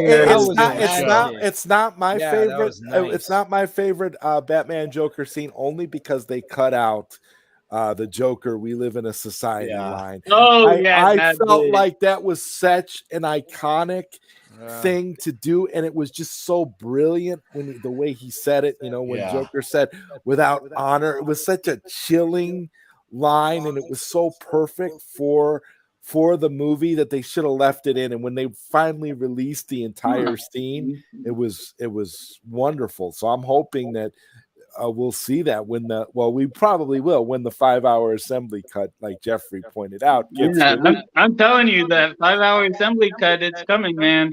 That'd be crazy. The director's cut of the director's cut.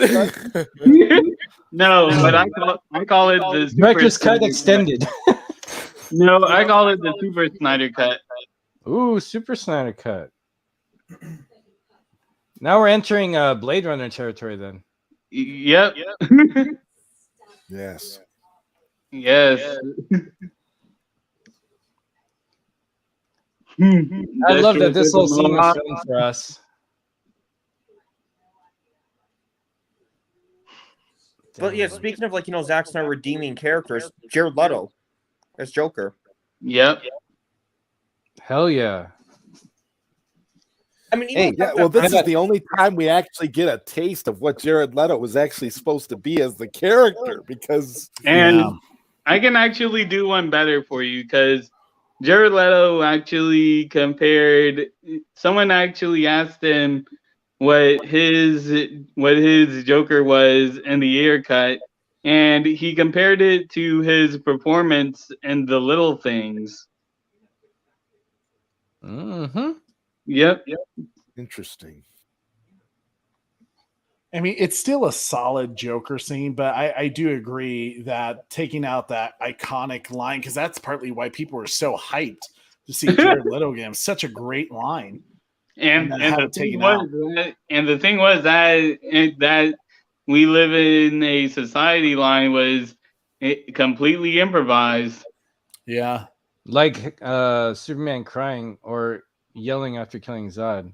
Yeah, and that's good because at times an actor feels a moment and they discover something real, and sometimes directors like, oh, wow, you took it next level, thank you. It's like a gift. And the thing is I don't like about is like, okay, Warner Brothers finally let this release, but they still got to change a thing or two. It's like they're still trying to one up Zach. It's still trying to one him up. I mean, and I don't want to. It's very spiteful.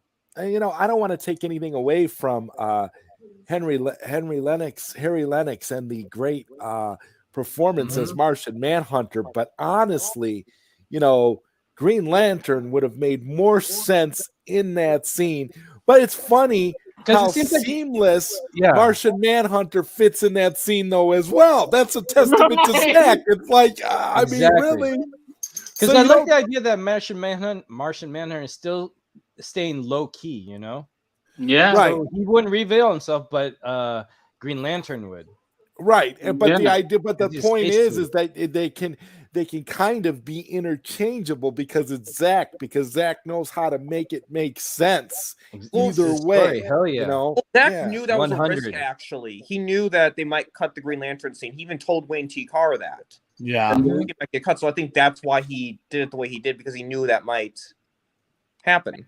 Let's be honest. The people against this stuff, they're bad guys. They're so cliche. You could predict what they're gonna do. So he's thinking 2 steps ahead just to save the day. Yeah. He's the real Riddler. Mm-hmm. Zack is the real Riddler. There you go. The good, Yeah, the he's the good real Riddler.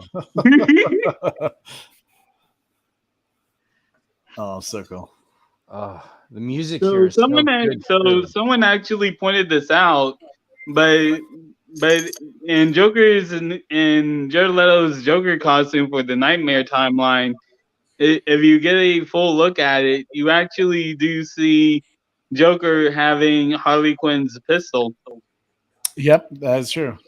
Yeah, which really to me is like which this is burn right here that Ben Affleck is saying with about Harley Quinn, like it seems like that really did sting even more for Joker, because he really did care for Harley.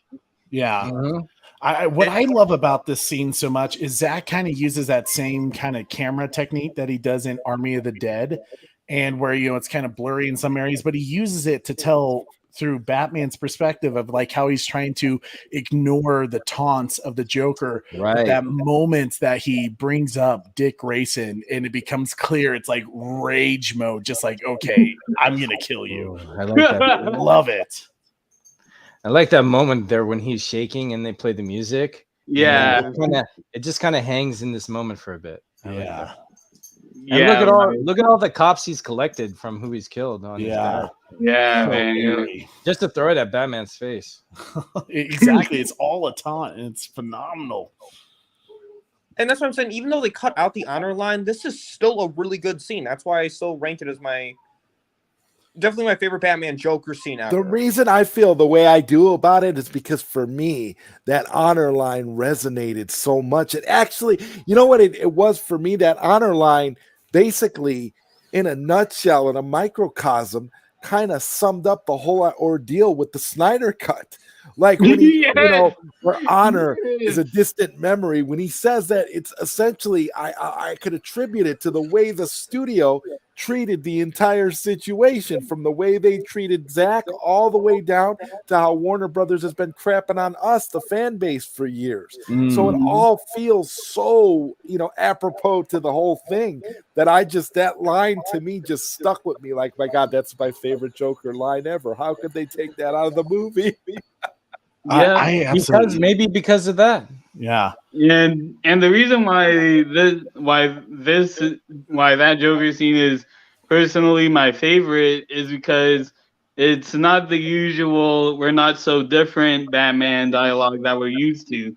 Like, they've already been through that whole, like, this to me says that they've already been through that conversation, and it's being more personal now that they're enemies turning into allies. And that's really why I like it so much, because it's just so different and so personal between the two. The scene always gets me when he does, like, your parents would be proud of you. Like, Ben Affleck plays that so perfectly. Yeah. That little bit of torturedness still in that moment. I love it. Well, that's why I kind of wanted to use the Green Lantern scene in, like, Zack Snyder's Justice League 2 instead of replacing this scene, because this scene is still a really good scene. Yeah. But by incorporating it in Zack Snyder's Justice League 2, you don't really lose either. Yeah. Right. I'm glad Zack Snyder's the man that did this story. Because if it was me, I would have had this last scene be between Batman and Superman just reconciling. But then that would be like no, honestly, I think that'd be nice. Yeah, and then no, it would I just mean- be the end. But with Zach in it, Zach is thinking the next story ahead. So Yeah. Zach's the right guy to do this. Well, he was teasing us all, just being like, if you want more, this is where I'm going, Yeah, all his extra scenes that he gave for us was like expanding the universe, dude. Yeah. He the did theme of it this totally movie to is piss off destroy the Warner Brothers, Snyder's, baby. They Bam. wanted him just to end it. There's the movie. It's done. The Justice League saved the day. And of course, like, Zach no, is there's going to a be war like, coming. well, here's what we doing. And that goes back to what I said earlier, where I said people where we saw a 4-hour movie, and at the end of this, we're like, 4 hours isn't enough. 4 hours is not enough. I love that house. Look at that. Oh, Yeah. that's my dream house. And yo. how it kind of shapes like a bat symbol almost. Like, yeah, from the side. Yes. Oh. Yes. Man. Okay, Zodwriter, I thought of something. What if, you know how I talked about incorporating the Green Lantern scene in Zack Snyder's Justice League 2? What if Joker says the honor line in Zack Snyder's Justice League 2? For Autumn. Oh, yeah. That'd be cool, but I actually think, like, once again, like the Watchtower down here pointed out, that we're gonna get that extended Zack Snyder's Justice League, so that scene will be in there. It'll be in there just as it was meant to be. So I think it's gonna end up in Zack Snyder's Justice League, just the extended version, because Zack did release that full scene. He released it online. You can watch that full scene with the honor line and everything intact, as how it was meant to be in the cut before WB forced it out. Yeah, I have we'll buy that too. Shit, because I already have like 4 versions of this. I have the Oh UK yes, one, yes. I've got the domestic Justice's 4K. I Gray got the version triple that was film. released. I got the BBS remastered. Shoot. Trying to see like I quote my friend, "These are the reasons I'm broke." Shoot. Yeah. Oh, look at that. I appreciate that, guys. Yeah. I mean, that's why we fight at the end of the day. That's It what- is. It is. Yeah, that's why we fight. Yep. Oh man. See, now I'm this blown is away. this is the version that was never released on from WB, but I got this on eBay. How did you do that? This is the Justice's Gray. Justice's Gray on Blu-ray. Here, hold on. Here, keep holding that up. Let me put you full. Yeah, you can put me full screen here. This is Justice's Gray. How did you find that?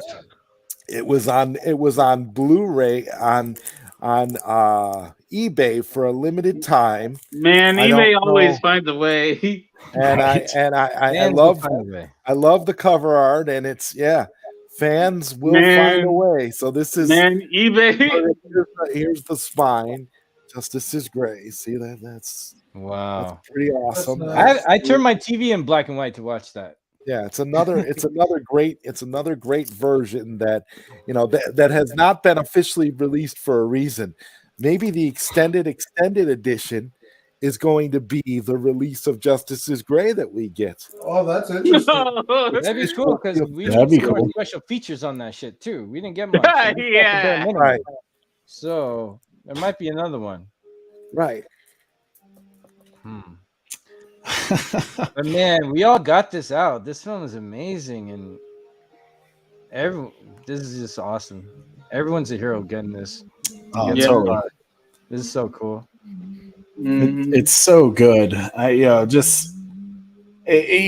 awesome thing is, like, some films, after you watch it once, maybe twice, maybe 3 times, it kind of loses some of its luster. And I feel like this film, like, for me, it's like up there with Jurassic Park. Jurassic Park doesn't lose its luster for me. The Lord of the Rings films don't lose its magic to it.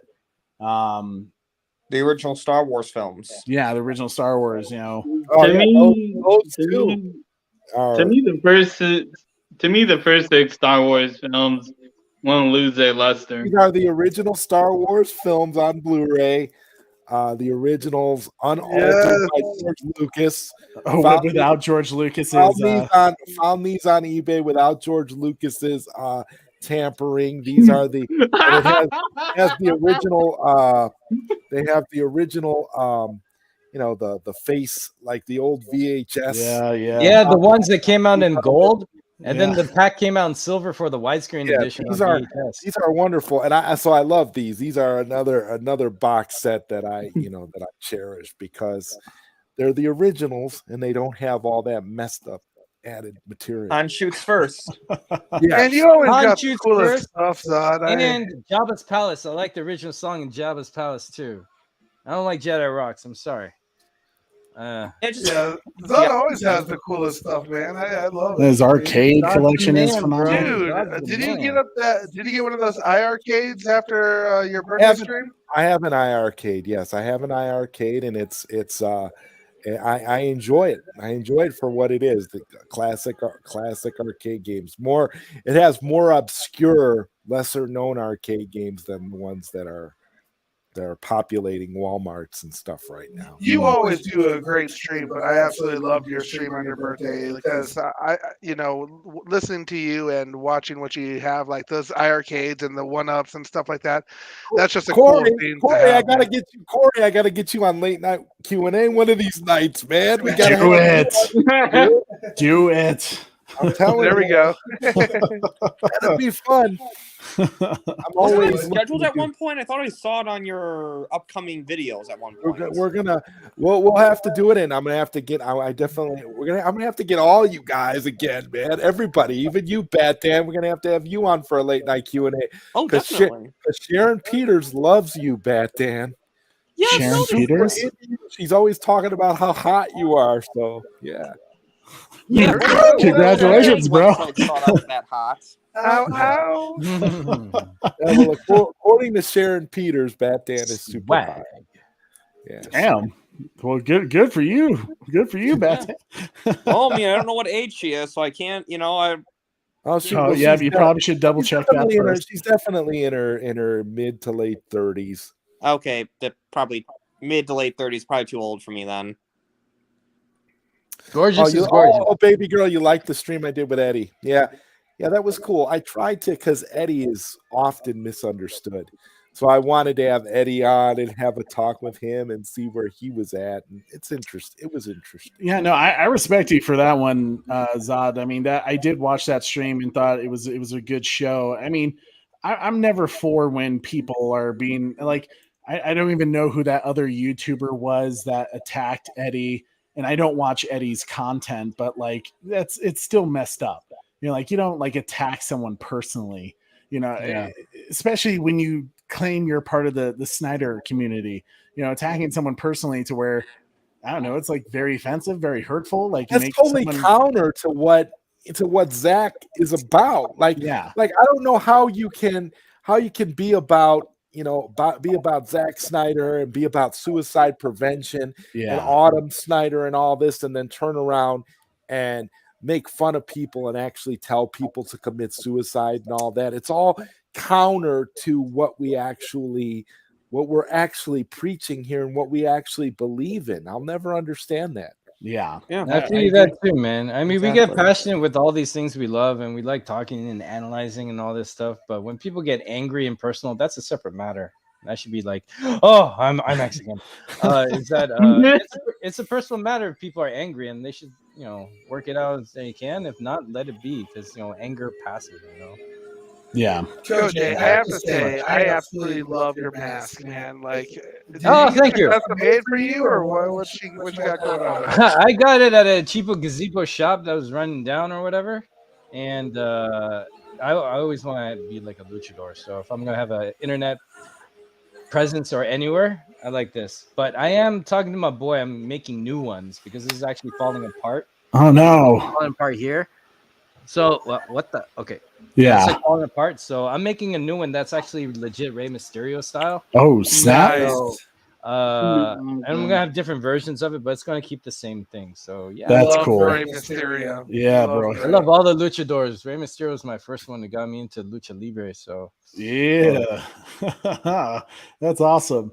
Man. Thank you, man. I appreciate it. Yeah, man. Koj, I love your show, dude. Like, it's seriously. Thank you. My shit's so niche. I'm surprised people enjoy it. Oh no, I mean, it's like, but it's so God, different. That's why it's so enjoy enjoyable. It's not the same kind of typical stuff you see. Like, and the one best part is like you can tell like some YouTubes are just here because like they almost needed something to do, and then like some YouTubers are like they actually really enjoy it, and I can tell because you narrate stuff. It's like, man, you would actually do a really good job, doing like sports commentary for wrestling. Like it's actually quite. Thank enjoyable. you. I'm practicing to do that actually.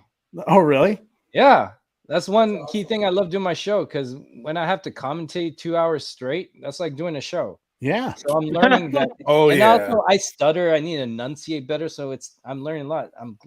Dude, that compliment means a lot to me. Thank you. Yeah, brother. Absolutely. Because I can't rest. I can't go in the ring. I got too many injuries, but maybe I can. But the best thing I could do if I want to continue with like contributing pro wrestling is commentary or something. So absolutely, I'm trying. Great stuff. So thank Great you, brother. stuff. Thank you so much for that.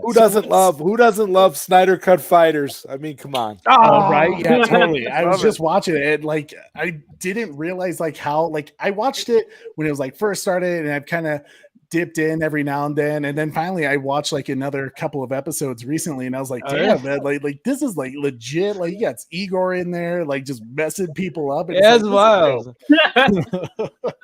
Oh man, I hope Igor's doing well too. It's always good seeing him around. Always shout out to Igor. Love lifting his spirits up because he's got a good heart and passion. Yeah. I'm trying to beat him in watch time. I think I've seen Snyder Cut like 97 times. This is a 97.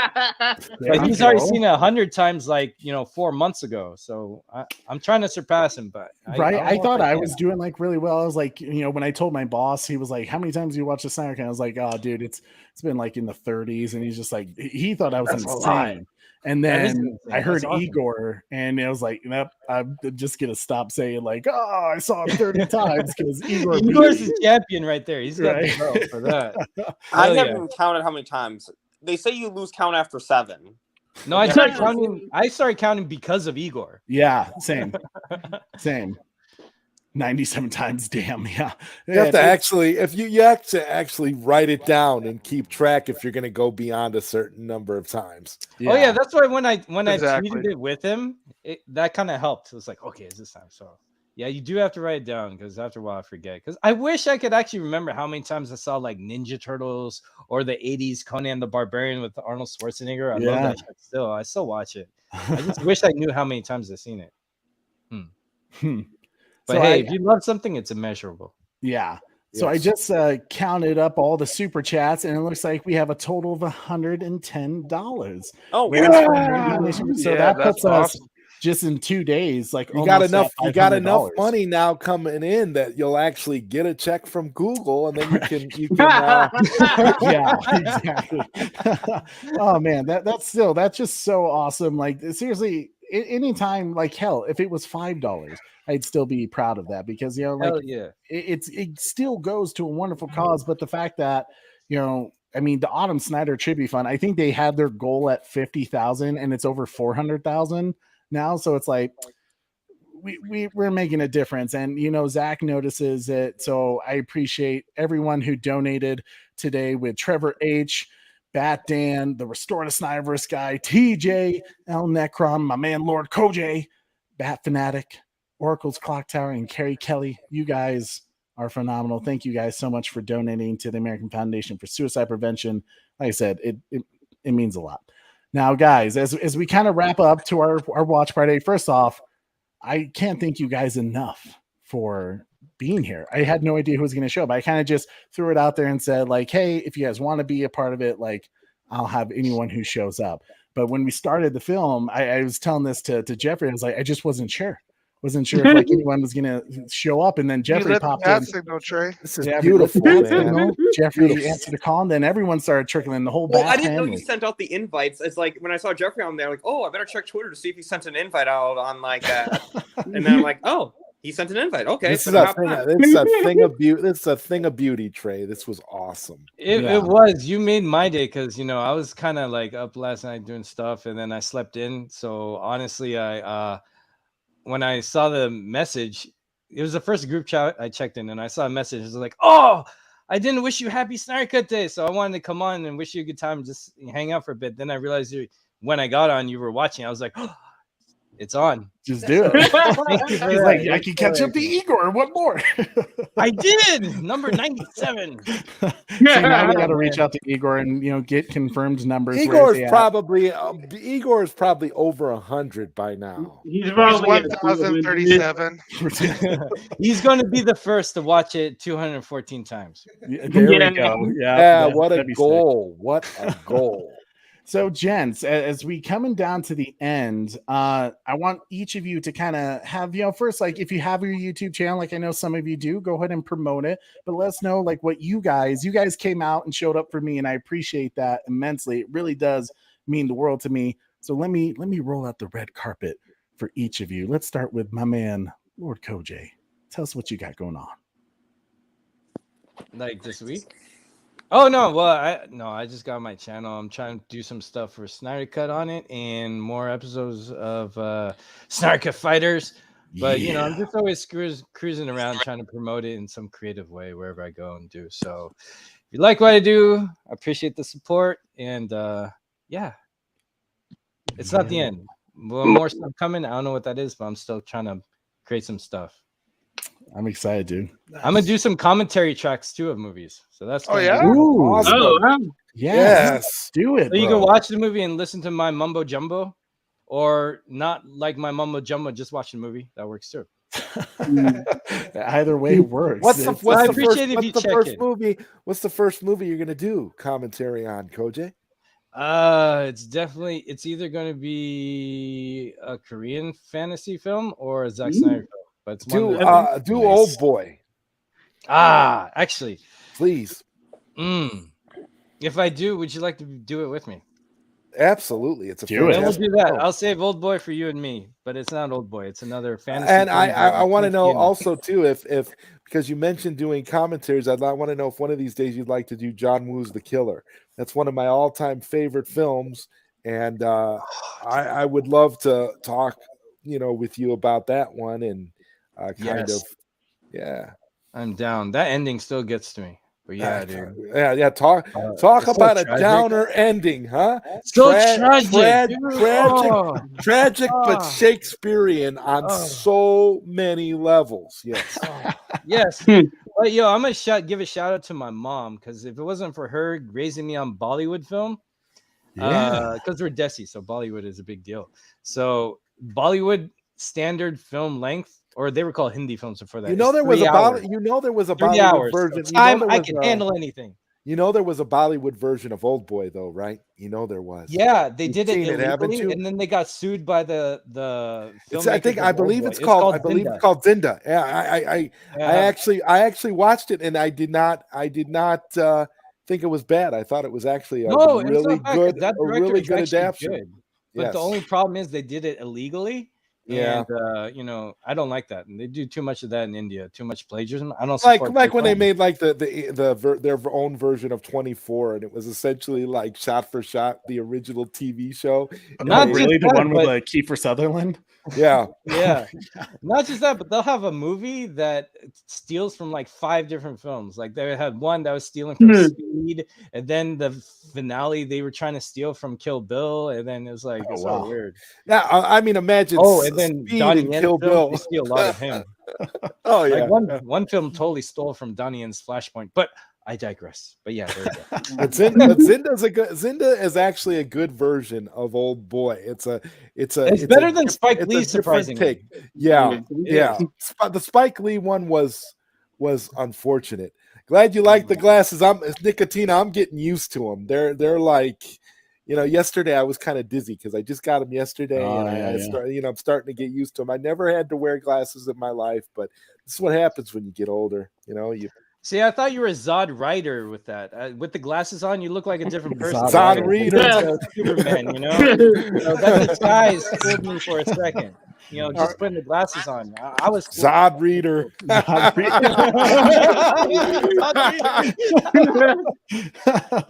All right, my man Jeffrey, the Watchtower.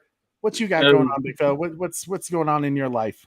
Well, what's going on with my life right now is I recently yesterday I got my next screenplay out called Justice League Infinite Chaos, which is a sequel of Pandora's Box that it takes place 20 years after, and it is basically Grail taking on it's basically the Justice League and the entire multiverse versus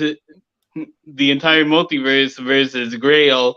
And there is actually kind of like a lot of surprises in there's actually a lot of surprises in Infinite Chaos. Like some characters that there even is one character that not a lot of people know about this, but was originally a pitch for DC, but DC said no at the time. So I decided to add him in because he is just such a great character, and I was like, man, these guys probably do deserve justice to have this character be in DC. Yeah.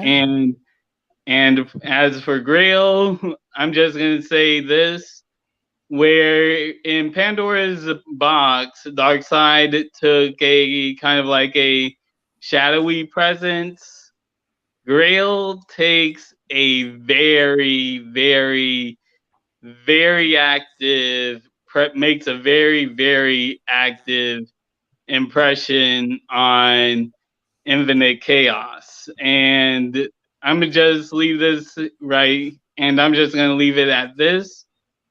My version of Grail is way more darker than she is in the comics.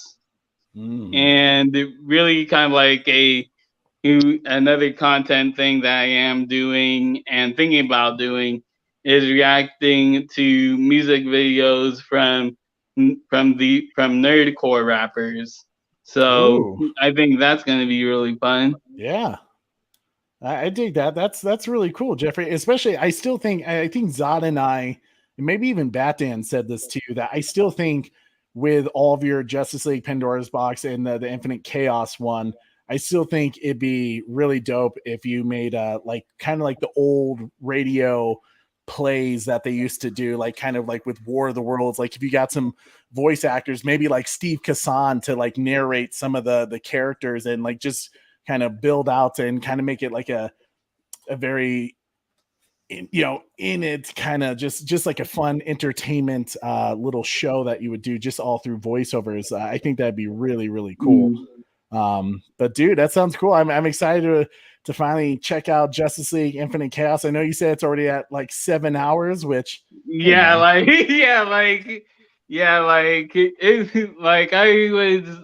was adding a whole bunch of stuff, and really that's the thing about this. Like the reason why it's so long is because of Grail. There's a reason why it's so long, and the thing is, what I also can say about Grail is that Grail is not your typical good villain. And what I mean by that is Grail is very unique in a way that is very hard to do for villains. And what that is that my interpretation of Grail is basically you will not like her. And what I mean by that is you won't like her in a sense of oh man, this is a bad character sort of way. You're gonna be like, man, I really do hate her. I really do hate her. I'm not gonna say anything else about it, but let's just say no one is prepared for how vicious Grail is. Nice. I'm excited for that. That's gonna be good, Jeffrey. All right, Super Bro Corey. I'm just kidding. I'm not gonna let you speak. Been fun, guys. Have a good night.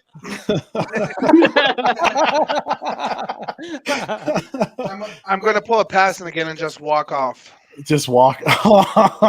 Go ahead, Corey. Have a second. No. Let's let somebody else go. Let somebody else go. Okay, I was gonna make fun of you, but you didn't fall for it. My man, Batman.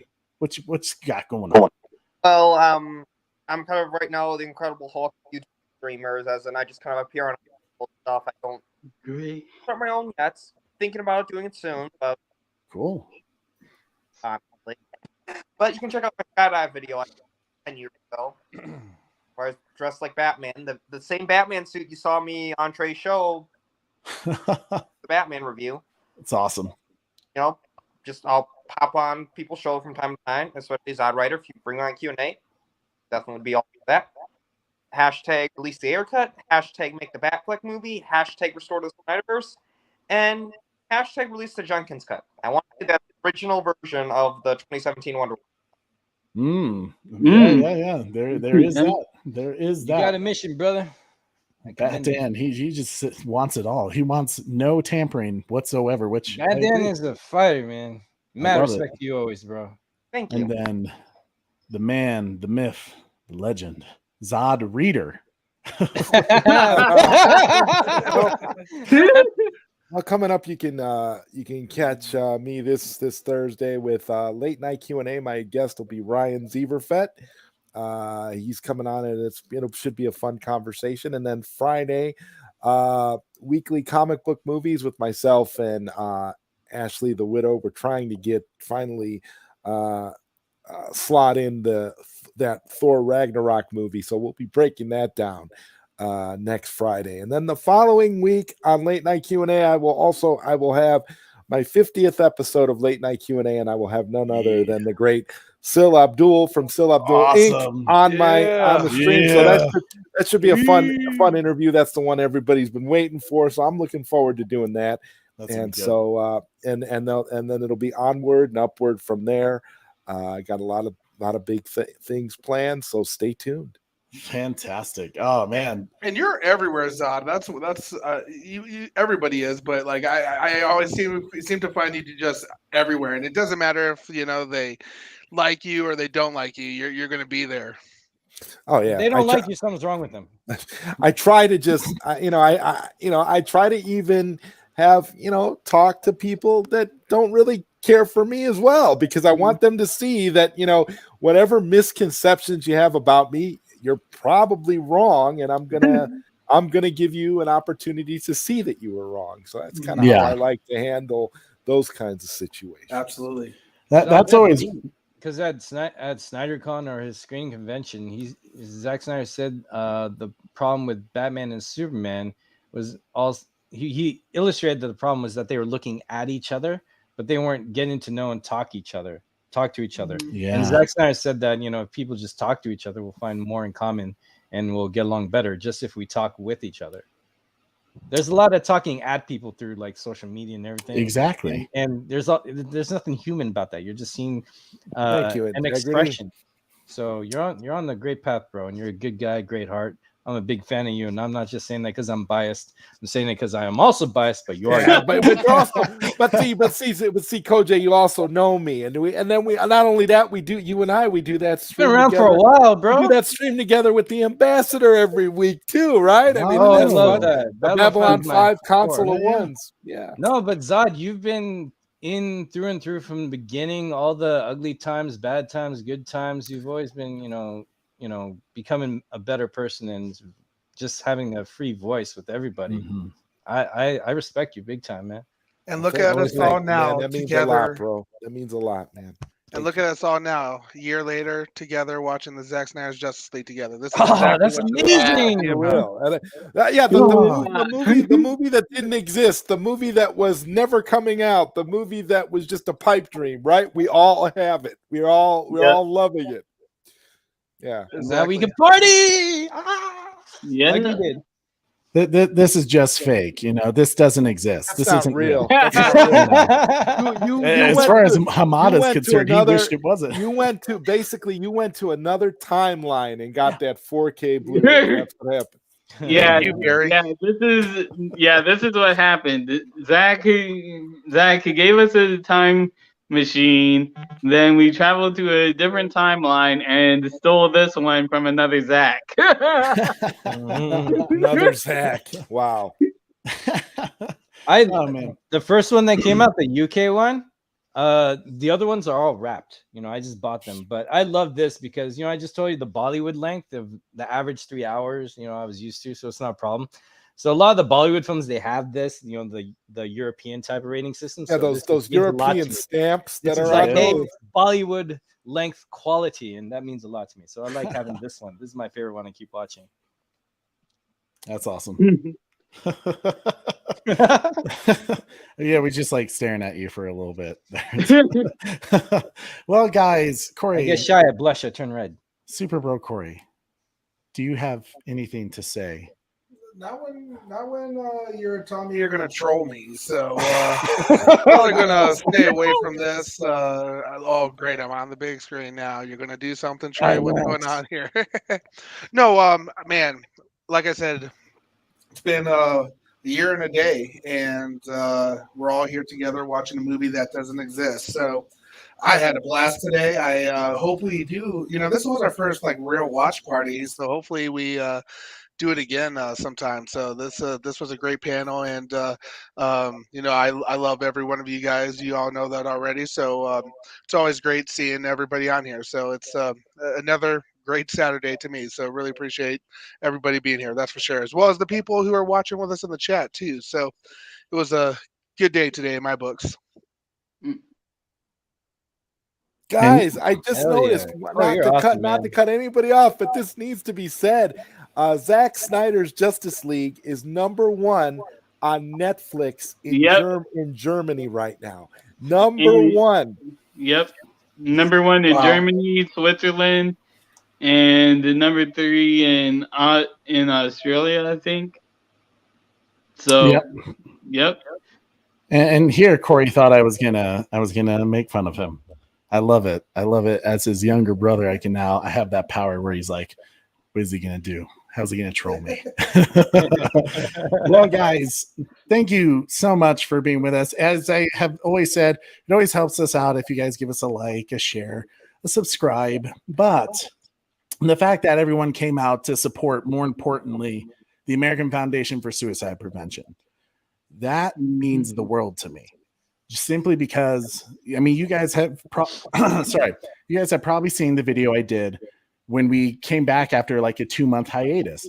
I went through a very, kind of dark couple of months because, I lost, my dog that was like a just a thing that comforted me during tough times. Not that I don't have my wife and this guy over here next to me and, my parents, but, I didn't have that one support system that had been with me for 8, 9, 10 years, and seeing this community come together time and time again to help each other out, to have a good time with each other, but more importantly, to let those strangers from all around the world who are battling depression know that we got their backs, that we're with them, we're there to support them, and that they're not alone. So the fact that you guys came out, our people on the panel, I love you guys. I was so excited when I saw all of you jump on.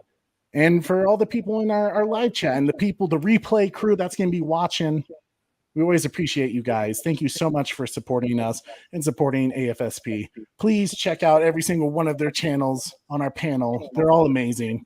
I can't wait for when Bat Dan starts his channel, because I know it's going to be good. Yeah. It's going to happen. But guys, once again, thank you so much. As I always say, don't forget to tune in weekly. Are you gonna have your moment, Corey? Same bad time. Same Super Bat channel. Time to get that Batman calzone now. It's time for dinner. Thank you guys so much. Yes. We'll see you later. We out.